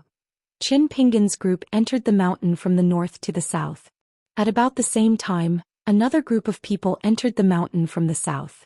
It was an old Daoist with a peachwood sword on his back and a string of silver bells on his waist. His Daoist robe was old and he wore straw sandals. He didn't look like an immortal at all and looked very shabby. Behind him was a limping young man with a dull expression. Other than carrying a big bag on his back, he also carried a banner that read, "Subdue demons, capture ghosts, eliminate evil and defend the Tao" on his shoulder. It was probably because he had washed it too many times that the cloth had long turned white. The 8 words were also faint in ink. There was also a young girl with a round face who was 7 or 8 years old. She was small and thin. She reached out to support the old Daoist who had his eyes closed for some reason. The old Daoist suddenly raised his head and looked at the continuous green and black mountains. He said in surprise, "This mountain is not far from the Jiangshan temple of the Xihua River. There's actually such an obvious demonic aura that soars into the sky. There must be a secret behind this. Although there are boundaries between mountains and rivers and they don't interfere with each other, this place is strange, very strange." After the young girl with a red face heard this, she asked worriedly, "Master, what should we do then? Last time when you failed to capture a demon on Mount Three Branches, the people who hired us were so angry that they didn't even give us money. Now we really don't have much money left. Why don't we take a detour?" The old Daoist snorted coldly. "Take a detour? If I didn't encounter it, it would be fine. That demon was lucky. Now that I've encountered it, how can I let it go? The banner says eliminate evil and defend the Tao. How can it be for outsiders to see?" The young girl sighed and reminded him, "Master, there are no outsiders here." The old Daoist smiled embarrassedly. "It's just a slip of the tongue. I haven't recovered from Mount Three Branches yet. It's really too infuriating. Even if there's no merit, there's still hard work. They're actually not willing to give me even half a copper coin. There's actually such a shameless and heartless fellow in this world. They deserve their ancestral tombs to be invaded by mountain ghosts and their descendants to meet with misfortune." The young girl reminded him again, "Master, didn't you always say that we cultivators must have a normal heart?" The old Daoist, who was still kind a moment ago, was furious. He stretched out 2 fingers and pinched the round-faced young girl's arm. He twisted it fiercely and said with a stern face, "Who gave you the courage to teach me a lesson? How dare you go on and on?" The little girl was in so much pain that she burst into tears. She hurriedly begged for mercy. "It hurts, it hurts, it hurts. Master, I don't dare anymore." The old Daoist didn't turn around. He slapped the bell on his waist heavily, causing it to ring. He laughed sinisterly and said, "Little bastard, you still dare to have killing intent towards your master?" The crippled youth remained silent. Soon, blood began to seep out of his nose and ears. However, the dull youth remained silent and motionless. The little girl cried even more sorrowfully. "Master, please let senior brother go. He must have done it unintentionally. I promise, Master, that within the next 3 days, I will strive to give Master 1 more gene of spring water." The old Daoist smiled and rubbed the little girl's head forcefully. His strength was not light, and the little girl's slender body swayed from side to side. "It's not a fight, it's a must." The old Daoist finally retracted his withered hand and laughed. "Enter the mountain. A horse wouldn't grow fat without wild grass. Perhaps this was a windfall." Speaking of which, ever since I have you 2 little bastards by my side, even though I've been eating and drinking for free, I've been able to cultivate with peace of mind. Thinking of this, I feel that I should treat you 2 better in the future. The little girl supported the blind old Daoist and began to climb the mountain. The crippled youth silently wiped away the blood. He was used to it. The little girl secretly turned her head and smiled. The youth grinned, indicating that he was fine. After the three of them entered the mountain, they had been going around in circles for more than 10 days. They could not accurately find the source of the demonic aura. The old Daoist could always feel the subtle demonic aura permeating the surrounding mountains and trees. However, he still could not find the entrance. The old Daoist knew that the big demon's cultivation was definitely not weak. Otherwise, it would not have the ability to cast the camouflage formation that covered the sky. However, the old Daoist was still unwilling to give up. Every day he let the crippled youth carry the banner to scout the way. He brought the round-faced little girl to rest near the mountain path.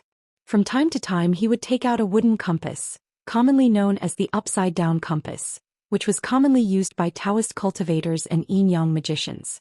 It was not unusual. However, the scarlet thin needles at the bottom of the heaven lake would occasionally flow with golden light, revealing the hidden mystery of the compass. The sky was gloomy and foggy. It could rain at any time. The old Daoist was squatting by the side of the road.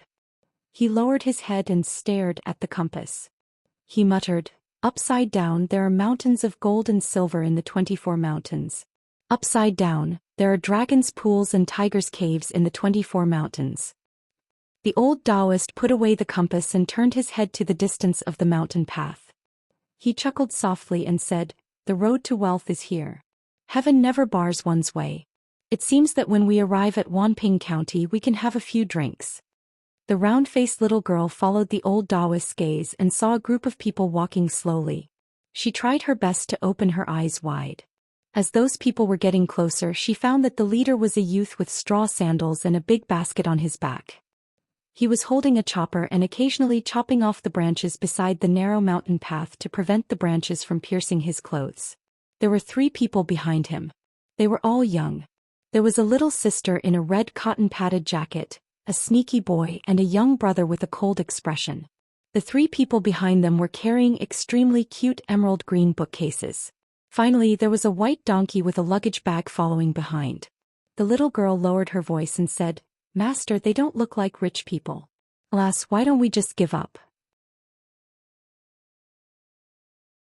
The blind Daoist raised his eyebrows and said, "Even a mosquito's leg is meat. You are half the head of the family. Don't you know how many copper coins you have left in your pocket? Look at your senior brother's gluttonous stomach. How much money has he eaten? If it weren't for my pity, do you think you can live in this world for a few days?" The sensible little girl hurriedly patted the old Daoist's shoulder and said gratefully with a sincere smile, "So my brother and I have never complained that we work like cows and horses for you. But if you get angry in the future, can you teach me a lesson when my brother is not here?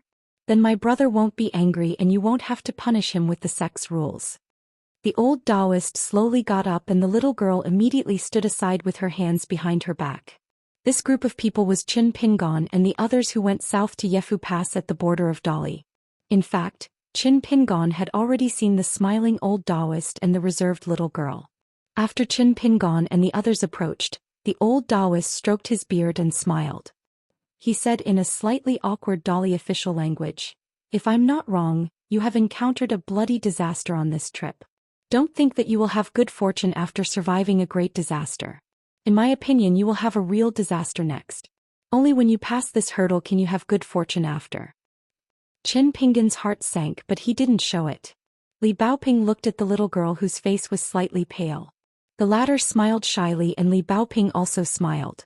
The little girl in the red cotton-padded jacket and the younger girl immediately liked each other. Li Huai almost blurted out, "Old Daoist, aren't you blind? Why are you looking at this and that?" However, Li Huai engraved the disturbance on the embroidery river in his heart. He immediately covered his mouth and was determined not to cause trouble. The blind Daoist seemed to have noticed Li Huai's thoughts and laughed. "You don't know that there are 10 great supernatural powers in Taoism. Among them there is a saying that, 'Open the heart's eye, clear heaven and earth, ghosts and ghosts retreat.' I happen to have mastered this supernatural power. I don't dare to boast that I've mastered it, but I can be considered to have a small accomplishment. I don't look at people by their appearance." Lin Shi looked indifferent and said, The Confucian saints have taught that strangers who meet by chance should not talk about strange things. The old Daoist was slightly surprised and soon sighed. Forget it, Buddhism does not save people who are not destined to be saved. Taoism does not save people who are not destined to be saved. Go, I hope you'll be careful on the way. If there's really trouble, you can shout loudly. If I'm lucky enough to hear it, I'll definitely return to help. However, if the journey is far away, even if I want to, I'll be powerless. After saying these words, the blind Daoist turned sideways to let them pass. Qin Pingon smiled and said, "We'll be careful. Thank you for your reminder." The two sides brushed past each other. Li Baoping waved generously at the skinny little girl with a round face. The little girl timidly raised her small hand in front of her chest and gently shook it as a silent farewell. The old Daoist waited until Qin Pingon and the others disappeared on the mountain road and muttered, "Along the way, if the Dali people were vulgar martial artists or ignorant people, my method has always worked. Why didn't it work today? Bad luck, everything is not going well. It seems that this demon subduing this time can't fail. The big demon in the mountains must have a strong family background." The blind Daoist's eyelids trembled slightly and he stopped talking. He patted the head of the little girl who was looking at the mountain road reluctantly and said amiably, As long as this succeeds, my thunder cultivation will be guaranteed. I won't have to worry about money anymore. Then I'll treat you and your brother better in the future." The little girl raised her head and smiled. "As long as you don't hit the bell often in the future, it'll be fine." The blind Daoist did not comment. He suddenly raised his head and made a gesture with his fingers. Instead of being shocked, he looked happy. "The weather has changed. What a strong demon aura. It can actually cause the climate of the mountains and rivers to change.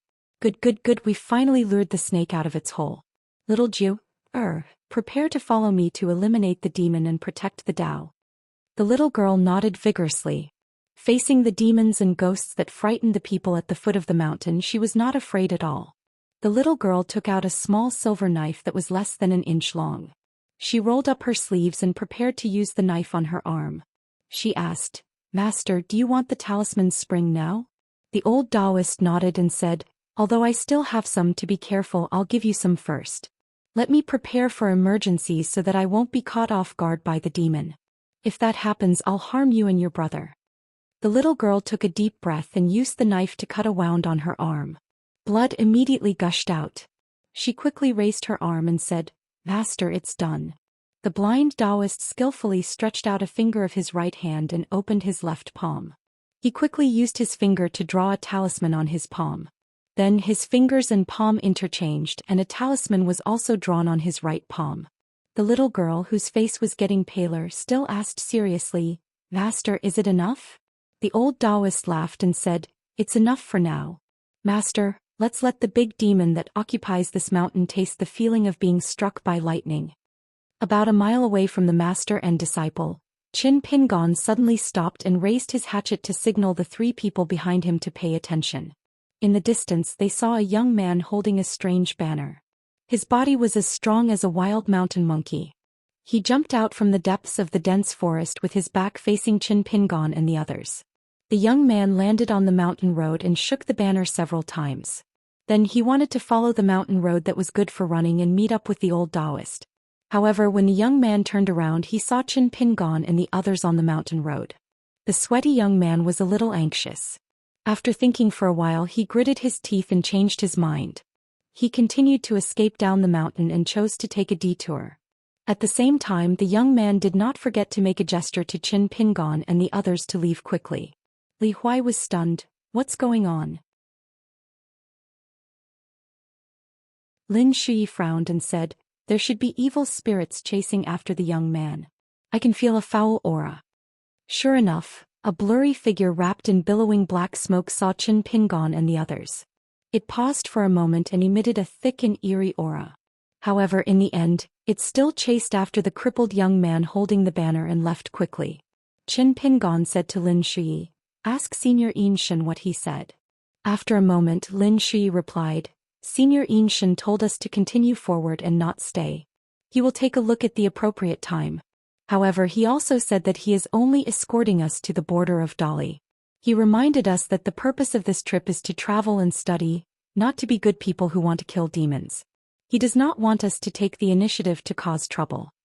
Qin Pingon nodded. Tell Senior Xian to act according to the circumstances.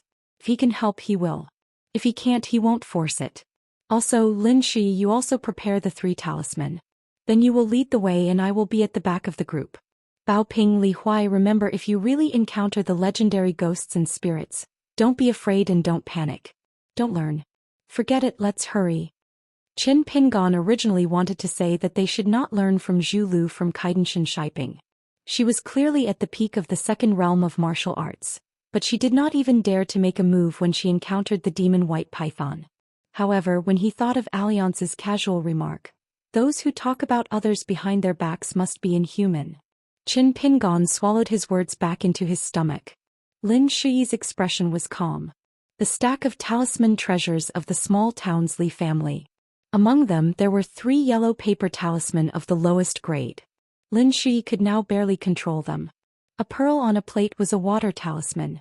A fire talisman called Fire Rain. The last one was the 5 mountains barrier-breaking talisman, which belonged to the category of mountain spirit talisman. However, Lin Shi's real reliance was still not the 3 talisman of unknown power but himself. It was the secret thunder technique recorded in that book.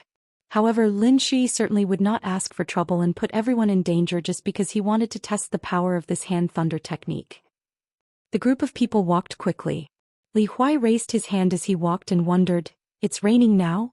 Why didn't you tell us in advance?" The rain was not heavy, but it made the cold air in the mountain forest much thicker. Qin Pingon took out 4 bamboo hats from the basket on his back. All of them were purchased in Red Candle Town for this kind of hurried journey in the wind and rain. After everyone put on a bamboo hat, they did not stop walking. Qin Pingon looked back from time to time. In the distance, the blind old Daoist faced the limping youth running all the way towards him and laughed. "Come on. Little evil spirit, you're courting death. Die for this poor Daoist." The old Daoist stepped forward and after drawing a talisman with his palm, he reminded the limping youth, "Get down." The youth threw himself forward and rolled on the muddy mountain road. The old Daoist's palm glowed with golden light. Every stroke of the talisman lit up with golden light, and there was a faint sound of thunder from his palm. This dazzling golden light was particularly eye-catching in the middle of the wilderness where the wind and rain were obscuring the sky. The black smoke behind the youth suddenly stopped. Just as it was about to escape, it was already hit by the golden light. It was like a big golden net covering the youth's body. With a sizzling sound, the black shadow wailed and soon disappeared. The youth bent his back and ran behind the old Daoist. Panting, he inserted the spirit-summoning banner into the ground. Seeing the worried look on the little girl's face, he grinned and shook his head, indicating that he was fine. After killing the ball of Een with 1 palm, the old Daoist laughed heartily. A low-level otherworldly item born of withered bones dares to show up in front of this poor Daoist? A wisp of gray seemed to be pulled into the banner. The old Daoist rose into the air and waved his palm. "Come, come, come, come. Turn it all into this poor Daoist's immeasurable merit." The otherworldly item behind the youth and the little girl was blown away by the old Daoist's thunder technique. Soon another wisp of gray flew into the banner. On the mountain road, the old Daoist's body twisted and turned. His hands moved quickly and he waved his palms.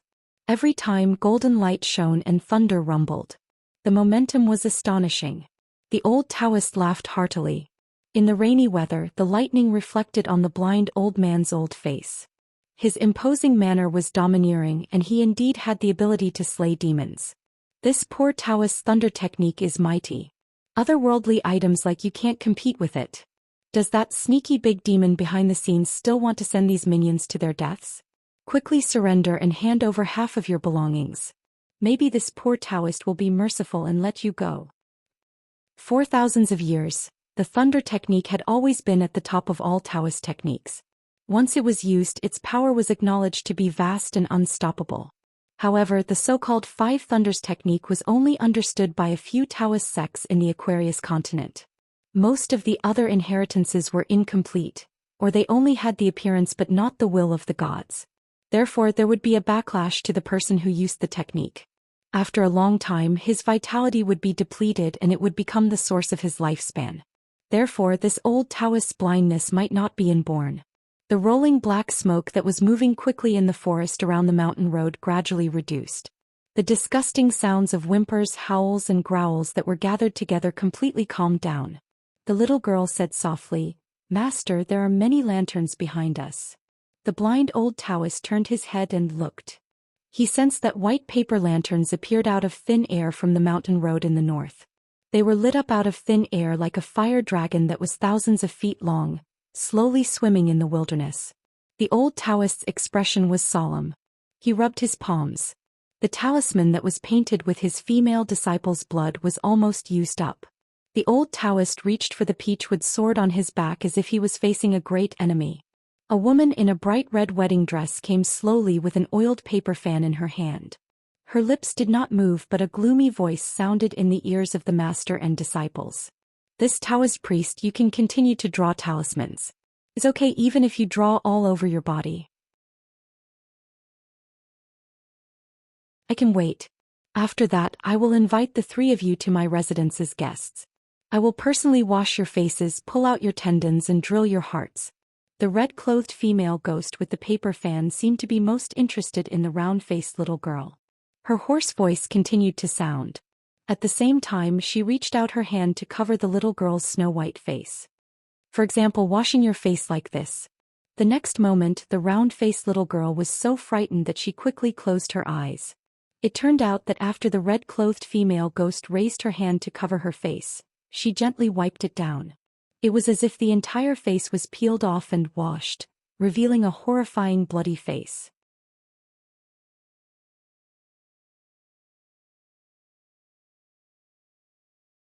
"123. The blind Taoist held the peachwood sword and pointed it at the ghost in the wedding dress. "Are you a demon or a ghost?" The ghost in the bright red wedding dress gently twisted the umbrella handle and stood alone on the mountain road in the distance, giving people a sense of loneliness. Along the way, the hem of her dress was already muddy. Somehow she didn't use any magic. Instead, she condensed the invisible miasma of the mountains into clothes that didn't get stained with dirt. The bright red wedding dress on her was obviously made of real silk and satin. It might even be the work of a tailor in a shop at the foot of the mountain. The ghost first went down and peeled off the skin on her face. Then she slowly raised her palm and covered a pale and colorless face. She was young and beautiful like those unmarried girls at the foot of the mountain. If it weren't for her sickly face, she would be no different from an ordinary girl. Even the blind Taoist couldn't feel the demon aura on her when she was so close to him. This kind of big demon who cultivated Taoism could walk in the cities of the human world without hindrance. As long as they didn't approach the city god pavilion or the civil and martial temples, they wouldn't be suppressed by the secular forces. Of course, the premise was that this kind of big demon was willing to restrain their aura and suppress their murderous nature so that they wouldn't harm the world. The ghost twitched the corner of her mouth, but her lips still didn't move. "Taoist priest, you are dedicated to killing demons and accumulating immeasurable merits, so I came. I'm looking forward to your so-called Five Thunders righteous method." The old Taoist was more and more shocked. The inside and outside of the upside-down plate in his sleeve had a total of 4 layers. They were aimed at demons, spirits, ghosts, and the gods of mountains and rivers respectively. It was spinning crazily. Except for the first layer of spirits, the other 3 layers were all spinning and shaking violently. It meant that this thing in front of him had a complicated identity. It was very likely that it was a big demon who cultivated Taoism before it died. After it died, it became a fierce ghost. However, before it completely fell into the evil path, it already had the qualification to be promoted to the gods of mountains and rivers. The blind Daoist was complaining in his mind. Compared to the treacherous mountain ghost in the Three Branches Mountain, this one was much more difficult to deal with. The old Taoist tried his best to keep a straight face and not let the female ghost notice his guilty conscience. He slowly put away the peachwood sword and held it upside down to show his goodwill.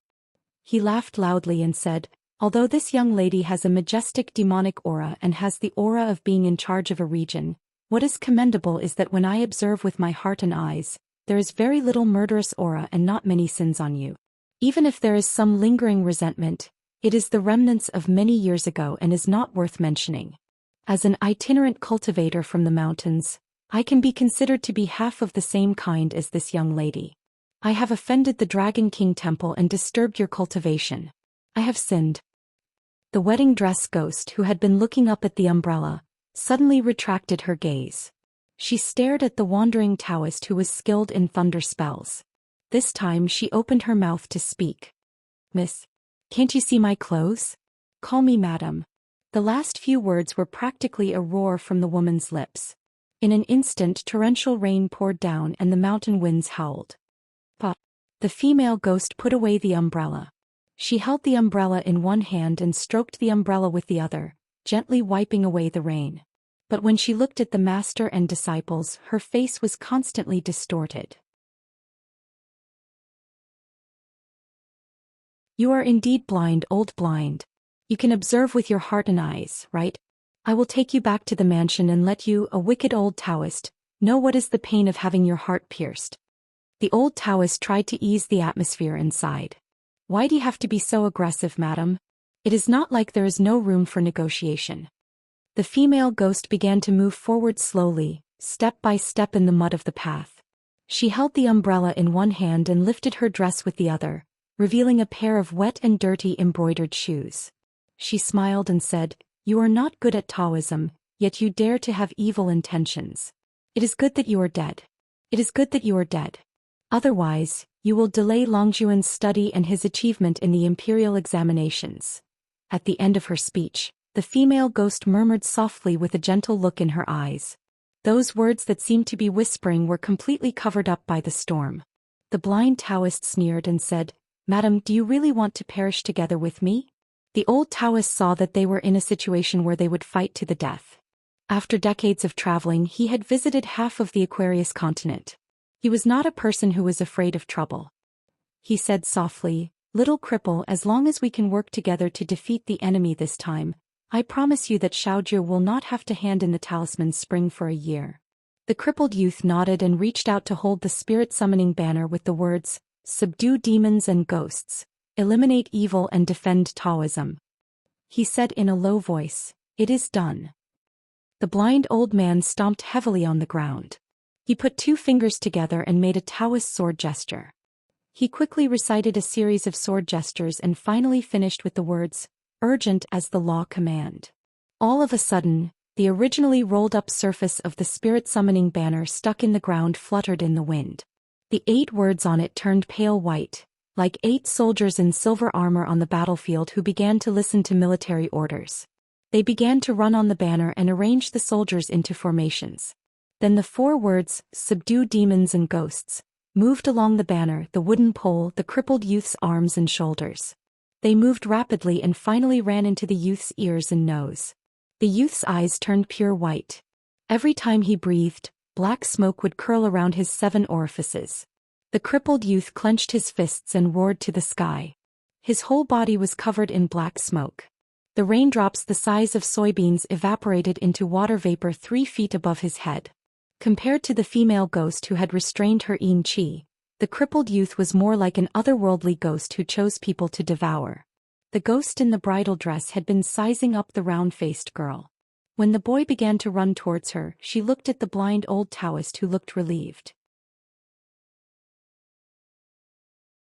She said indifferently, I'm so disappointed. You can't even be counted as a heterodox sect. You're just an unorthodox sect. A thief crying stop thief. You don't deserve to die. You deserve to suffer a fate worse than death. The crippled youth reached the ghost in the blink of an eye. He jumped high and swept his leg toward the latter's head. The ghost in the bridal dress did not evade or block. She held her dress with 2 fingers and moved forward in a straight line. There was a bang. The ghost's head was uprooted and flew down the mountain. The headless woman continued to move forward. After landing, the youth swept his leg again, but this time it was aimed at the headless woman's waist. The hand that held the umbrella only used the back of her hand to lightly block the youth's powerful kick. The youth's kick did not move the back of the ghost's hand at all. With the help of the rebound force, the youth twisted his body in the air and pushed his palm toward the ghost in the bridal dress's heart. He said in a low voice, Demons subduing. The silver characters appeared on the back of the youth's hand. Then with each stroke, they broke up and gathered into a murderous silver short sword. It was covered in a green and white light. It flew out of his hand and aimed at the ghost's heart. The ghost pinched the sharp flying sword that was about to pierce through the red bridal dress with 2 fingers. The flying sword, which was less than a foot long, was shaking and buzzing. The ghost's voice sounded leisurely. I don't care about the head, but the dress can't be damaged. If it's dirty, it can be cleaned. But if it's damaged, it won't be beautiful anymore. Otherwise, why would Lang Jun laugh at my needlework? After the crippled youth's palm attack, his fist hooked upward almost at the same time. However, he did not yell out the words, "Ghost subduing." A flying sword made of runes on the banner flew out of his fist. Apparently the youth was not really an idiot. He was a perfect match to kill the enemy. There was a loud roar. Bitch ghost, I'll enforce justice on behalf of the heavens. Even if I lose my head, I'll still strike you with lightning. A bolt of white lightning struck down from the sky about 30 meters above the ground. The ghost still held the umbrella in one hand. With the other hand she pinched the first demon-subduing flying sword with her index finger and thumb. Then she raised her arm slightly and caught the second demon-subduing flying sword with her ring finger and little finger. Then she elbowed the youth's forehead lightly. The latter flew backward and fell on the muddy path. He slid back about 3 meters. The ghost raised the hand holding the umbrella and opened it gently with a snap. The white lightning struck the top of the umbrella and exploded brilliantly. The ghost standing under the umbrella increased the strength of her 4 fingers. The 2 flying swords were broken in the middle. They fell to the ground and turned into 2 puddles of silver liquid. Soon they mixed with the mud. With a wave of her hand, the head flew back and landed on the neck again. Flesh and blood grew and the head soon returned to normal. The ghost in the bridal dress raised her free arm and picked 1 or 2 strands of grass on her head. The blind old Taoist's heart trembled. He knew he couldn't do it again. He was ready to die and let go of all his strength. After taking a deep breath, his face became dignified and covered with a pale yellow color. The old Taoist's foot left the ground. He clenched a fist on his abdomen and hammered it heavily. His other hand was facing the sky. His sleeve slipped down, revealing a red talisman on his arm. The old Taoist said in a low voice, "She for clouds and rain, he for thunder. The clouds are full of jewels, immortals show the way." The female ghost held the oil paper umbrella and the corners of her mouth twitched. She passed by the crippled young man who was seriously injured and couldn't get up. She felt that he was blocking her way, so she casually lifted her leg and kicked the young man down the mountain. The round-faced girl cut her palm and arm with a knife and smeared the blood on her face. Then she charged at the ghost desperately. However, the little girl forgot that it was raining heavily. She didn't have the immortal skill of the blind old Taoist to keep the talisman's aura. When she rushed to the ghost in the bridal dress, her face was already clean. Only the rainwater was left. The blood had been washed away by the rain. The ghost casually slapped the little girl's cheek. The petite and thin body immediately flew into the air and flew out. Like the crippled youth, she disappeared in a flash. After that, with every step the ghost in red took, a white thunder as thick as a bucket fell on the surface of the umbrella. Electric sparks flew and the white thunder shattered.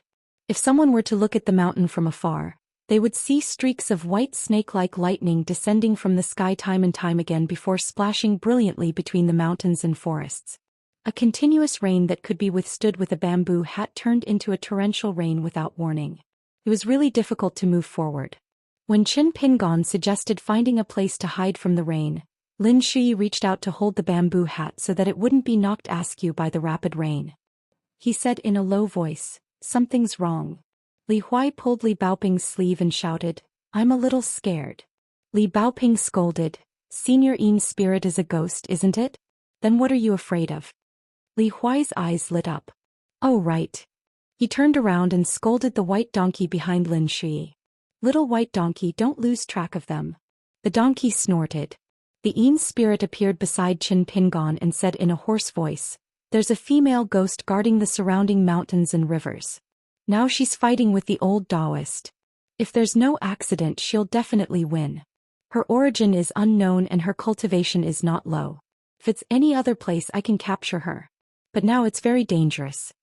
Yin Shin looked around cautiously and explained, In the mountain and sea register, as long as the mountain and sea god has a name, they will have their own territory or territory. If they fight in their own territory, they will have a significant advantage in terms of time and place. Other than that, the imperial court didn't specify the mountains and rivers of the gods. Even if there are demons and ghosts with outstanding strength and all kinds of spirits that can stand out, it's harder than ascending to the heavens to have something like the Confucian school's palace, the Taoist sect's blessed land, or the military's ancient battlefield ruins. It's not just about having a strong cultivation but also a great opportunity. But the heavenly axiom has never liked us otherworldly items. If we want to openly occupy a territory, it's no different from a secular dynasty's vassal towns.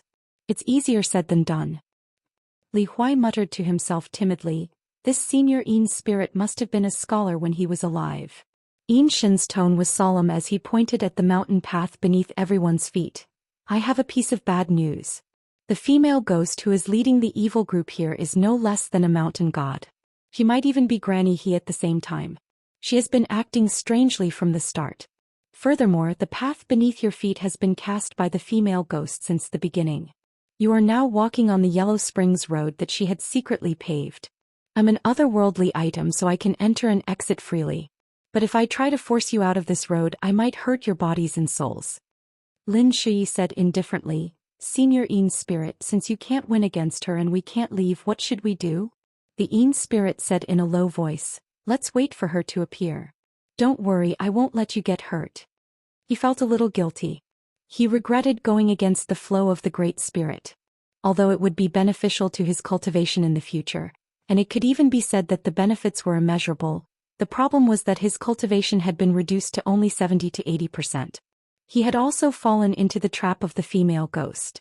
Her target from the beginning was most likely Qin Pingon and his group, and not the blind Taoist master and his 2 disciples. Those white lanterns that were a few miles long on the mountain path were just a diversion to lure him to find out what was going on. The Yin spirit had mixed feelings. The blind Taoist master's cultivation was not high, but his nonsense mouth was really vicious. The Yin spirit said, all of you stand behind me. Soon the Yin spirit stood at the front of the path. Qin Pingon and Lin Shui stood at the back, one on the left and one on the right. Qin Pingon had already replaced his hatchet with the auspicious symbol. Lin Shui's hands were hanging down, and there was a talisman in each of his sleeves. Li Baoping and Li Huai stood further behind. The white donkey at the back was a little irritable and restless. It stomped heavily on the ground, splashing mud. A female ghost in wedding dress holding an oil paper umbrella slowly walked over from the distance. She was holding the leg of the blind Taoist master. She finally stopped when she was several feet away from Qin Pingon and his group. On the mountain path, lanterns were lit. Even behind Qin Pingon was no exception. Red lights shone on everyone's faces. The female ghost casually threw the blind Taoist master between the 2 parties. With a very surprised expression, she stretched out her finger and pointed. She said, there are so many distinguished guests. 1, 2, 3. There are 3 scholars. Which one is the Confucian gentleman? My Langjun once vowed to be a virtuous gentleman in this life so that he could balance the scales for the people. I didn't expect that at such a young age he would achieve my Longjuan's long-cherished wish. Qin Pingon wanted to take a step forward, but Yin Shin shook his head and said in a low voice, don't rush. The female ghost tilted her head and looked left and right, sizing up the 3 little guys who were carrying small bookcases on their backs. Langjun used to say that only well-behaved scholars could be called scholars. So, whenever I miss Langjun who has not returned from his travels, I will ask people to invite some scholars who pass by here to visit my house. I will give them beautiful young maids, unique ancient books and 1,000-year-old guqin. I like to hear their moving words of eternal love. In the world, only scholars with a full stomach can say those words of love so tenderly. The female ghost in wedding dress finally focused on Yin Shin. She smiled and said, Senior Yin Shin, you are really unlucky. If this happened a few years later, I wouldn't dare to show up in person this time. She talked to herself and lowered her head slightly. She covered her mouth and smiled coquettishly. It is indeed not good for a woman to show her face in public. But even under the illumination of the light, That face was still deathly pale and colorless. It was too creepy. Li Huai only poked his head out to take a look. He was so scared that his legs trembled. She smiled and asked, I haven't talked to anyone for too long. I can't help myself. You don't mind, do you? She remembered something and gently closed the umbrella. Almost at the same time the heavy rain suddenly stopped. There was not a single drop of rain in the air. Lin Shi smiled and asked, Madam, what happened to those scholars who were invited to your house? She continued to walk forward, her smile gone. In the end, I cut those scholars who violated the oath in half. After I helped stop the bleeding, I planted them in my garden. Because I want to know if the seed of learning that you mentioned will blossom in the soil. Will it bear fruit one day? But I was very disappointed. They only turned into skeletons. But maybe it's because those scholars can't be considered scholars, so your appearance makes me overjoyed. Lin Shi's face was livid. Li Baoping was so angry that her whole body trembled. Li Huai simply covered his ears with both hands. I don't want to hear it. I don't want to hear it. I used to like scholars the most, but I hate unfaithful men the most. The ghost in the wedding dress slowly raised her head. Tears of blood flowed out of her eyes. The most infatuated love in the world had never been let down. The white paper lanterns hanging on both sides of the mountain road all slid down from the top. Blood finally covered the candles. In the end, I realized that there is no scholar in the world who is not a heartless man. The ghost's face was covered in blood. She threw away the umbrella that she and her husband used as a token of love. She covered her face with both hands. She tried hard to suppress the sobbing between her fingers. Husband, I don't blame you. Please come back.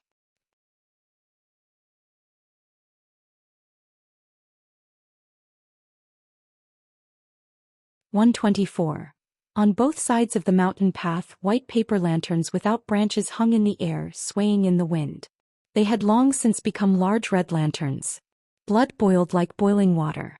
The blood droplets that splattered everywhere constantly hit the lanterns, producing a terrifying crackling sound. The wedding dress ghost continued to sob, unwilling to put down her hands. She didn't care about the Yin spirit at all. The Yin spirit's mind moved slightly, and he used telepathy to tell Lin Shi to use the obstacle-breaking talisman when he had the chance. He would try his best to hold the ghost back. Once the road to the underworld was broken, he would take Qin Pingon and rush out of the mountain. He didn't need to care about the Yin spirit. Remember not to walk on the mountain path under their feet. He wanted Qin Pingon to use the auspicious symbol to open a new path. After Lin Shi agreed, he tentatively asked if he needed to leave the saber auspicious talisman with him. The Yin spirit shook his head, saying he couldn't pick it up at all. The sword chi was too heavy and it was best used to open a path. The grass and trees were stained with the sword chi of the sun and moon. It was innately effective against otherworldly items. It was not good for the Yin spirit to continue using ghost tricks. The wedding dress ghost wiped her hands, revealing a pale face without a trace of blood. She grinned. First you came uninvited, then you left without saying goodbye. That's not what a gentleman does. The Yin spirit's face blurred, like a candle melting quickly. Finally, it turned into a cloud of black smoke and rushed toward the wedding dress ghost. She raised her hand and waved her sleeves. Her sleeves spread out like a bird's wings, protecting her body. The female ghost was still knocked back 7 to 8 feet in an instant. The bright red lanterns along the way exploded one by one. The blood in the lanterns did not splatter onto the mountain. Instead, it flew towards the female ghost, who was knocked back by the Yin spirit like swallows returning to their nest. The situation was similar to the old Taoist spirit summoning banner, which absorbed the essence of the otherworldly item's remaining soul. Lin Shi said in a low voice, "Get ready to follow behind me. Let's get out of this mountain path first. Qin Pingon, we have to cut a new path through the trees. The Yin spirit wants you to use the auspicious symbol to open a path." Qin Pingon nodded and said, "I'll carry the old Taoist on my back. I can't just leave him to die." The blind Taoist was lying a dozen steps away, dying. Qin Pingon ran over and carried the poor old Daoist on his back before turning around. Lin Shi stood still. With 2 fingers he took out a yellow paper talisman and began to chant in a low voice. It was the obstacle-breaking talisman, one of the mountain and river talismans. According to the explanation of the Yin god, there were thousands of types of mountain and river talismans. It was one of the essential talisman for qi cultivators when they traveled to the mountains or rivers. It was to prevent the so-called ghost going around the wall that the common people talked about. In fact, it was because they were worried that they would fall deep into the mountain protection formations secretly set up by their peers. Or they were afraid that the mountain ghosts with profound Taoism would play tricks on them.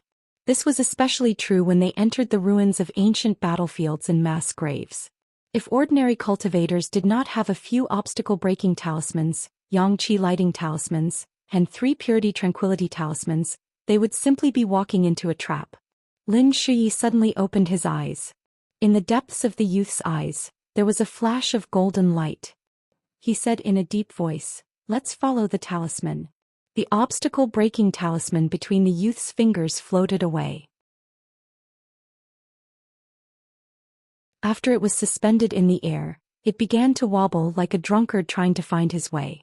The talisman came to the side of the road near the mountain wall and stopped. Li Huai asked, "Are we going to crash into it?" Lin Shuyi took the lead and stepped forward. His figure suddenly disappeared. Li Baoping and Li Huai walked in one after another. Qin Pingon carried the old Daoist on his back and led the donkey, disappearing on the mountain road. The yellow paper talisman originally wanted to follow in, but it seemed to be quietly pulled by someone. Its aura faded and it fell to the ground. A group of people appeared in the depths of a dense forest. They looked at each other. Even Lin Shuyi, who used the obstacle-breaking talisman, was at a loss. Qin Pingon first asked Lin Shuyi to help carry the old Daoist. He began to climb the tree. At the highest point they seemed to be in a valley surrounded by mountains on 3 sides. Even with Qin Pingon's eyesight he could not see clearly. He only had a vague outline. Before leaving the mountain road, far away from the mountain road, the Yin spirit and the bridal dress ghost were fighting fiercely. The sound of lanterns bursting was endless. After leaving the mountain road with the help of the obstacle-breaking talisman, everything was silent. There was no sound. The huge difference did not make Li Huai feel at ease. Instead it made him even more frightened. Qin Pingon took a deep breath. He held the auspicious symbol saber in his hand. No matter what, go south. Only there is no mountain blocking us. In a valley with towering ancient trees, there were rows upon rows of tall buildings. The mansion was splendid. Its standard was even better than that of a general or a minister in the mortal world. Perhaps only the county king's mansion could compare. This mansion had a golden plaque with the words, Xiu Shui Gao Feng hanging high. The strokes were vigorous as if written by an immortal.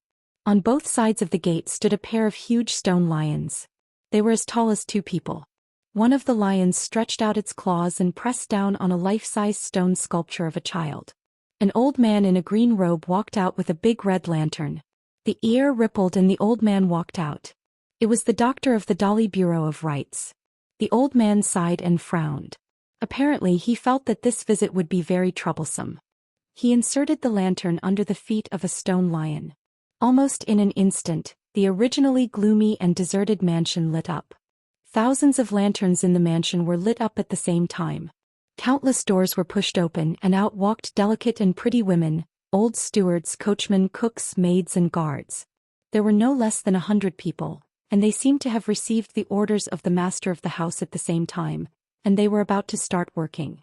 However, almost all of them looked pale and their eyes were dull. In a garden, a crippled boy and a round-faced girl were leaning against the wall. The crippled boy was bleeding from his 7 orifices. He was seriously injured. Even if he was allowed to leave, he would not be able to walk more than a few steps. Earlier, in order to deal with the female ghost in the bridal dress with amazing Taoism, the boy pulled the banner into the aperture acupoint on his face. It was an insidious method that damaged the divine will and soul. The girl had cut her skin several times and lost a lot of blood. Even now, she was more or less contaminated by the female ghost's yin qi.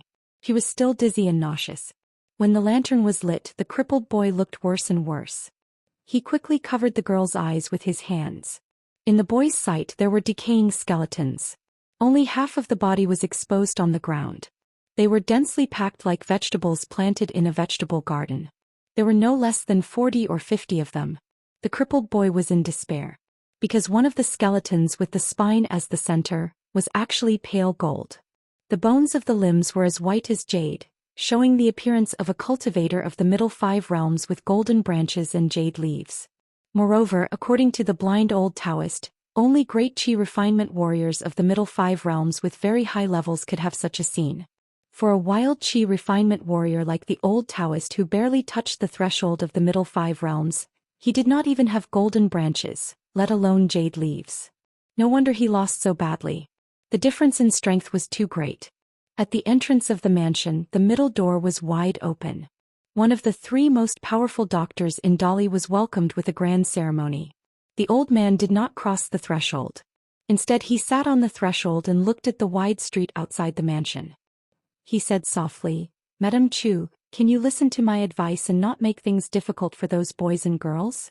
The big red lantern placed at the foot of the stone lion outside the door shook violently. Someone had written the words "Soul comes and goes" in red ink on the lantern. As the lantern swayed, it rippled with traces of bright red light. The old man emphasized and reminded, "Madame Chu, once something happens to those children in your territory, not to mention this mansion of yours, even our greatly will suffer together with them." Unfortunately, there was no news. The old man was a little angry. "Madame Chu." An old man who looked like a steward stood inside the door. He wore a felt hat and had his hands behind his back. He bent over and coughed.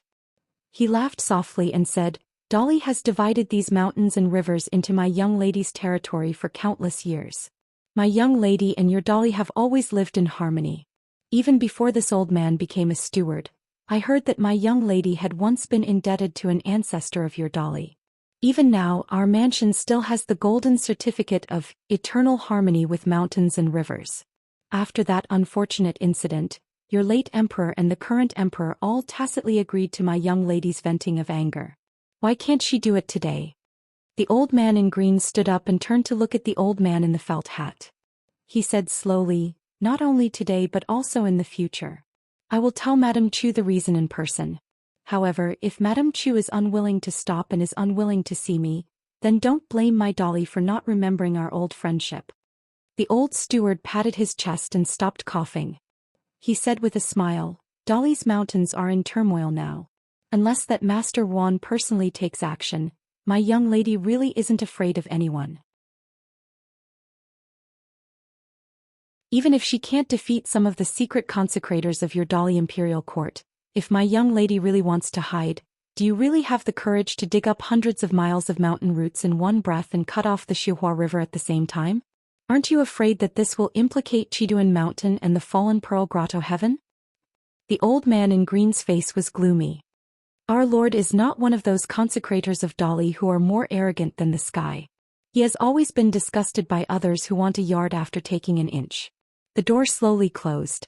The old steward stood at the threshold and said with a smile, "My young lady has spoken.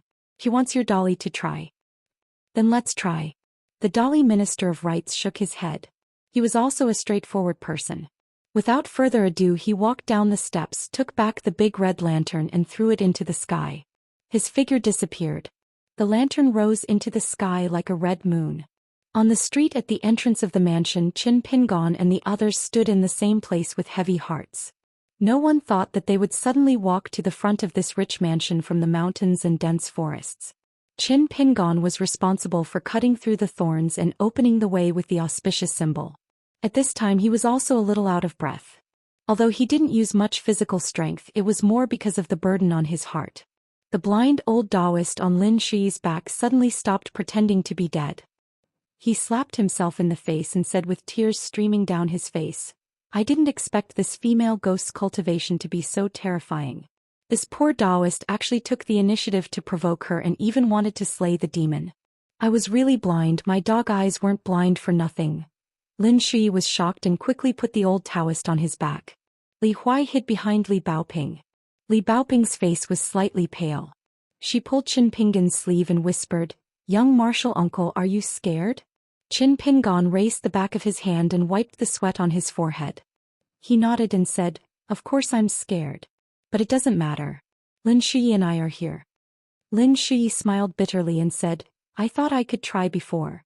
Now I feel that my weight is only enough to be hooked by her little finger."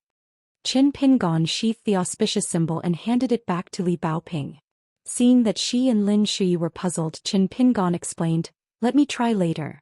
Li Huai asked naively, "That female ghost isn't afraid of the auspicious symbol saber or Lin Shui's talisman. Instead she's afraid of fists?" Qin Pingon didn't say anything.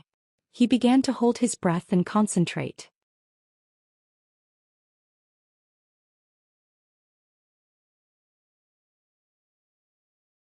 "125. In front of the mansion that hung the plaque, Xiu Shui Gao Feng. The blind old Taoist who was seriously injured probably felt that he was about to die, so he spoke carelessly as if he had lost his mind. Lin Shui held the two talisman of pearl in pan and fire rain in his hands and his sleeves. He did his best and left the rest to fate. Qin Pingon silently drove the Qi dragon in his body to the two Qi residences to make sure that the sword Qi was still there and that there were no accidents.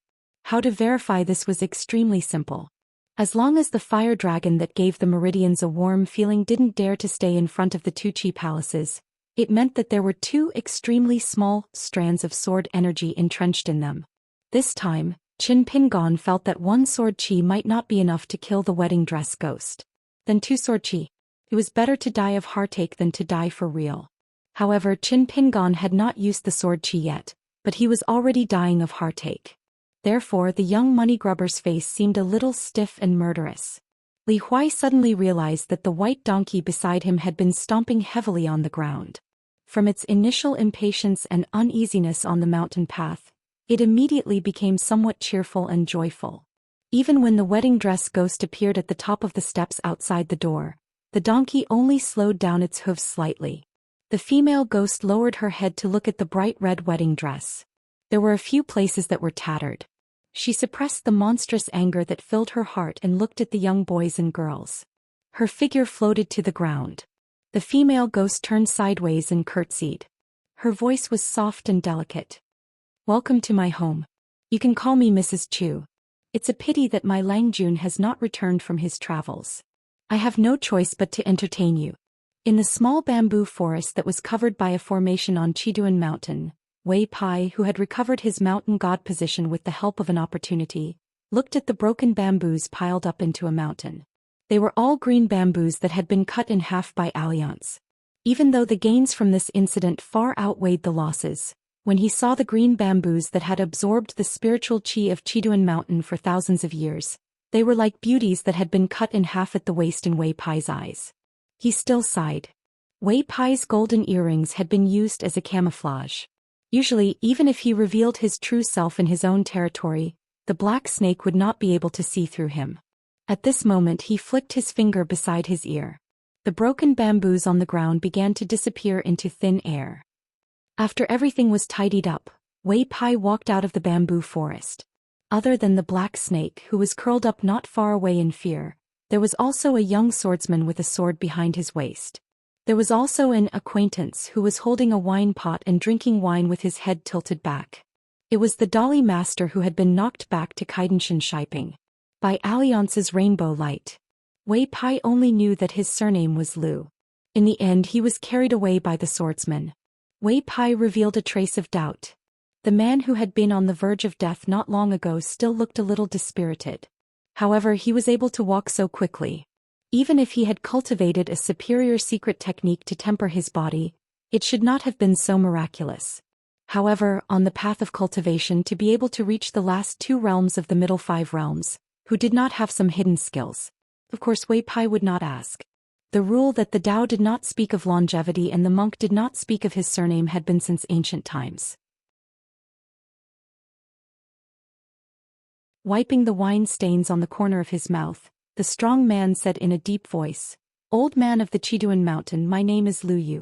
Although I still don't like you, I will definitely repay you for saving my life in the future. If you have any urgent requests, just crush the message talisman.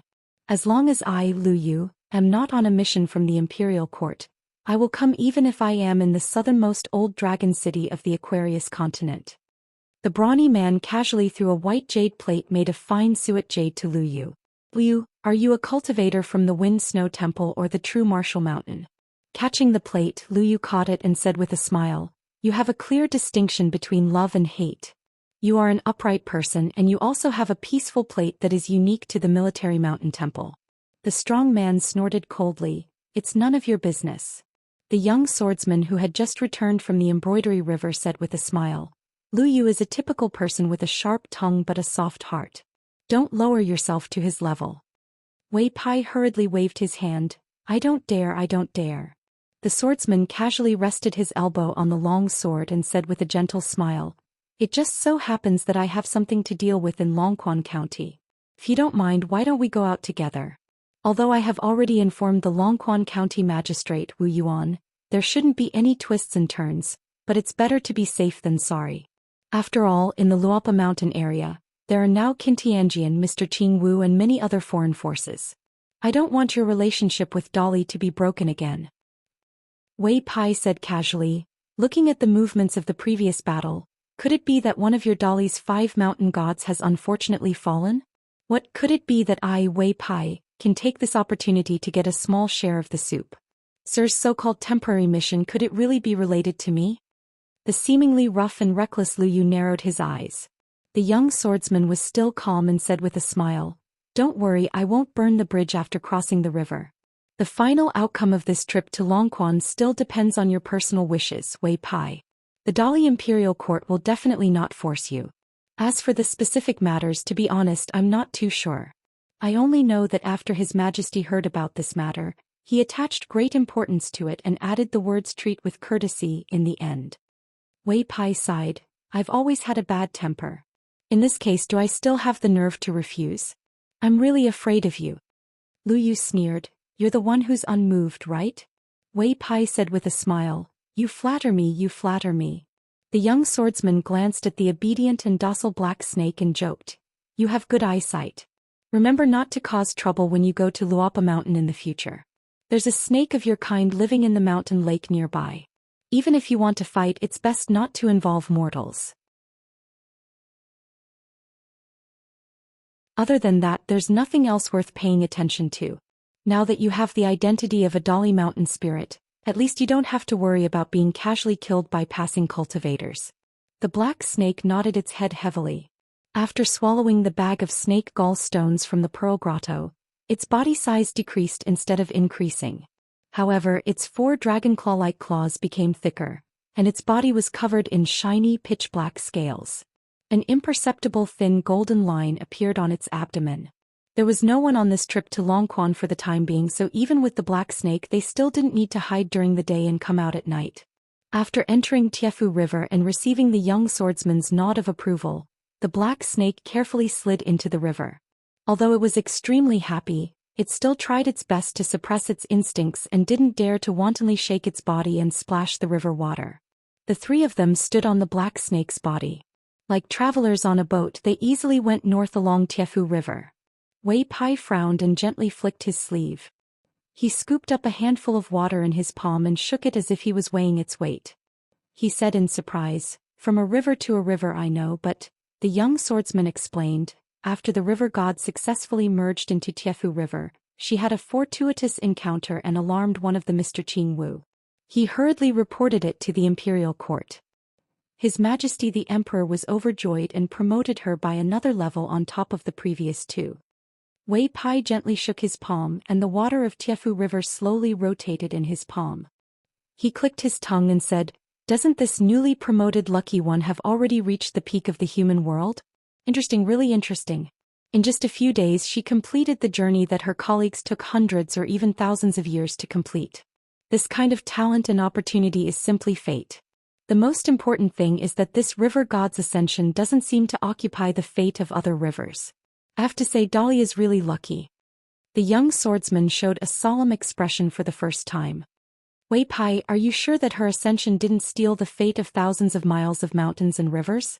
Instead, it all came from the small Tiefu River in the past?" Wei Pai smiled but didn't say anything. In the past, the North Mountain god of the Holy Water Country had a unique vision. Naturally, he was not comparable to Qintianjian Mr. Qing Wu, who was an outsider among insiders. Due to the previous battle in Dali Imperial Court, the country's fate was unstable. 3 of the 5 mountain gods were greatly injured, so they could only hand this matter to Mr. Qing Wu for the time being. The young swordsman said in a deep voice, Wei Pai, I believe that you will be rewarded by the imperial court for this matter alone. Wei Bian raised his head. A cool breeze brushed past his face, making the young man, who already looked like a banished immortal, look even more ethereal. His eyes were gentle as he smiled and said, Can you exchange it for a small opportunity? For example, let a new disciple of Changchun Palace who already has the aptitude of the middle 5 states walk more smoothly on the longevity bridge in the next 100 years? The young swordsman smiled and said, What's so difficult about that? Wei Pai murmured, I owe the Lu family of the Holy Water Country. Lu Yu said impatiently, It's been so many years. Even the gods of the mountains and rivers who live as long as the country are not as sentimental as you. It's already a great fortune that the statues didn't collapse after the change of dynasty. If you can choose a good master to rely on and continue to enjoy the worship of incense, it's a good thing that you can only dream of. Even if you are indebted to the Lu family of the Holy Water Country, it's been hundreds of years. Those who deserve to die have all died. Why are you, Wei Pai, being so pretentious? Wei Pai turned a deaf ear to him. All he could hear was the sound of the river. Lu Yu, who had a strong temperament, said angrily, A stinky stone in the latrine. I can't believe I owe you a favor. I, Lu Yu, am so unlucky. The young swordsman laughed heartily and said, Ill fate is also fate. You two just accept it.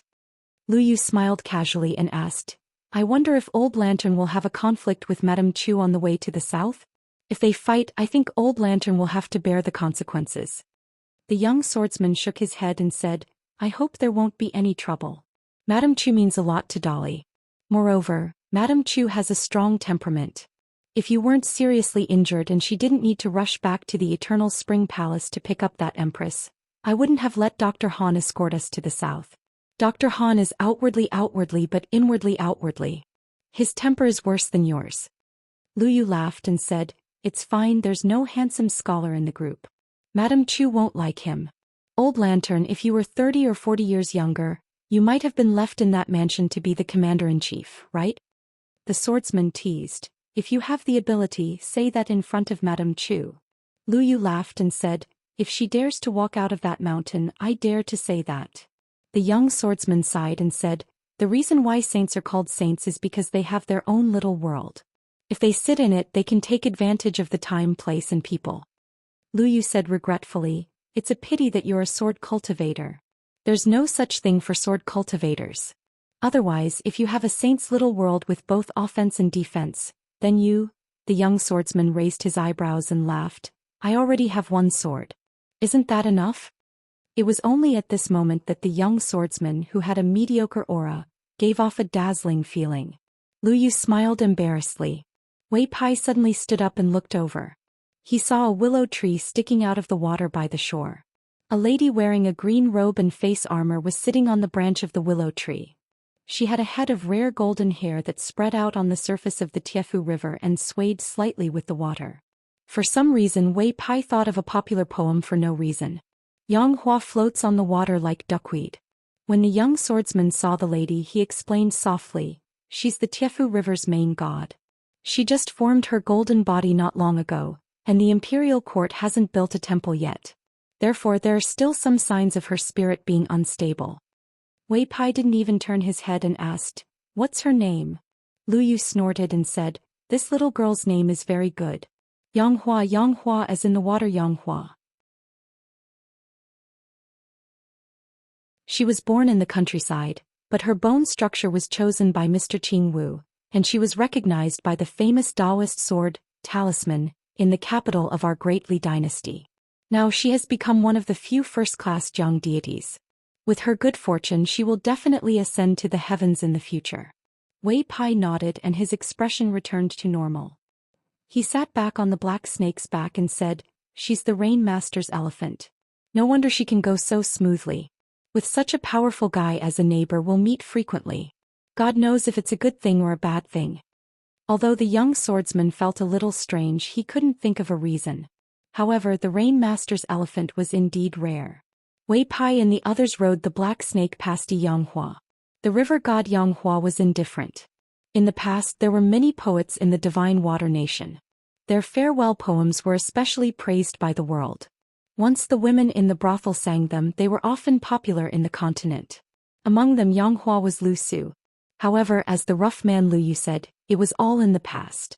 If Wei Pai didn't mention it, who would care? Even if he did, who would be willing to listen? Only the scholarly sage had a note. Yang, the one who rises from the willow. Wei Pai suddenly turned his head, but he wasn't looking at the water god Yang Hua. Instead he was looking at the land further south than Chestun Mountain. There was a big red lantern rising slowly. The young swordsman held the hilt of the sword at his waist with one hand and said with a solemn expression, "It seems that I have to go there personally." But at this moment, in a towering mountain at the border of Dali, a white light broke through the top of the mountain and flew rapidly to the north. It was like a comet dragging an extremely long snow-white rainbow. It was actually caused by the sword chi of a flying sword. And the owner of the sword was nowhere to be seen. The sword chi was long and heavy. This sword landed not far from the embroidery river.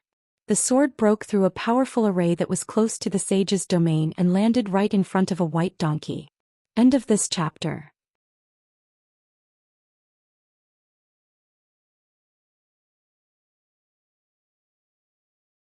(126).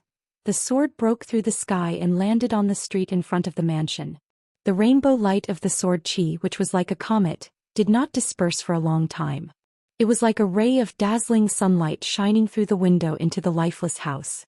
The white donkey ran in circles as if it had met an old friend in a foreign land. The ghost in the wedding dress was obviously shocked. As the owner of this place, she felt the power of the sword more clearly than anyone else. The mountain was shaking and the water vapor was boiling. If she had not used her chi to cover the mansion behind her, half of the thousands of lanterns in the mansion would have been extinguished. The ghost was shocked and angry. She did not look at the place where the flying sword landed, but at the gap in the gloomy sky that could not be repaired. At the same time, drops of blood seeped out from the surface of the bright red wedding dress. They rolled on the lotus leaves like water droplets. Eventually there were more and more of them. The ghost shook her sleeves and roared angrily, "Trespassers will die. How dare you, sword fairy? I will take your head and plant it in the garden. I will let you live for 10 or even 100 years. Laughter came from afar. Eventually, the voice condensed on the flying sword on the ground. The voice was not only warm but also had a unique charm. It was like the romantic scene described by the children of aristocratic families. It gave people the feeling of bathing in the spring breeze. However, in his words he did not hide his soaring heroism. "Miss, please wait for a moment. My body has not completely stabilized. I can't compare with the speed of the flying sword. But I wonder how the scenery of your garden is. The place is not big and the scenery is not good. It is enough to plant a head." The ghost in the wedding dress's pale face turned a gloomy purple. Her smile was ferocious. From the sleeves of her wedding dress, 2 scarlet streams gushed toward the gap in the sky. Someone shouted loudly, "Sword chi, retreat." The thick sky shook violently. The 2 streams of blood that flowed backward and gathered at the gap suddenly exploded in all directions on the dome of the small world. It was like a rain of blood. The ghost's body trembled. She shook her sleeves gently and countless raindrops returned to her sleeves. A young man in a white robe descended from the sky. He was surrounded by a layer of white mist, like the mist of a big lake or the wind of a mountain peak. The man's hair was tied up without a hairpin or crown. His hands were together like swords. There was a strong sword chi that was as thick as a young man's arm. It was bright and dazzling like a white flood dragon circling around him. The moment the yin chi and the scarlet blood met the sword chi, it dissipated instantly.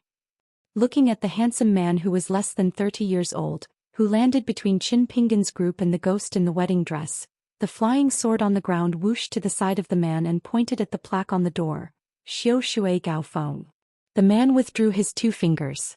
The condensed and abundant sword chi paused for a moment. The man turned his head and saw the little girl in the red cotton-padded jacket with a small bookcase on her back. The man suddenly remembered that there was an old object that he had depended on for many years that no longer belonged to him. Then he smiled and waved his hand. Li Baoping's green bamboo bookcase shook slightly. The silver gourd hidden inside shook slightly. A snow-white flying sword less than 2 inches long flew out of the sword-nourishing gourd. The sword chi reluctantly went into the flying sword, and the flying sword rushed to the middle of the man's eyebrows and disappeared in a flash. The sword fairy man rubbed the middle of his eyebrows and joked, "Let's go everywhere together. You are not a girl waiting to be married. You must stay in the embroidery tower and not go downstairs." The white donkey trotted briskly to the man's side and rubbed its head against the man's shoulder intimately. The man smiled and reached out his hand to stroke the donkey's head. "Old buddy, long time no see. I really miss you." The gap in the sky was slowly closing as the man forced his way in. However, he had consumed a lot of spiritual chi of mountains and rivers. In a short time, at least 50 years of accumulated wealth was swept away and turned into useless turbid chi. The ghost in the wedding dress regained her calmness and sneered, "Sword chi, natal flying sword, each is more powerful than the last. What an outstanding land sword fairy. You are not from Dali, are you?" The sword fairy man smiled and said, "I am just a rootless duckweed. My name is not worth mentioning." After saying this, the man did not turn his head. Instead, he turned around and showed his back to the ghost in the wedding dress. The land sword fairy, who had just come out of seclusion, said gently, "I am Alliance's half-friend. Well, only half. Half is his disciple. Unfortunately, Alliance did not want to acknowledge me as his disciple. He said that I was too pedantic and soft, so my sword was never fast enough. If he acknowledged me as his disciple, he could not afford to lose face. I came all the way here because I sensed something strange in my old buddy and the sword cultivating gourd. If I may ask, where is Alliance? And you are?" Qin Pingon explained, "We are also Alliance's friends. The gourd was given to Li Baoping by Alliance. The donkey was taken care of by Li Huai. As for Alliance's whereabouts, I believe that you will hear about it in the future." Compared to the ghost in the wedding dress, this land sword fairy who claimed to be Alliance's friend, Li Huai, who always had strange thoughts, was not unfamiliar with this person at all. In the child's opinion, Alliance's friend was Li Huai's friend. As for whether you were a sword fairy or not, was it more important than being friends? However, the incident at the Xihua River ferry made Li Huai afraid of ropes after being bitten once. He did not dare to speak casually. He just kept winking at the white donkey. The young sword fairy listened carefully to the words of the straw sandals youth, then nodded and said, "I have a general understanding." Almost everyone felt the ground tremble slightly, like a turtle turning over, or the precursor of a mountain collapsing. The ghost in the wedding dress's expression changed greatly.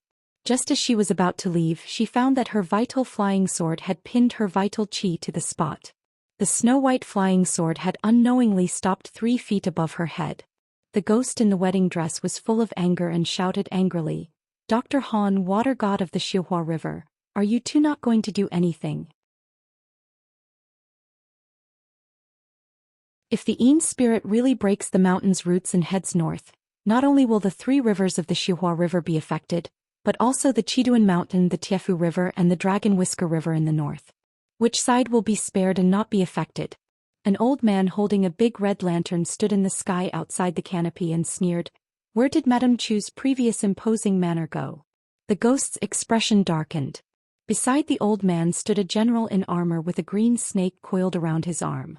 He came out to mediate the situation, lest the Doctor of Rites and Madame Chu fall out and ruin Dali's luck. He said in a deep voice, "Madame Chu, Dr. Han and I can persuade the Yin spirit to stop breaking the mountain's roots, but we also hope that Madame Chu will not do anything extreme in the future."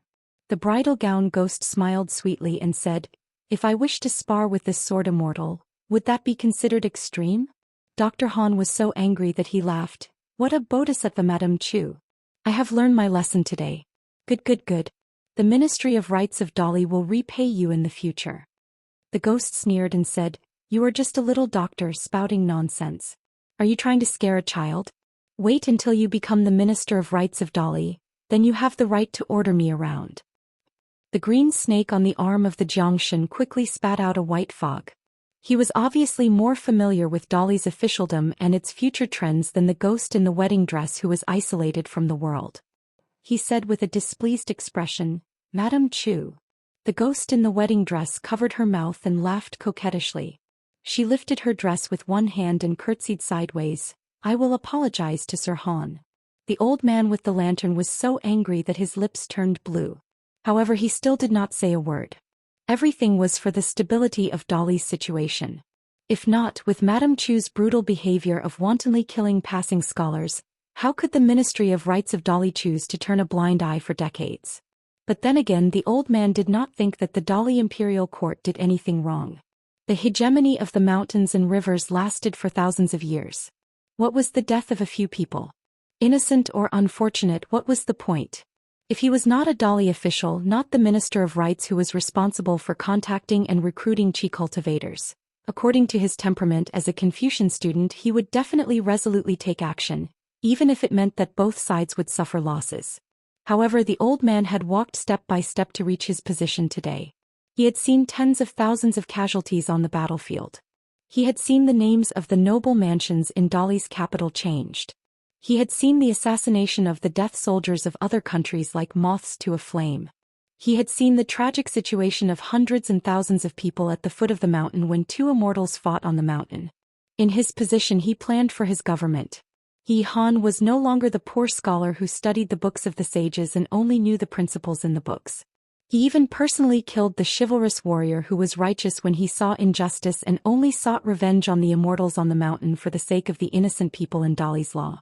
Before the man died, he cursed loudly, saying that Dali was ridiculous and that he was the lackey of the immortals on the mountain. He calmly told the man that perhaps in 30 years or even 50 years, there would definitely be a day when there would no longer be such a tragic death in the Great Li. That chivalrous martial artist spat blood on his face before he died. How could there be such a simple thing in the world? The old man with the lantern in his hand looked to the north with complicated thoughts. He did not know why his master was not in a hurry to show up and take action. The young sword immortal ignored Mrs. Chu and the Dali minister. As for the water deity and Yin deity, he was too lazy to care. He turned around again and faced the wedding dress ghost who was stunned by his flying sword. He smiled and asked, "Do you want to exchange swordsmanship with me?" The wedding dress ghost smiled and said, "If you want to stop, I am willing. After all, I have never seen a young sword immortal like you in my life." The young sword immortal waved his hand and the white donkey quickly ran back to Li Huai. The man reached out to the sword hanging beside him and nodded, "Okay." The wedding dress ghost narrowed her eyes. "Oh? Are you serious?" The young sword immortal grasped the sword hilt and said softly, "The name of the sword is Gao Zhu." A simple slash of the sword. But it changed the color of the sky and made this small world full of gloomy aura suddenly shine brightly. The sword Qi instantly slashed at the ghost. Panicking, the wedding dress ghost could only raise her hands to cover her face and her wide sleeves to cover her whole body. The ghost was slashed into two on the spot. The wail of Mrs. Chu resounded through the street and the magnificent mansion behind her. The servants and maids stood where they were in a daze and began to bleed from their 7 orifices. Some directly collapsed to the ground and turned into a pool of pus. Inside the mansion there were noble ladies who were learning needlework. Needles were piercing into their arms without them realizing it. There were guards who were practicing martial arts standing where they were and punched each other's heads. Even if half of their heads were broken, their movements did not stop. The ghost hurriedly rushed to the gate of the mansion. The two halves of her body were connected by countless red threads. The scene was like a lotus root that was cut in half. At this moment the two halves quickly merged together in the air. The young sword immortal said indifferently, "Again." A slash of the sword. The slash of the sword spread out in the air like a sparkling water surface. The wedding dress ghost was like a beauty who had just come out of the bath. Her waist was covered by the water surface. The wedding dress fell limply to the top of the stairs. The ghost turned into billowing smoke and flew into the golden plaque. Blood constantly fell to the ground. A woman's face, contorted in pain, protruded from the surface of the plaque from time to time. She begged for mercy. "Spare me, sword immortal." The young sword immortal attacked twice. After only 2 attacks, the soul of the arrogant ghost in the bridal dress was split into 4 parts. She had to return to the plaque where the mountain root and water source of this small world was entrusted. She could only catch her last breath. There was a saying in the world, living under the eaves of others. Actually, it had already revealed part of the heavenly secrets.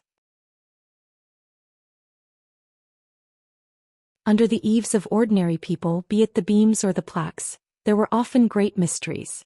Lin Shi's mind wavered.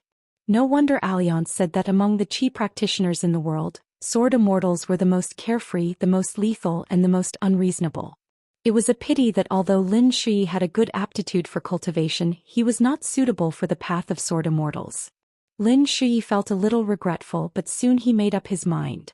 Wouldn't it be better if he could rely on the heavenly Daoist method to defeat a sword immortal on the land who was so good at sword art? However, Lin Shi was very clear that the man in front of him was most likely the legendary Qi cultivator of the upper 5 realms.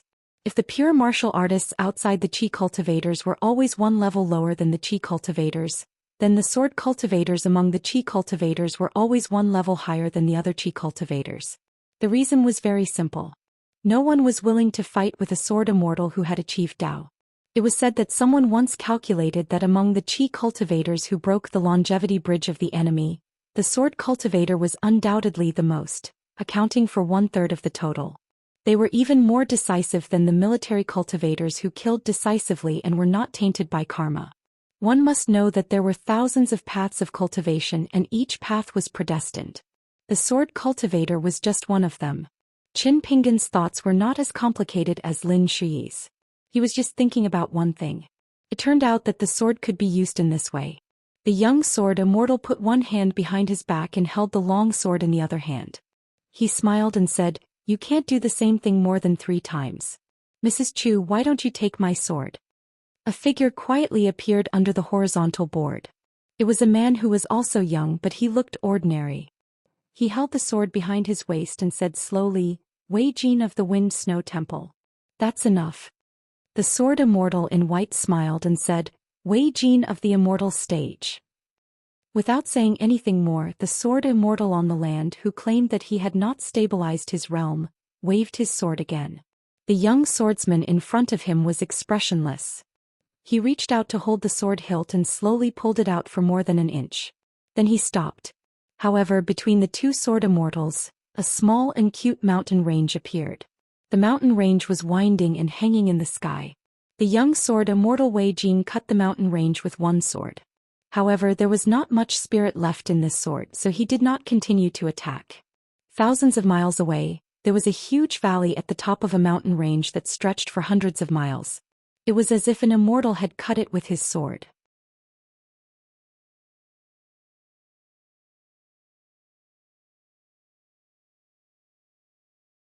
"127. Wei Jin smiled and asked, "Are you that person from the Mo family?" The young swordsman's expression was not good. He thought, "Senior Alliance, can't you say one more name?" He said to Wei Jin, "Wait a moment. 888 read book. 2 infinity 30 is equal." The young swordsman turned to the female ghost attached to the plaque and frowned. "Madame Chu, now that things have come to this, can you show some sincerity?" The female ghost, whose soul was hidden in the plaque, nodded. Then the sky gradually disappeared. This was a sign that the boundary between the mountains and rivers was dissipating. It was similar to the common people opening the door to welcome guests. No matter how ignorant and inexperienced she was, she had also heard of the various legendary deeds of this person. He was born in the school of Mo's ranger lineage, and after joining the Great Li Song clan, he was immediately treated as an honored guest by the Great Li's emperor. Now he was one of the gatekeepers of the Great Li's capital city, and one of the key figures in the Great Li's power to intimidate the forces on the mountain. It was said that when he had free time he would travel alone. Every time he saw a mountain or river he would turn it into his sword will. As a result, the Ministry of Rights doctor and the embroidery river god appeared on the street and bowed to the young swordsman.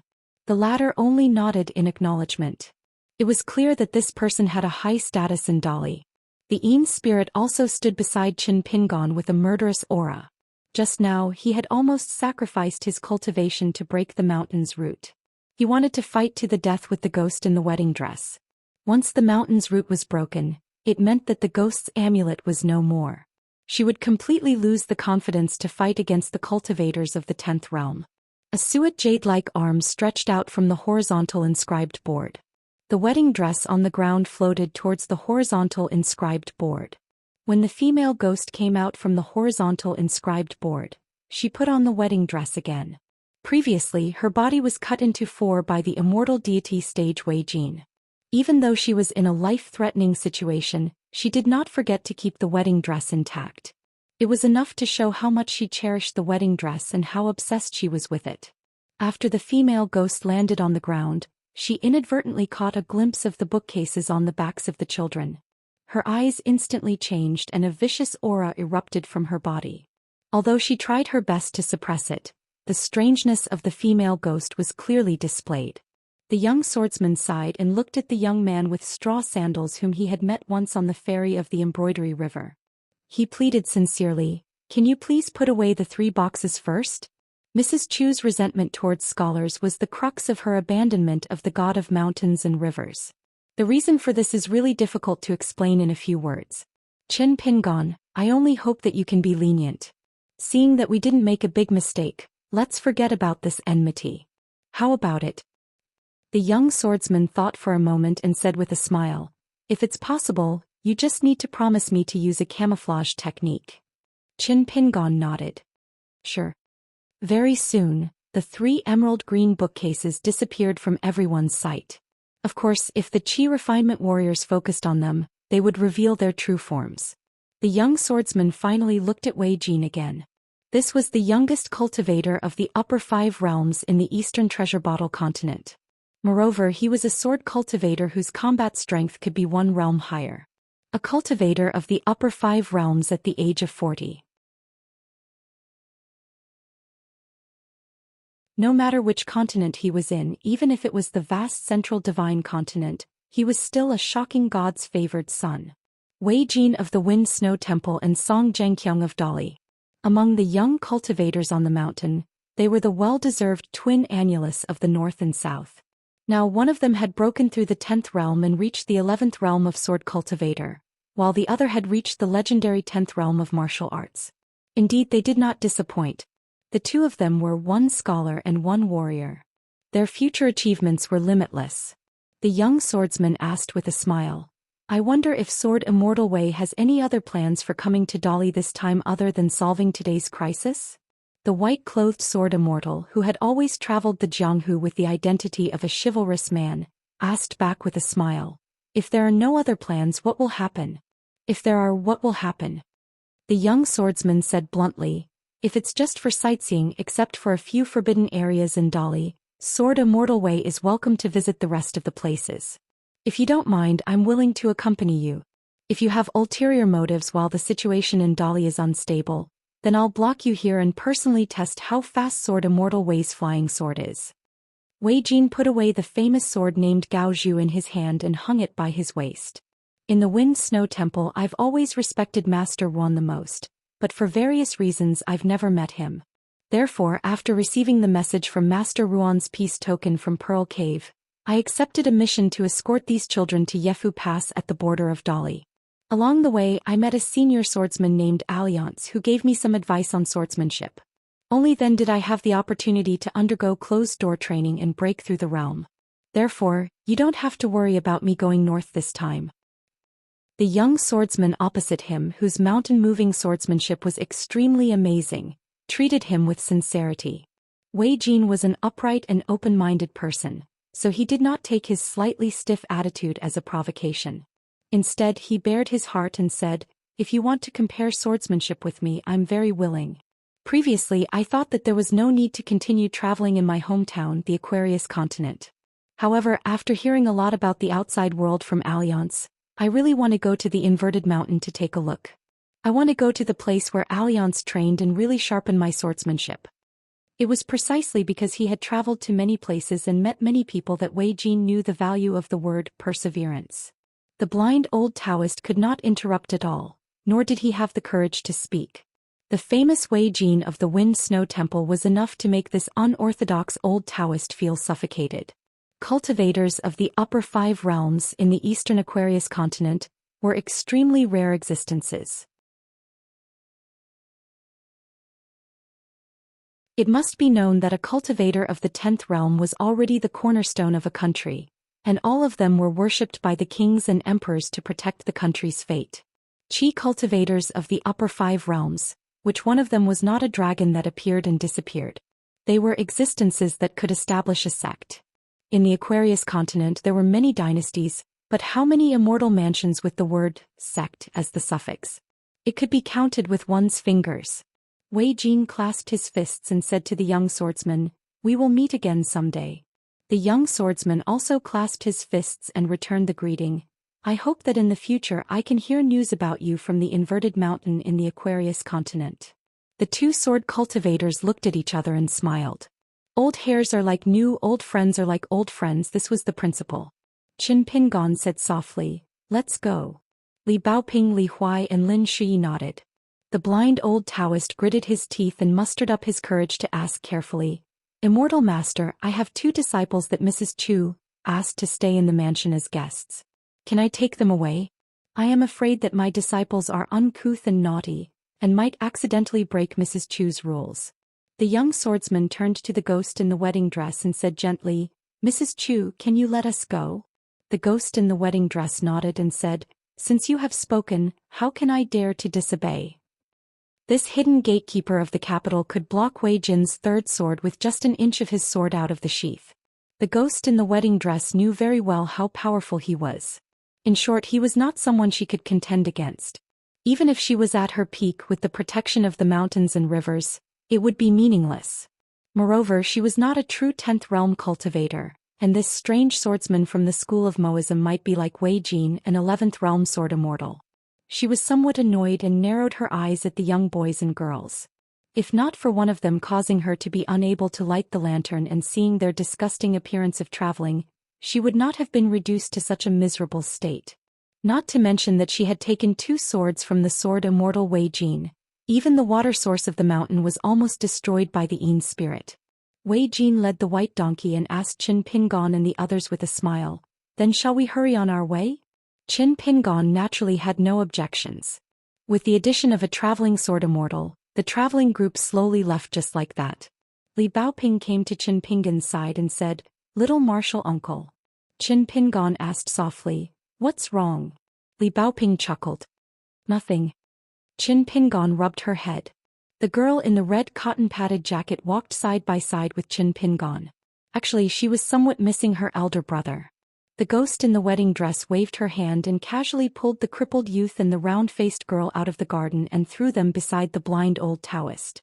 After that, she glanced in a direction out of the corner of her eye. Coincidentally, the ghost in the wedding dress saw the straw sandals youth looking back. They stared at each other. The youth's eyes were cold. For a moment, the ghost in the wedding dress felt her heart palpitate for no reason. However, she soon found it ridiculous and quickly retracted her gaze, no longer wasting time on an ordinary youth. The ghost in the wedding dress did not understand why she was so suspicious. Then for some reason she looked again. The straw sandals youth had his back to her and was slowly walking away. Naturally, he was at the back of the group.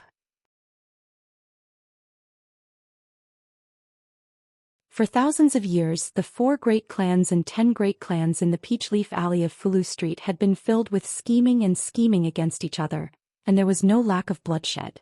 However, now that it had become Longquan County, they had no choice but to band together and gather their forces. However, in private, who was not secretly in contact with the Imperial Court of Great Li and those immortal forces who had bought the mountains? There were some rumors that were spread as if they were true, but the people on the streets and alleys didn't take them seriously.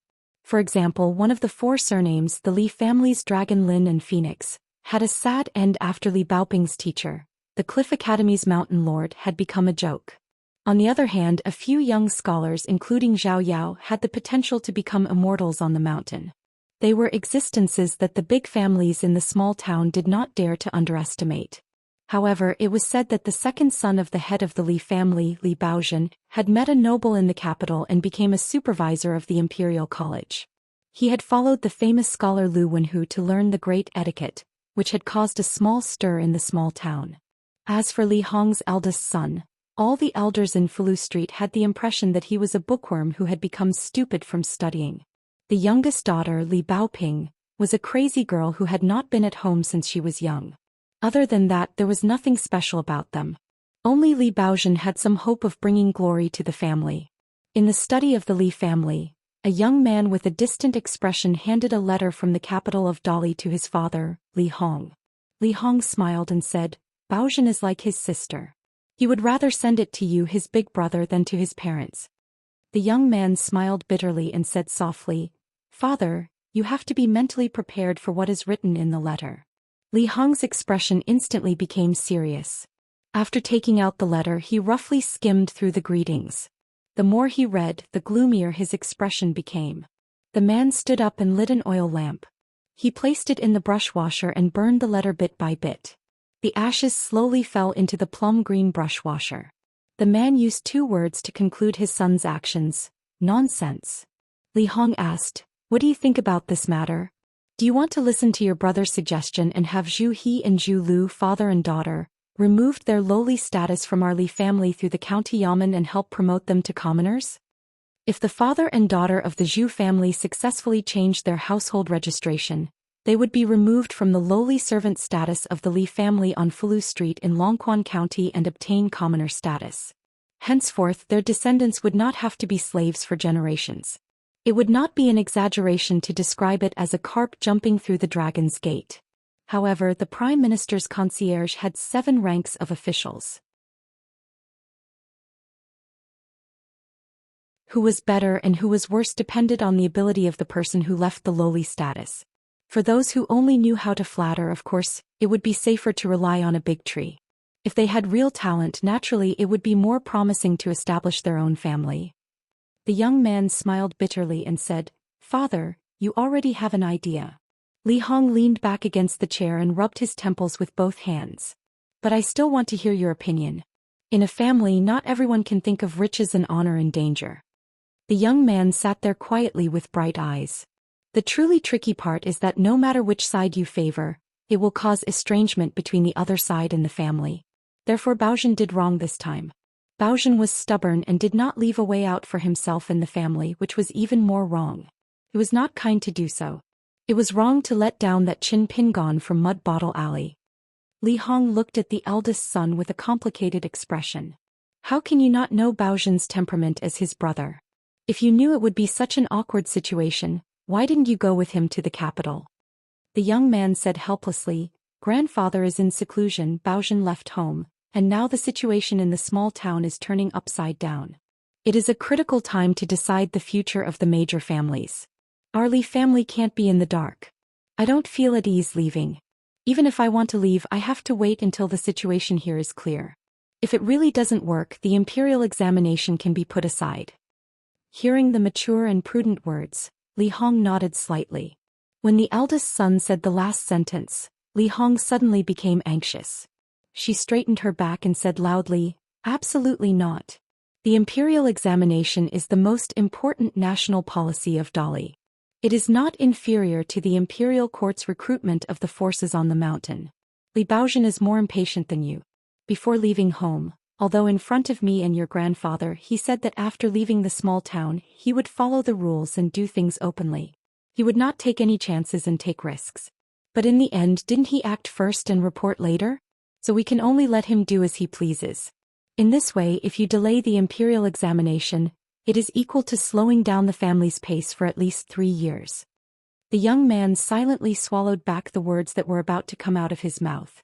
As long as he said it, it meant that his relationship with his brother, which was not very good, would fall to the bottom in an instant, and there would be no possibility of mending it. Moreover, it was meaningless to say it because deep in his heart his father did not deny his brother's pursuit of riches and honor. On the wrong path he rose early and worked hard for 3 years. On the right path he restrained himself and lay low for 3 years. The difference in the impact of the two on the next 30 years of the family and on the 2 generations was self-evident. After the young man walked out of the study, he walked alone in the elegant and spacious outer corridor. He suddenly heard the tinkling of a string of wind chimes under the eaves. He closed his eyes and looked up slightly. Listening to the ethereal tinkling sound, he murmured, "It's not good to have too many smart people." The scholar in green was called Li Shisheng.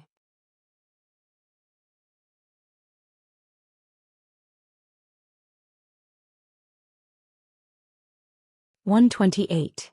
Without the ghost in the wedding dress causing trouble in the dark, Qin Pingon and his companions can go on without any hindrance. There is a road leading to the mansion in the valley. Originally it was wide enough for 2 carriages to go side by side. Now, although it is covered with weeds and cold rain, It is much better than when Qin Pingon had to open the road with the auspicious symbol with the narrow saber after he left the road to the underworld with the barrier-breaking charm. The man who was called the Land Sword Immortal by the ghost in the wedding dress does not speak after he suddenly joins the team. This sword practitioner of the immortal level of the Wind Snow Temple leads the white donkey with one hand and holds the hilt of the sword at his waist with the other hand. He walks with his eyes closed and his mind wandering. If there was a chasm between the lower 5 levels and the middle 5 levels, then there was a chasm between the 10th level and the 11th level. Even the Qi refinement warriors of the 10th level, who were the pillars of the dynasty in the mortal world below the mountain, had to sit like dead bones for decades or even centuries. In the end, they finally found the opportunity to break through the level after a long period of silence and walk down the mountain from the blessed land and the mountain gate. However, in the end it was all for naught. There were still many of them who returned to the mountain and continued to sit and face the wall. Wei Jin quietly ended the unique breathing method of the Wind Snow Temple. He opened his eyes, turned around and looked at the children who were familiar with Liang. However, this white-robed sword immortal's mind was more focused on the memorial ceremony in the Wind Snow Temple. Since he couldn't break through the realm, he hadn't gone to his master's grave to propose a toast to him for many years.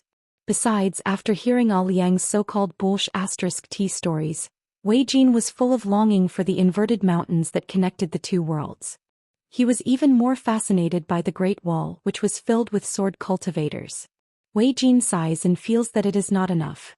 If he had been under the banner of Xiao Shui Gao Feng before, his body would have been stable and perfectly integrated with the sword intent.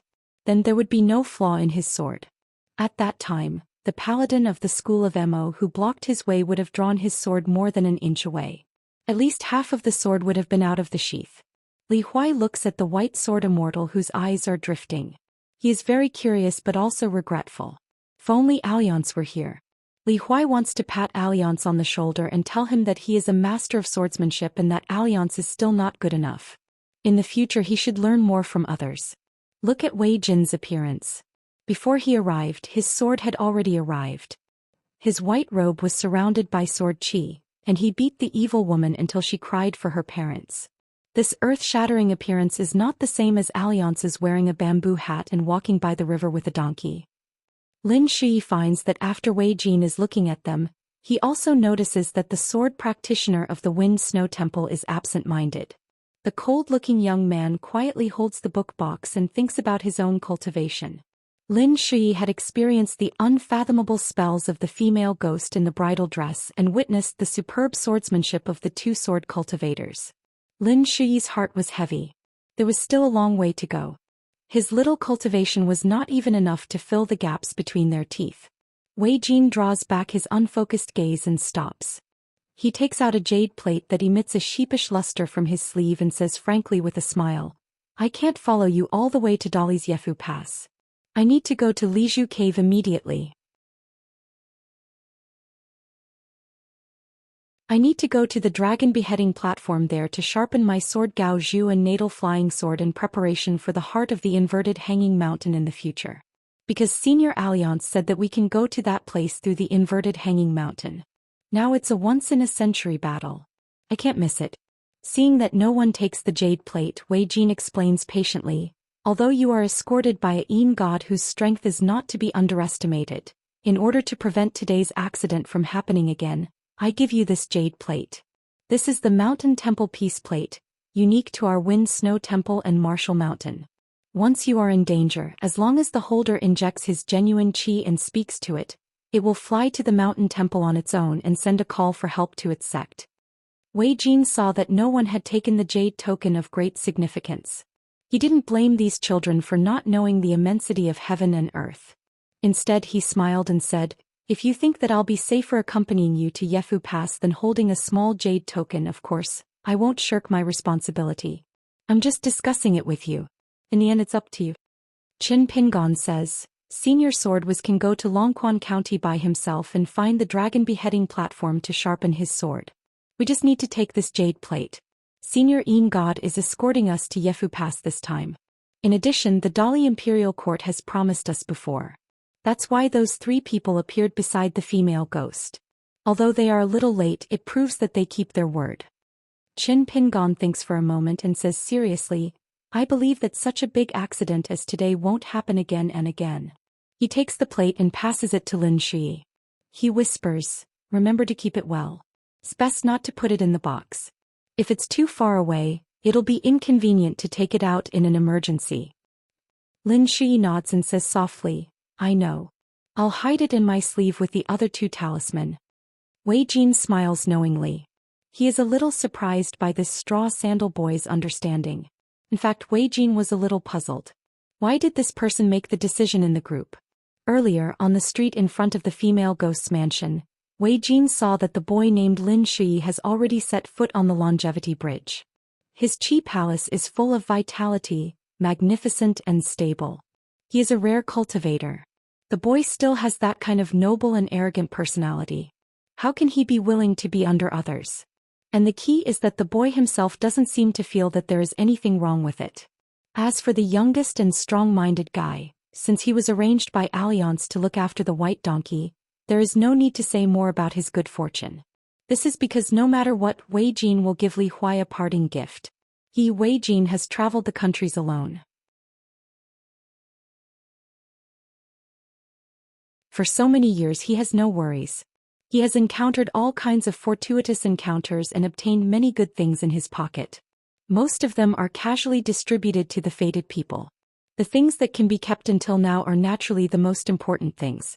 What's more, when Wei Jin uses his clear sword heart to illuminate Li Huai and sweep away the fog that was deliberately created by someone, he discovers that Li Huai's innate foundation is actually better than Lin Shi's. He is a first-rate fine jade that the forefathers of the School of War dream of. In Sword Immortal Wei Jin's eyes, the little girl in the red cotton-padded jacket who is shrouded in white mist opens her mouth and asks, if this plate encounters today's situation, can it really fly out? If it encounters the road to the Yellow Springs from before, and the layer of darkness that Senior used the flying sword to break open, will it block its path? Wei Jin laughed and said, you can rest assured. Even the sage's domain of a cultivator in the 10th realm can't trap it. This thing is extremely fast, far faster than the flying sword.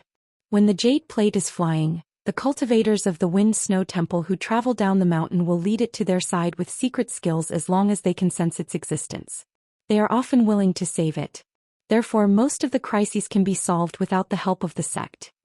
The little girl nodded and said, I understand. The jade plate itself is a kind of customs document. If the opponent can't even defeat Senior Yin Shen, his identity must be very complicated. With their age and experience, they will recognize this piece and piece plate of the Wind Snow Temple at a glance. They will definitely be afraid of Senior Sword Immortal and your sect. Therefore, even if the jade plate can't reach the Wind Snow Temple in time, as long as the jade plate is used, it is already a kind of deterrence. It is equivalent to advising the other party not to provoke the Wind Snow Temple. Wei Jin was stunned. He was amazed by the little girl's early wisdom and insight. Looking at the little girl with a serious face, he suddenly felt happy. Naturally, he felt that she was close and cute. In the end, Wei Jin inadvertently glanced at the boy with straw sandals again. Is it because he is older that he is the leader of the 3 children? Wei Jin looked away and looked at Li Huai, the child who had helped him take care of the donkey all the way. After weighing the pros and cons, he shook his wrist and a row of clay figurines appeared in his palm. They were only half a finger high. There was a swordsman with a sword, a Daoist with a horsetail whisk, an armored general, a woman riding a crane and a gong and drum watchman. There were 5 of them in total. Wei Jin handed them to Li Huai. These 5 clay figurines are considered half-dead objects. They are a combination of the school of Yin Yang, the school of Moism's puppetry techniques, and the profound knowledge of the Daoist talisman lineage. I don't understand the profoundness behind it. I only know that if they are nurtured properly and familiarized with your aura, they may come back to life one day.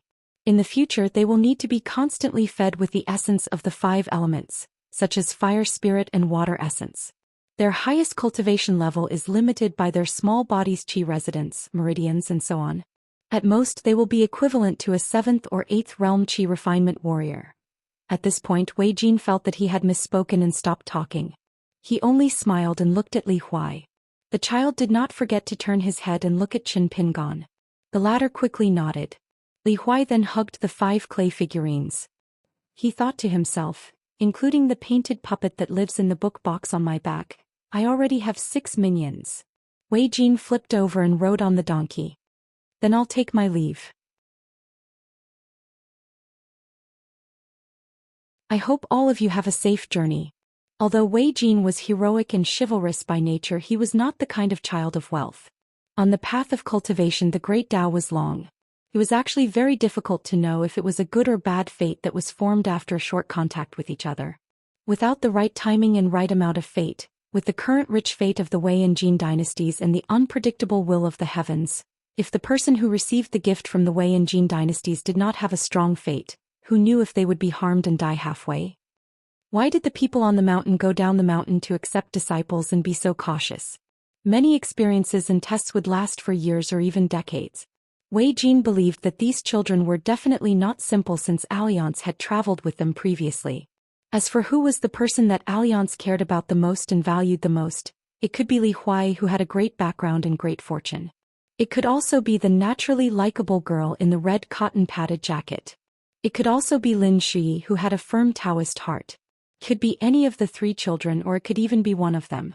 However, it was urgent for Wei Jin to rush to the inverted mountain. Otherwise he would miss the soul-stirring peak battle. Otherwise he would really want to accompany this group of children to the border Yefu Pass. As a sword cultivator who aspired to reach the peak of swordsmanship, how could he miss the once-in-a-century event? Qin Pingon subconsciously cupped his fists in return. However, it was the first time he cupped his fists in salute on the Embroidery River ferry. He was used to covering his right hand with his left hand. Now, looking at Wei Jin and the young swordsman in the Wind Snow Temple, it seemed that they were covering their right hand with their right hand. As a result, Qin Pingon felt a little awkward. He was afraid that he did not know the rules of etiquette, so he quickly changed the position of his left and right hands. Wei Jin saw this detail. When he saw the straw sandals youth's embarrassed state, he could not help but laugh. He bent down and patted his old friend's back. Sco. The white donkey stomped its hooves happily. After taking a few steps forward, it suddenly turned around and ran towards Qin Pingon. It rubbed against the young man's cheek before carrying its long-awaited master on its back and continuing its journey. Along the way, it was said that Li Huai was taking care of the white donkey. However, how could Li Huai have such patience and perseverance? Wasn't it still Qin Pingon who silently fed the donkey, blew its nose and drove away the mosquitoes and flies? Qin Pingon smiled and waved goodbye to the donkey. The white-clothed sword cultivator could not help but laugh. His body leaned back and moved up and down along with the donkey's hooves. Well, it turned out that this land sword immortal was not as popular as his old friend. The world was lonely, desolate, and barren. Between heaven and earth, there seemed to be only a city wall of unknown length and height left. Even from 100 miles away in the south, one could still clearly see the 18 large words carved with sword qi. From this, one could see how big the words were and how tall the city wall was. Daoist techniques, vast western heaven. The sword qi existed forever, the lightning pool important place. Qidongchen. Meng. Hundreds of miles south of the Great Wall, a bugle horn that seemed to be able to shatter the dome of the world suddenly sounded. Countless black shadows gathered together densely. As the bugle horn sounded, bits of fire lit up and finally connected into one. If one stood at a high place in the north and looked into the distance, it would be a resplendent sea of fire. On the city wall, an old voice sounded majestically. Raise your swords. On the city wall that had stood here for 10,000 years and was tens of thousands of miles long. In an instant, hundreds of thousands of flying swords left the city wall at the same time and flew towards the south. The sword qi was brilliant. It was like a flood breaking through a dam and pouring down. There was no greater wonder in the world than this. 8.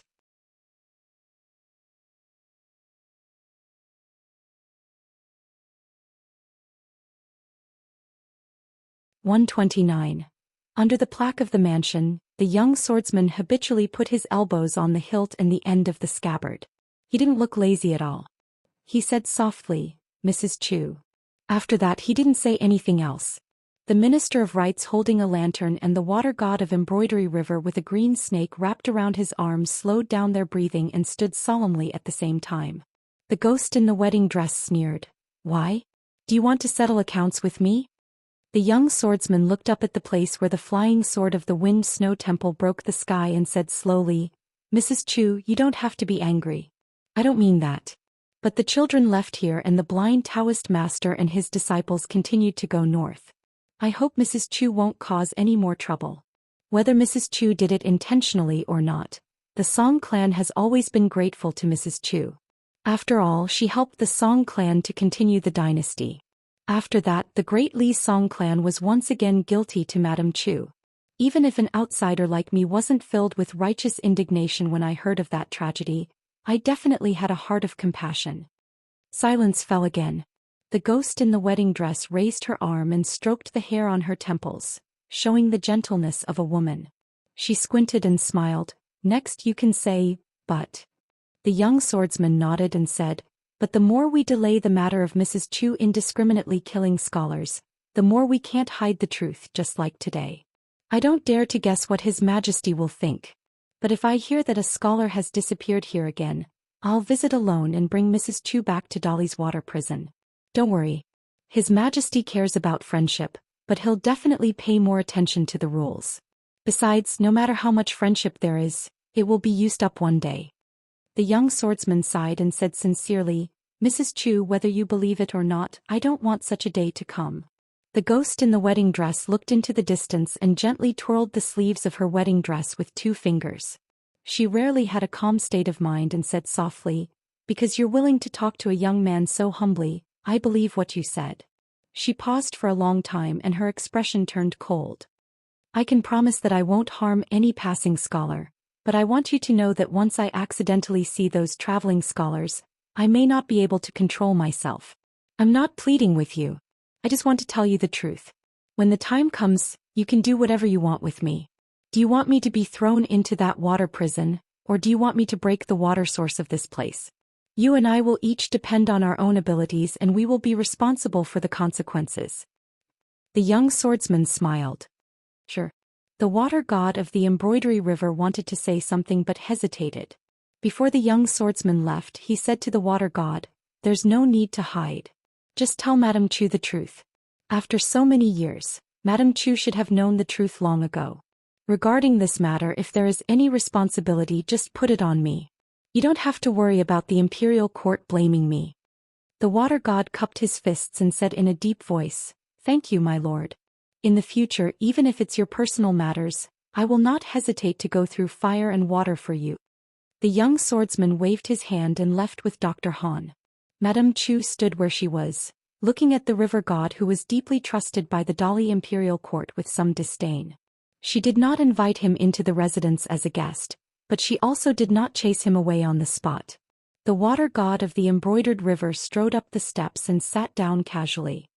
"I know you have always looked down on a rough martial artist like me, so I will make a long story short. The Langjun you have taken a fancy to did not betray your sincerity. It's just that the Dali imperial court took the overall situation into consideration. They were afraid that if you left this place, they would no longer be able to suppress the remaining fate of the holy water country led by the Chestun Mountain. Therefore they never told you the truth, deliberately making you misunderstand that scholar." Madame Chu's sleeves billowed and her eyes were red. Blood kept flowing out of her eyes, but her expression was still calm. "Now that things have come to this, you still want to lie to me? Do you really think I'm a 3-year-old child? Although after he left, I never went to places other than the mountains and rivers here, and I no longer went to Wanping County and Red Candle Town to enjoy the scenery of the mortal world. I'm not deaf when he went to Lakeview Academy. I passed by so many scholars and many of them inadvertently mentioned it, so I know a lot. In the end, he fell in love with another woman." Madame Chu murmured, "I know that if he fell in love with someone, it must be true love." The water god of the embroidered river looked calm. "Then you should also know that as the first scholar in Dali to enter the academy with his own ability, he was set up miserably in Lakeview Academy. First they deliberately flattered him, and then someone secretly spent a lot of money to hire the most famous brothel girl to pretend to admire his talent and make him famous. Then they made the great scholars of the nearby dynasties deliberately treat him as a friend despite the difference in age.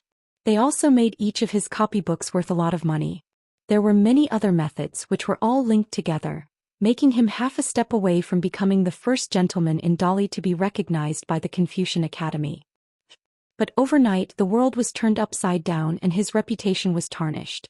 Someone framed him for plagiarizing poems, and that courtesans slandered him for being inhumane. Several literary masters joined forces to criticize his moral essays, calling him a hypocrite, and scolding him as the turbid current of Lakeview Academy. A great scholar who was originally in high spirits went crazy just like that. He went crazy for a long time, and this scholar who was born poor became the laughing stock of the entire Lakeview Academy. The saying that Dali was a northern barbarian became more and more true. But in the end, no one expected that he would actually wake up. At this point, the water god of the embroidered river turned to look at Madame Chu, who was in a daze. Do you know why he could wake up? Madame Chu slowly sat at the top of the stairs, and her wedding dress slowly spread out like a bright red peony. Was it your Dali Chi refinement warriors who did it? The burly man smiled, his eyes cold as he said bluntly, if Dali really wanted to do something, it should be to kill this scholar. Madame Chu's lips twitched and she nodded. It is indeed harmful to the country's prestige. In the battle between two countries, it's only logical that they would resort to any means possible. The man let out a turbid breath. The reason why that scholar could wake up was because a woman he was familiar with went to his side. Madame Chu's body stiffened. The water god slowly got up and walked down the stairs. That woman's face was covered with a mask, and her appearance was exactly the same as yours, Madame Chu. If I'm not wrong, Madame Chu's voice, habits and preferences have all been copied by her. If you say that tricking the scholar before involved the battle between two countries, then forcing the scholar to a dead end and playing with him in the palm of your hand, I'm afraid it was a battle between the scholars. The water god strode away. In short, after that scholar knew the truth, he jumped into the lake and died. It's that simple. According to the words that this scholar had with his two best friends at the directorate of Dali's capital before he went to Lakeview Academy, he had long known of your inhuman identity. That was why he insisted on becoming a gentleman above the sages of the Confucian sect. In this way, when he returned to Dali in the future, he would have the confidence to ask the imperial court for a legal marriage. The water god had already left. The female ghost in the wedding dress who had committed countless crimes was still sitting in the same place. Her expression was serene and her movements were gentle. She smoothed and folded here and there, and she was never tired of it. Not long after the Wei and Jin dynasties left, a hurried shout came from behind Shin Pingon, asking his benefactor to stop. He turned around and saw the blind old Daoist and his two disciples chasing after them. The old Daoist had been through a lot, and he certainly knew that this group of children of unknown origin was the key to safely leaving the mountain. Who knew if that eccentric ghost would regret her words and capture them to wash their faces and hearts? According to the two disciples, many scholars were planted in the mansion's garden. It seemed that someone had struggled to climb out of the soil. Now it seemed that it was a pitiful person who had been cut in half at the waist. The old Daoist was supported by the round-faced girl and ran all the way. His old Daoist robe was full of barbs on both sides of the grass and trees, but he did not notice it at all. Could be said that he was in a mess. To be honest, although the old Daoist thunder method could not suppress the female ghost in the wedding dress, he was actually an old immortal in the marketplace at the foot of the mountain. On this trip to the north, he was often worshipped as an otherworldly master. In the Three Branches Mountain, he was regarded as a swindler with poor skills. After all, it was a rare and bleak situation. The old Daoist no longer pretended to be mysterious like when they first met. He squeezed out a smile and asked, "May I ask where the great sword Immortal Way of the Wind Snow Temple is? My common name is Xianxia and my Taoist name is Xianguzi. I have admired the great sword Immortal Way for a long time.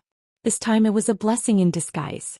I was able to meet great sword Immortal Way and witness the three sword moves of the Immortal with my own eyes. It is really a great blessing for me." Lin Shuyi sneered and said, "This earth sword Immortal has gone to the north alone. If you want to get close to him, you can go ahead of us. Maybe you can catch up with him." The old Daoist smiled embarrassedly and said, "Let it be. Fate has not arrived, so I can't force it."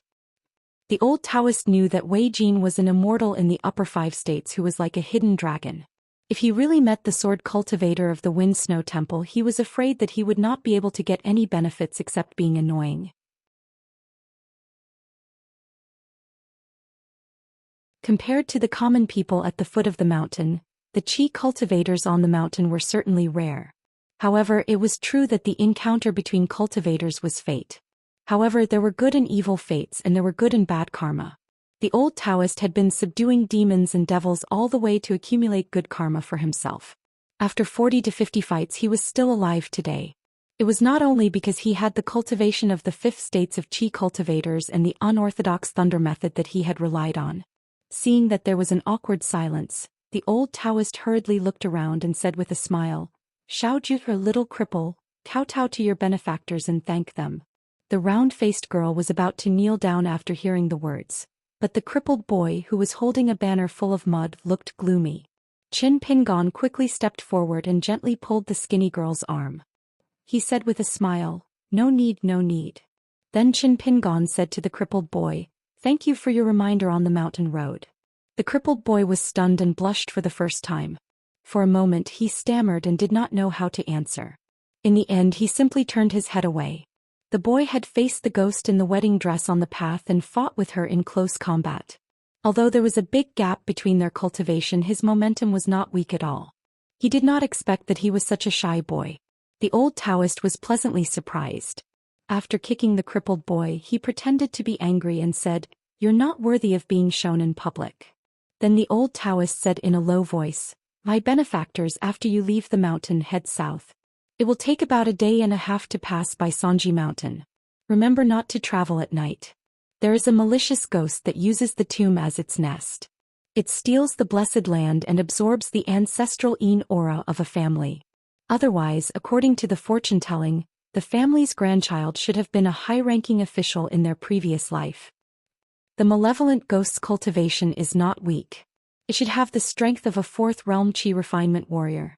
The main reason is that it appears and disappears unpredictably and is very difficult to capture. It also uses some kind of unknown evil dharma to create more than 10 Yin corpse puppets. I have fought with it before and failed several times. Not only did I waste several precious thunder talismans, I was also mistaken by the local villagers as a swindler. It is really infuriating. Lin Shi's heart was slightly moved. He heard the secret reminder of the senior Xian and asked, "Taoist, are you good at the 5 thunder spell? May I know which sect you belong to?" The old Taoist was a little embarrassed. He thought that this cold boy was really inexperienced and did not know the rules of the Jianghu. Who would ask someone's background so directly? No matter if he was a celestial cultivator in the mountain or a martial artist in the Jianghu, this was a big taboo. However, with the pitiful experience of his fellow sufferers and the help of the land sword immortal like Wei Jin, the old Taoist did not care about this. After careful consideration, he slowly said, "It's a long story. My benefactors, please don't mind my nagging. My hometown is the famous Southern Stream Kingdom, where Taoism is respected. There is a Taoist sect at the border, which is the leader of the Aquarius Continent's Taoist sect. It occupies one of the 72 blessed lands, Qingtan Blessed Land. Not to mention that the sect leader is the imperial tutor of the Southern Stream Kingdom. Due to the profoundness of his Taoism and his great magical powers, the kings of several nearby countries have personally come to the mountain to worship the sect leader as the #1 immortal of the country. Therefore, this Taoist immortal has the title of Immortal of the 4 countries and is recognized as one of the top 10 immortal masters in the Aquarius continent. To be honest, if the great sword immortal Wei of the Wind Snow Temple met this immortal master before he broke through the realm, Senior Wei would not be able to be on equal footing with him. Qin Pingon and Lin Shi listened very seriously, not wanting to miss a word. There is always someone better than you. Especially the words immortal. Wasn't Lu Jimao, who appeared in the small town, known as the immortal master Xianxia? Li Baoping and Li Huai on the other hand were not so focused. Li Baoping looked at the round-faced little girl from time to time. The latter timidly hid beside the blind Taoist, looking shy and shy. The blind old Taoist became more and more interested. With the help of Xiao Jue, he unknowingly walked between Qin Pingon and Lin Shi and said, "In the world, the sects that are qualified to have the word sect are generally divided into 3 sects: Ancestor, Orthodox, and Lower Sect. Among them, Ancestor is often called the ancestral court. The Lower Sect will have many affiliated sections. The names of these sects are not so particular. As long as they do not use the word sect without permission and do not have the same name as other sects, such as Taoist temples, Buddhist temples, and so on, they can be named casually. Periodically, they will give some tribute to the Lower Sect and build a good relationship with the imperial court at the foot of the mountain. They will find a place with good feng shui and cultivate peacefully in the mountain. They will try their best to recruit disciples with cultivation aptitude and pass down the flame for hundreds and thousands of years. This humble Daoist came from the truth-seeking temple, and it was once one of the top-ranked large sects in the Southern Stream Kingdom. But it fell into decline over 100 years ago, and when it came to this humble Daoist generation, almost all of my masters and seniors had passed away. Not many of my senior and junior brothers were left, and there wasn't a single one of them who was truly promising. The Five Thunders cultivation method of our truth-seeking sect is indeed not orthodox. It mainly cultivates the two qi acupoints of the liver and gallbladder. The knowledge is all about the two words shu and he, which are derived from the meaning of shu is clouds and rain, and he is thunder. Once it is cultivated, you can see that in several important qi acupoints, there are mysterious scenes of clouds and rain rising and thunder rumbling. Then you can resonate with heaven and earth. Raising your hand or raising your foot, you can attract the heavenly thunder and expel evil spirits. Of course, in front of the great sword Immortal weighs great sword Immortal. This unorthodox cultivation method of the truth-seeking sect can only be a joke. Lin Shui frowned and asked, "The five viscera are the heart, liver, spleen, lungs, and kidneys. The five places gather qi like five thunders. Why did your sect cultivate the gallbladder, outside of the five viscera, as the place to attract thunder?" The embarrassment on the blind Daoist's face this time was absolutely not fake. He sighed heavily, and his face was filled with exhaustion as he said helplessly, "I really had no choice. The Five Thunders technique is a secret technique of the orthodox Daoist technique. To put it bluntly, even if an outsider obtained the complete cultivation technique, who would dare to cultivate it without permission? The truth-seeking sect mainly cultivates the two related qi acupoints of the liver and gallbladder. In fact, even if it is the liver, it is only because of a chance encounter that the founder has learned a little bit. In the end, it is barely similar in form but not in spirit. This is the root of why there are so few orthodox cultivation methods in the world and so many unorthodox cultivation methods. Lin Shui suddenly understood and said, "I see." The old Taoist sighed from the bottom of his heart and said, "It is more than 1,000 times harder to walk on the Great Tao than this muddy mountain road. It is precisely because my sect is not the orthodox cultivation method of thunder that there are advantages and disadvantages when I cultivate it. For example, once the yin-yang cultivation method of thunder reveals the secrets of heaven, it is easy to be punished by the invisible heaven. My sect cultivates this thunder method and usually chooses disciples with congenital defects to join my sect. Because these people are pitted by the way of heaven, even if they frequently use the truth-seeking thunder method of thunder that hurts the origin of the liver and gallbladder, it is not an extravagant hope for them to attain Tao and live a long life if they are lucky. Legend has it that once the qi cultivators of the orthodox cultivation method of thunder of a big continent take action, the god of thunder, the goddess of lightning, the rain master, the wind master, the cloud official, and all kinds of gods will be driven to help boost the momentum.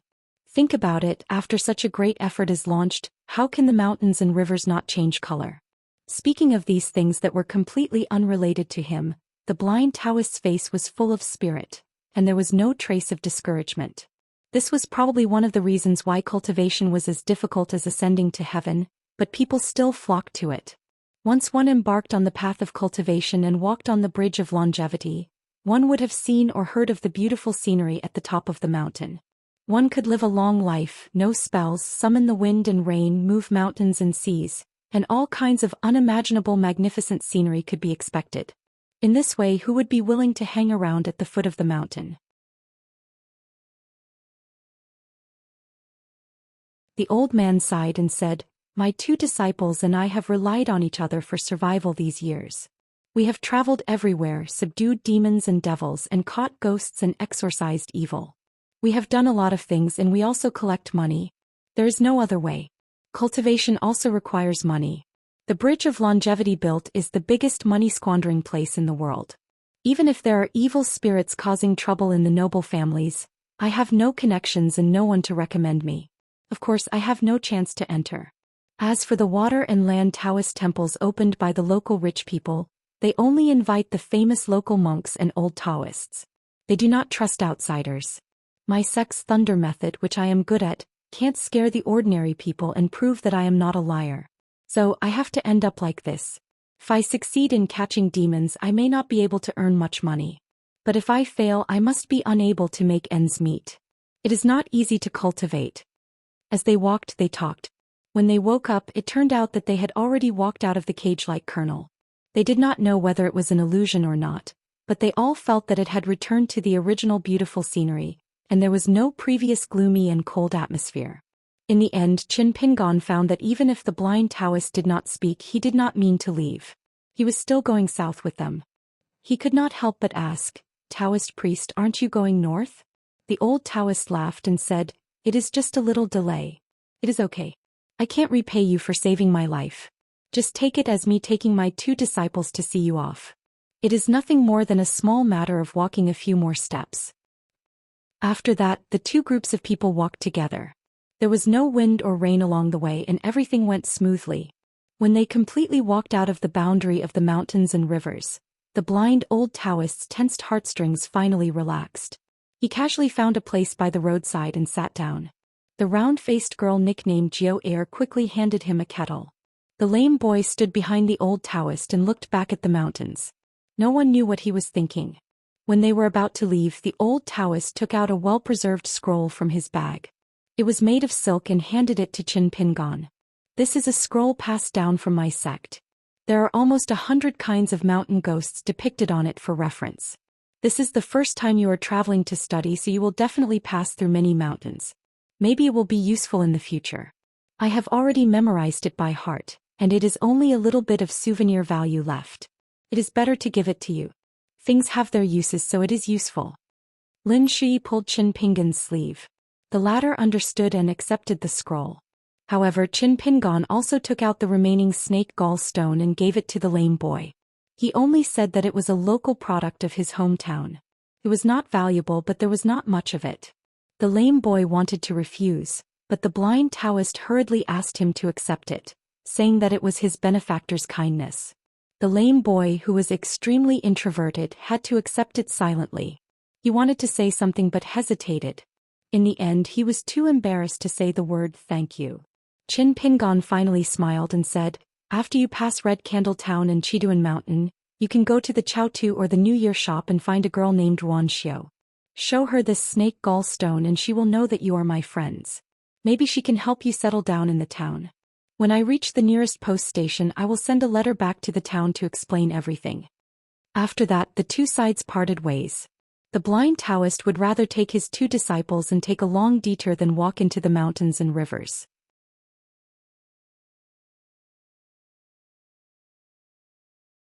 As they continued to go south, Qin Pingon looked back and slowly withdrew his gaze. The boy suddenly wanted to practice swordsmanship.